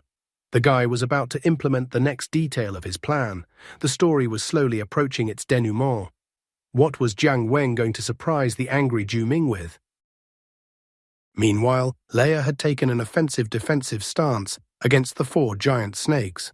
She was on the roof of one of the flooded buildings. The snakes opened their mouths wide and tried to attack Leia with a sound wave. Leia was extremely unhappy with this turn of events. The sound wave from the snakes began to literally blow the girl away, creating a powerful gust of wind. She was extremely displeased with how disgusting the odor from the snakes' mouths was. In addition, she realized that because of the resulting wind, she couldn't get close to the snakes. One snake slowly began to circle around the girl from behind, climbing up the building. But at that moment, a man descended on the snake's head with a powerful impact and speed. Such a sudden appearance of another opponent forced Ming to turn her attention to him and unhappily, tisk tisk. The girl was surprised that the man had dealt with one of the snakes so quickly. The giant snake's head was covered in ice, and there was a blade sticking out of the snake's head. On top of the snake's head was Gu Ling Cheng. He could barely stand on his feet and announced that the score was now 1.1 and that he would not lose to the crazy girl. At the same time, another battle was taking place in another part of Xiangyu. Chu Xian managed to jump aside. Following him, the monster smashed a part of the building. Shu Bohan, who had finally turned into a monster earlier, kept shouting to everyone about how hungry he was. Each of the monster's heads informed everyone that they were hungry. Chu Xian was having great difficulty dodging the monster's attacks that were directed towards him. It was getting harder and harder for him to restrain the monster. When the monster attacked him once again, he only used Chapel of Rest for half a second. The price for using Chapel of Rest like this was the loss of 20 hairs. The all-injured Chu Xian was still trying to bring his friend back to consciousness. On his right hand, Chu Xian wore gloves with red crosses on each finger. These were the gloves of atonement. In the old abandoned church, there had been frightening sounds for many years, clearly coming from a monster. Although the words were incomprehensible, there was a deep remorse in the intonation. When the sounds finally stopped, people dared to go inside. There they found the monster's body frozen in a kneeling prayer pose. The gloves made from the creature's skin not only deliver devastating blows, but also, according to legend, make the enemy feel sincere remorse. Chu Xian swung his gloved right hand and struck the monster while telling Shu Bohan to wake up. With his last strength, he tried to bring his friend back, even reminding Shu Bohan not to forget the oath he had made. Chu Xian threw several punches with his right hand, wearing a glove of atonement at the monster. However, the monster still continued to say how hungry it was, and there was no hint that Shu Bohan would regain consciousness. Chu Xian was greatly surprised by this turn of events. After all, he had hoped for the gloves of redemption. Instead of regaining consciousness, the monster started to bite Chu Xian. The monster first bit his right arm, then his left arm. The incredibly hungry monster pulled Chu Xian towards itself, intending to completely devour him. Being in front of the monster's mouth, Chu Xian was saddened by what had become of his friend. However, he was awakened from his stupor by a voice that shouted for the monster to keep its mouth shut. Running up to them, Jiang Weng asked that Lieutenant Colonel Shu Bohan not be so impulsive and listen to him. Seeing him, Chu Xian called him by the number of the infected and told him not to be a hero. He knew very well that the guy wouldn't be able to defeat the monster. However, the monster also turned his attention to the guy who had run up. Raising his hands as if he was going to surrender, Jiang Weng said that he didn't come here to fight. He admitted that he had something to discuss with Lieutenant Colonel Xu Bohan. The guy assumed that Lieutenant Colonel Xu Bohan had stolen all those monster organs to eat them. Then, by his logic, his idea made good sense since Lieutenant Colonel Xu Bohan likes to eat so much. After that, he ducked down slightly, so snakes appeared behind him. He smirked and asked if Xu Bohan liked spicy sticks, better known as latiao. Chu Xian and the monster looked towards the guy with bewilderment. The snake behind him also didn't understand what was even going on. Upon seeing the snake, the monster threw Lieutenant Colonel Xu Xian away like an unpalatable meal. The guy barely had time to dodge the monster running towards the snake. The monster began to devour the snake with all its insatiability. Jiang Weng, meanwhile, ran past contentedly. He was glad that his Latiao plan had succeeded. Running up to Chu Xian, he picked up his body, informing him that he would lead him out of here. Jiang Weng examined Chu Xian's body and concluded that Chu Xian would no longer be able to fight. He believed that using his abnormal weapon, Chu Xian should have killed the voracious monster. Therefore, he wondered why Chu Xian had shown mercy. However, Chu Xian still stood his ground, stating that his friend was not a monster. Jiang Weng was a little surprised by this kind of response from Chu Xian. The voracious monster had been happily devouring the giant snake the entire time. When they descended from the roof inside the building, Chu Xian asked the guy about the difference between humans and monsters. Without waiting for the guy to answer, he confessed that he knew that many people in Shangyu did not consider infected people as humans due to the fear of abnormal abilities, but personally, he certainly continued to believe that infected people were still humans. He had officially participated in combat for about 20 years now and had seen countless infected humans and monsters. Some of the infected humans had their appearance unrecognizably distorted, and some monsters could take human form. He believed that they were indistinguishable in appearance, and the difference between them was the human will. Chu Xian sadly admitted that he had long had suspicions about Xu Bohan. After he faked his death, his greatest fear was that without him siding with him, Xu Bohan would start killing infected people without any restraint. However, Xu Bohan did not do so. Chu Xian felt that Xu Bohan, having his status, would be able to stage a larger-scale destruction. In his opinion, even though his friend was infected, and because of his distorted needs, he needed to eat, but he could also feel Xu Bohan trying to restrain himself. Therefore, Chu Xian believed that Xu Bohan still had a human will. The monster, meanwhile, was shoving a giant snake into its giant mouth. Jiang Weng was surprised by the words that Chu Xian said to him. After dragging Chu Xian into one of the rooms in the building, he announced that Chu Xian would remain there to rest. He also said that Zhu Ming's power was weak, so they would be able to find a way to resist him. After that, the guy ran out again and saw Zhu Ming around one of the corners. He couldn't understand what Zhu Ming was doing there. Zhu Ming stood there with an expressionless face, doing nothing at all. Jiang Weng understood perfectly well that it was not yet time for him to take action. He asked Golden Crow how things were going with Leia and Shuji. At the same time, near the entrance of the shelter, Shuji calmly explained to the others to enter the shelter in an organized manner and not to jostle, and to keep an eye on the others. In addition, they were to remove their collars first before entering the shelter. Some people were glad that the tsunami had receded so quickly. Xu Jie politely encouraged the others and took the removed collars from them. Looking at the line that had formed, Lingbo felt that he had a great opportunity. A rumbling sound came from inside the shelter. Xu Jie kept reminding them to take their time and quietly stand in line. At this moment, as if sensing something, the girl turned around to look at the battlefield. At this moment, Leia and Gu Lingcheng were thrown back by the powerful force into the building. Gu Lingcheng began to complain that they could not defeat the snakes. He believed that snakes supported each other, making it very difficult to deal with them. Gu Lingcheng even suggested that Leia use her berserk strength, as she would easily destroy the snakes in such a state. However, sticking out her tongue, the girl informed that she hated such a state and that she refused to use her berserk power. She proudly declared that she wanted to be herself and then took her scythe and rushed to attack the giant snakes. Gu Lingcheng was extremely annoyed at what was happening in this situation. He was extremely annoyed that everyone was ignoring his orders, and he was the squad leader. The angry Leia had already managed to run to the giant snakes and was waving her scythe. She continued to be annoyed by the sonic power of the snakes, kept repelling her attacks again and again, preventing her from damaging the snakes. The snakes managed to throw the girl aside, and one of the snakes tried to eat her. However, at this moment, Gu Lingcheng appeared in front of the surprised Leia, informing her that the girl was hanging around idly. After all, just waving the scythe was useless. Using the power of his sword, Gu Lingcheng managed to freeze the head of a giant snake. He tried to explain to the girl that snakes were essentially Ju Ming clones and could use sound as a weapon. Therefore, the sound waves that surrounded the snakes' bodies repelled all of Leia's attacks. However, Leia did not understand his explanation at all.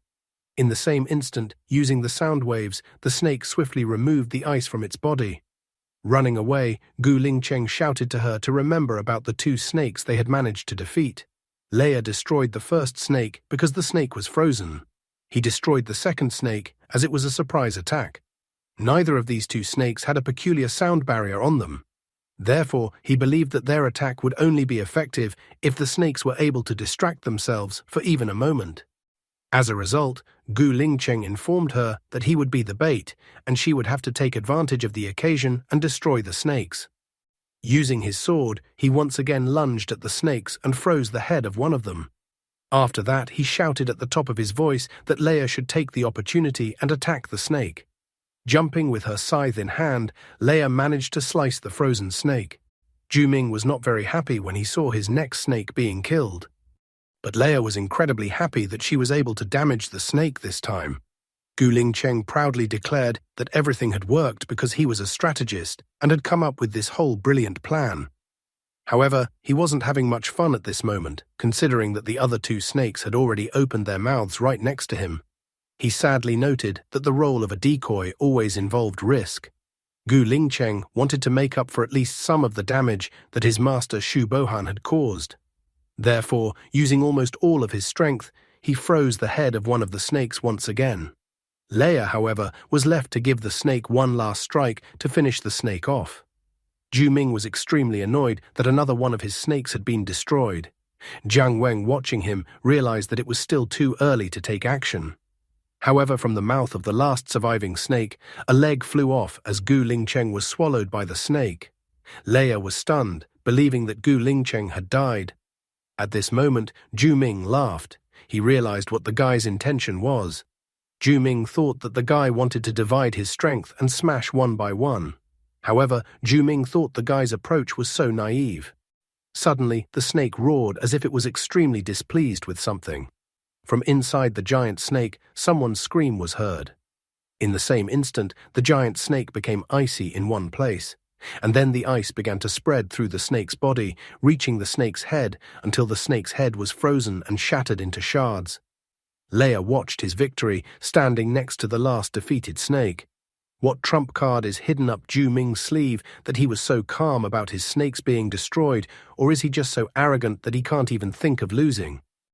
However, Jiang Weng stated that it wasn't over yet.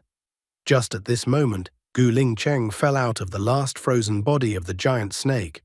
The still recently overjoyed Ju Ming's face changed drastically. He expressed some concern and anger. Jiang Weng and Lord Hodu decided to take advantage of the moment of surprise. Partially turning into a dog and using Lord Hodu's abilities, the guy tried to pounce on Ju Ming. Ju Ming was completely surprised by this turn of events. Jiang Weng grabbed his face with his hand and started punching his body through one building after another.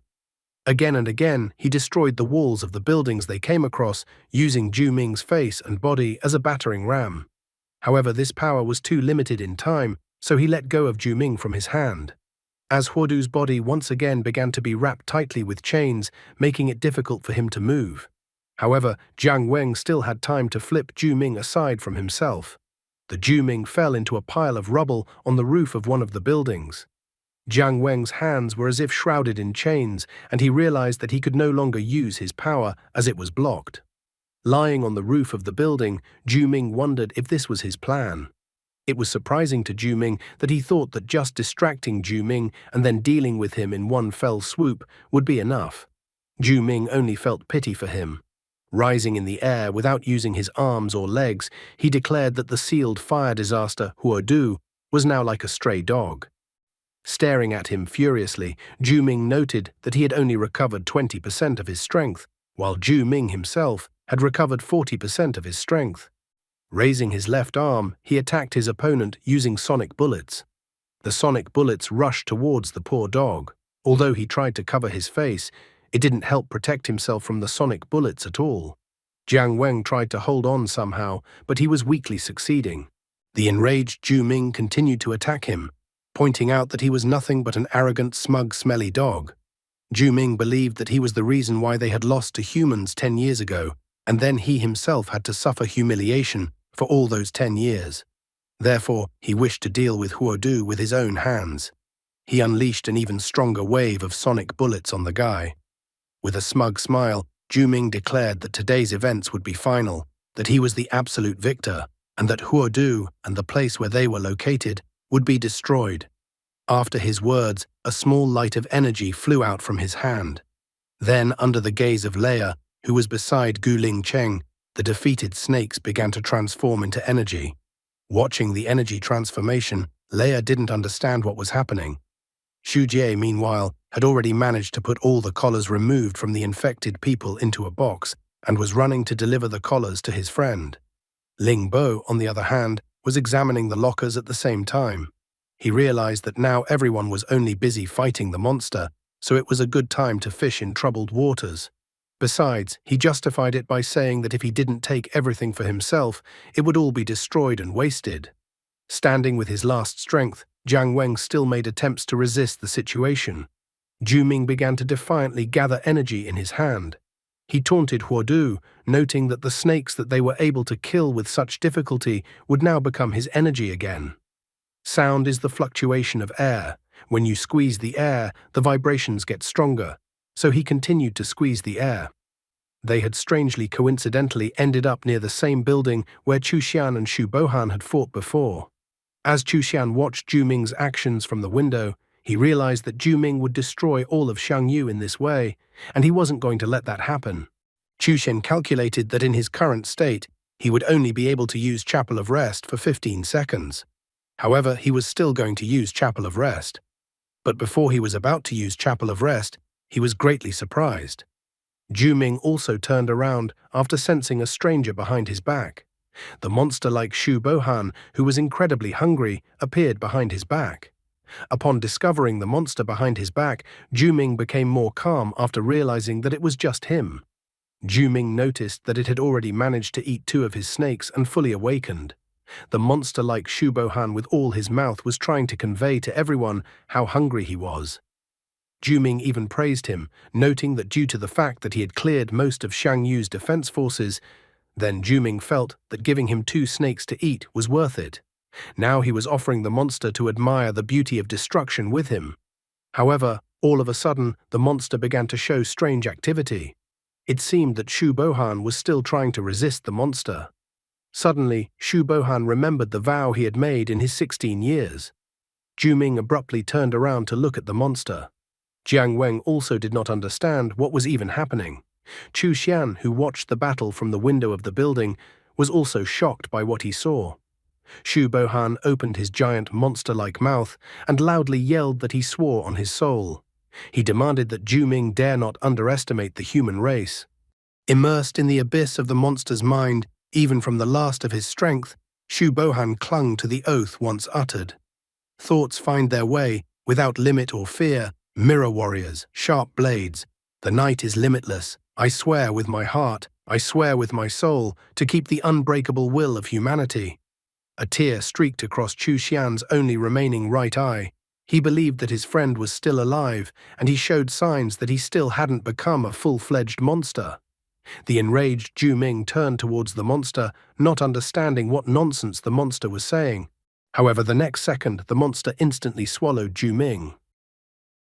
Half a century ago, before mankind even realized it, an abnormal life form that resembled coral and had colors as bright as those of an alien creature infiltrated the Earth.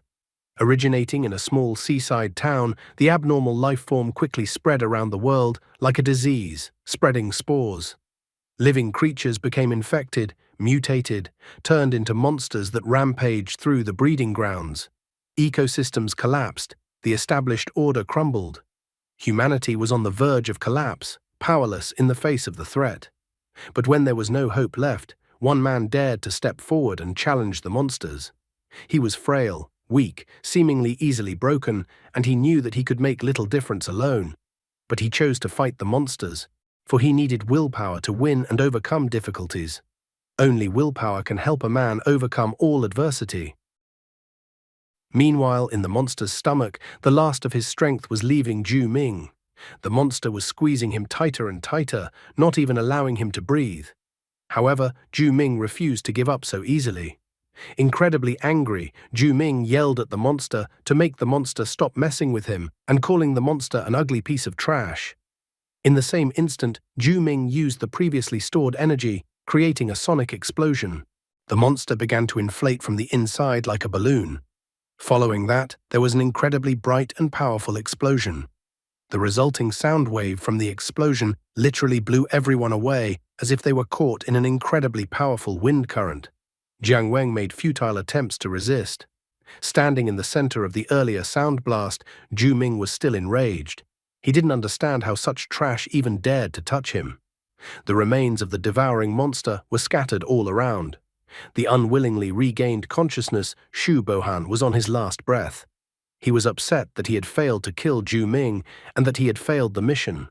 At this moment, Jiang Weng was standing beside him. He silently looked at the almost dead Shu Bohan.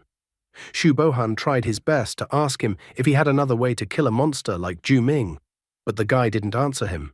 Shu Bohan confessed that ever since the guy had turned into a monster form, he felt that the abnormality in the guy was different from the normal infected. Therefore, Shu Bohan felt that if the guy could defeat Ju Ming, he could do whatever he wanted to him, since he didn't care anymore. After receiving approval from Shu Bohan, the dog reached out to Shu Bohan. In the blink of an eye, he closed his jaw, swallowing Shu Bohan completely.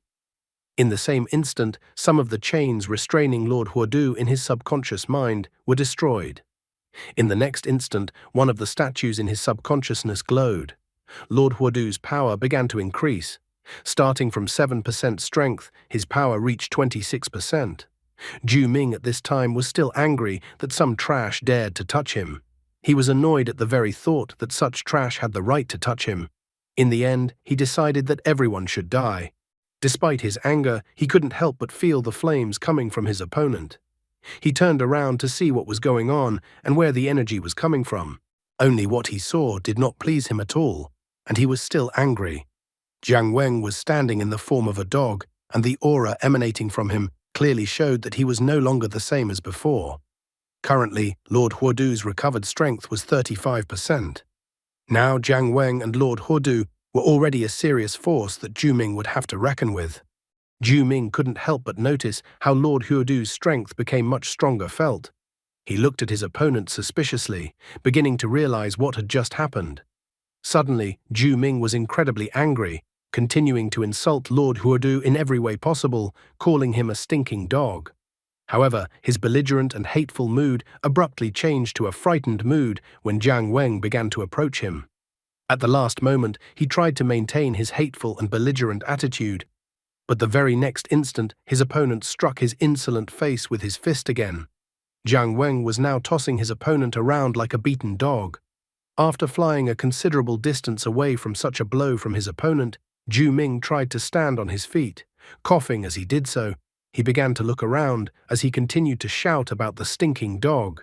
However, at this moment, it was as if the entire space around Ju Ming was shrouded in a devilish aura emanating from Jiang Weng and Lord Huodu.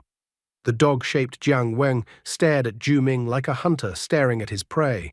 Now Ju Ming had almost no chance of opposing Jiang Wen and Lord Huodu as easily as before.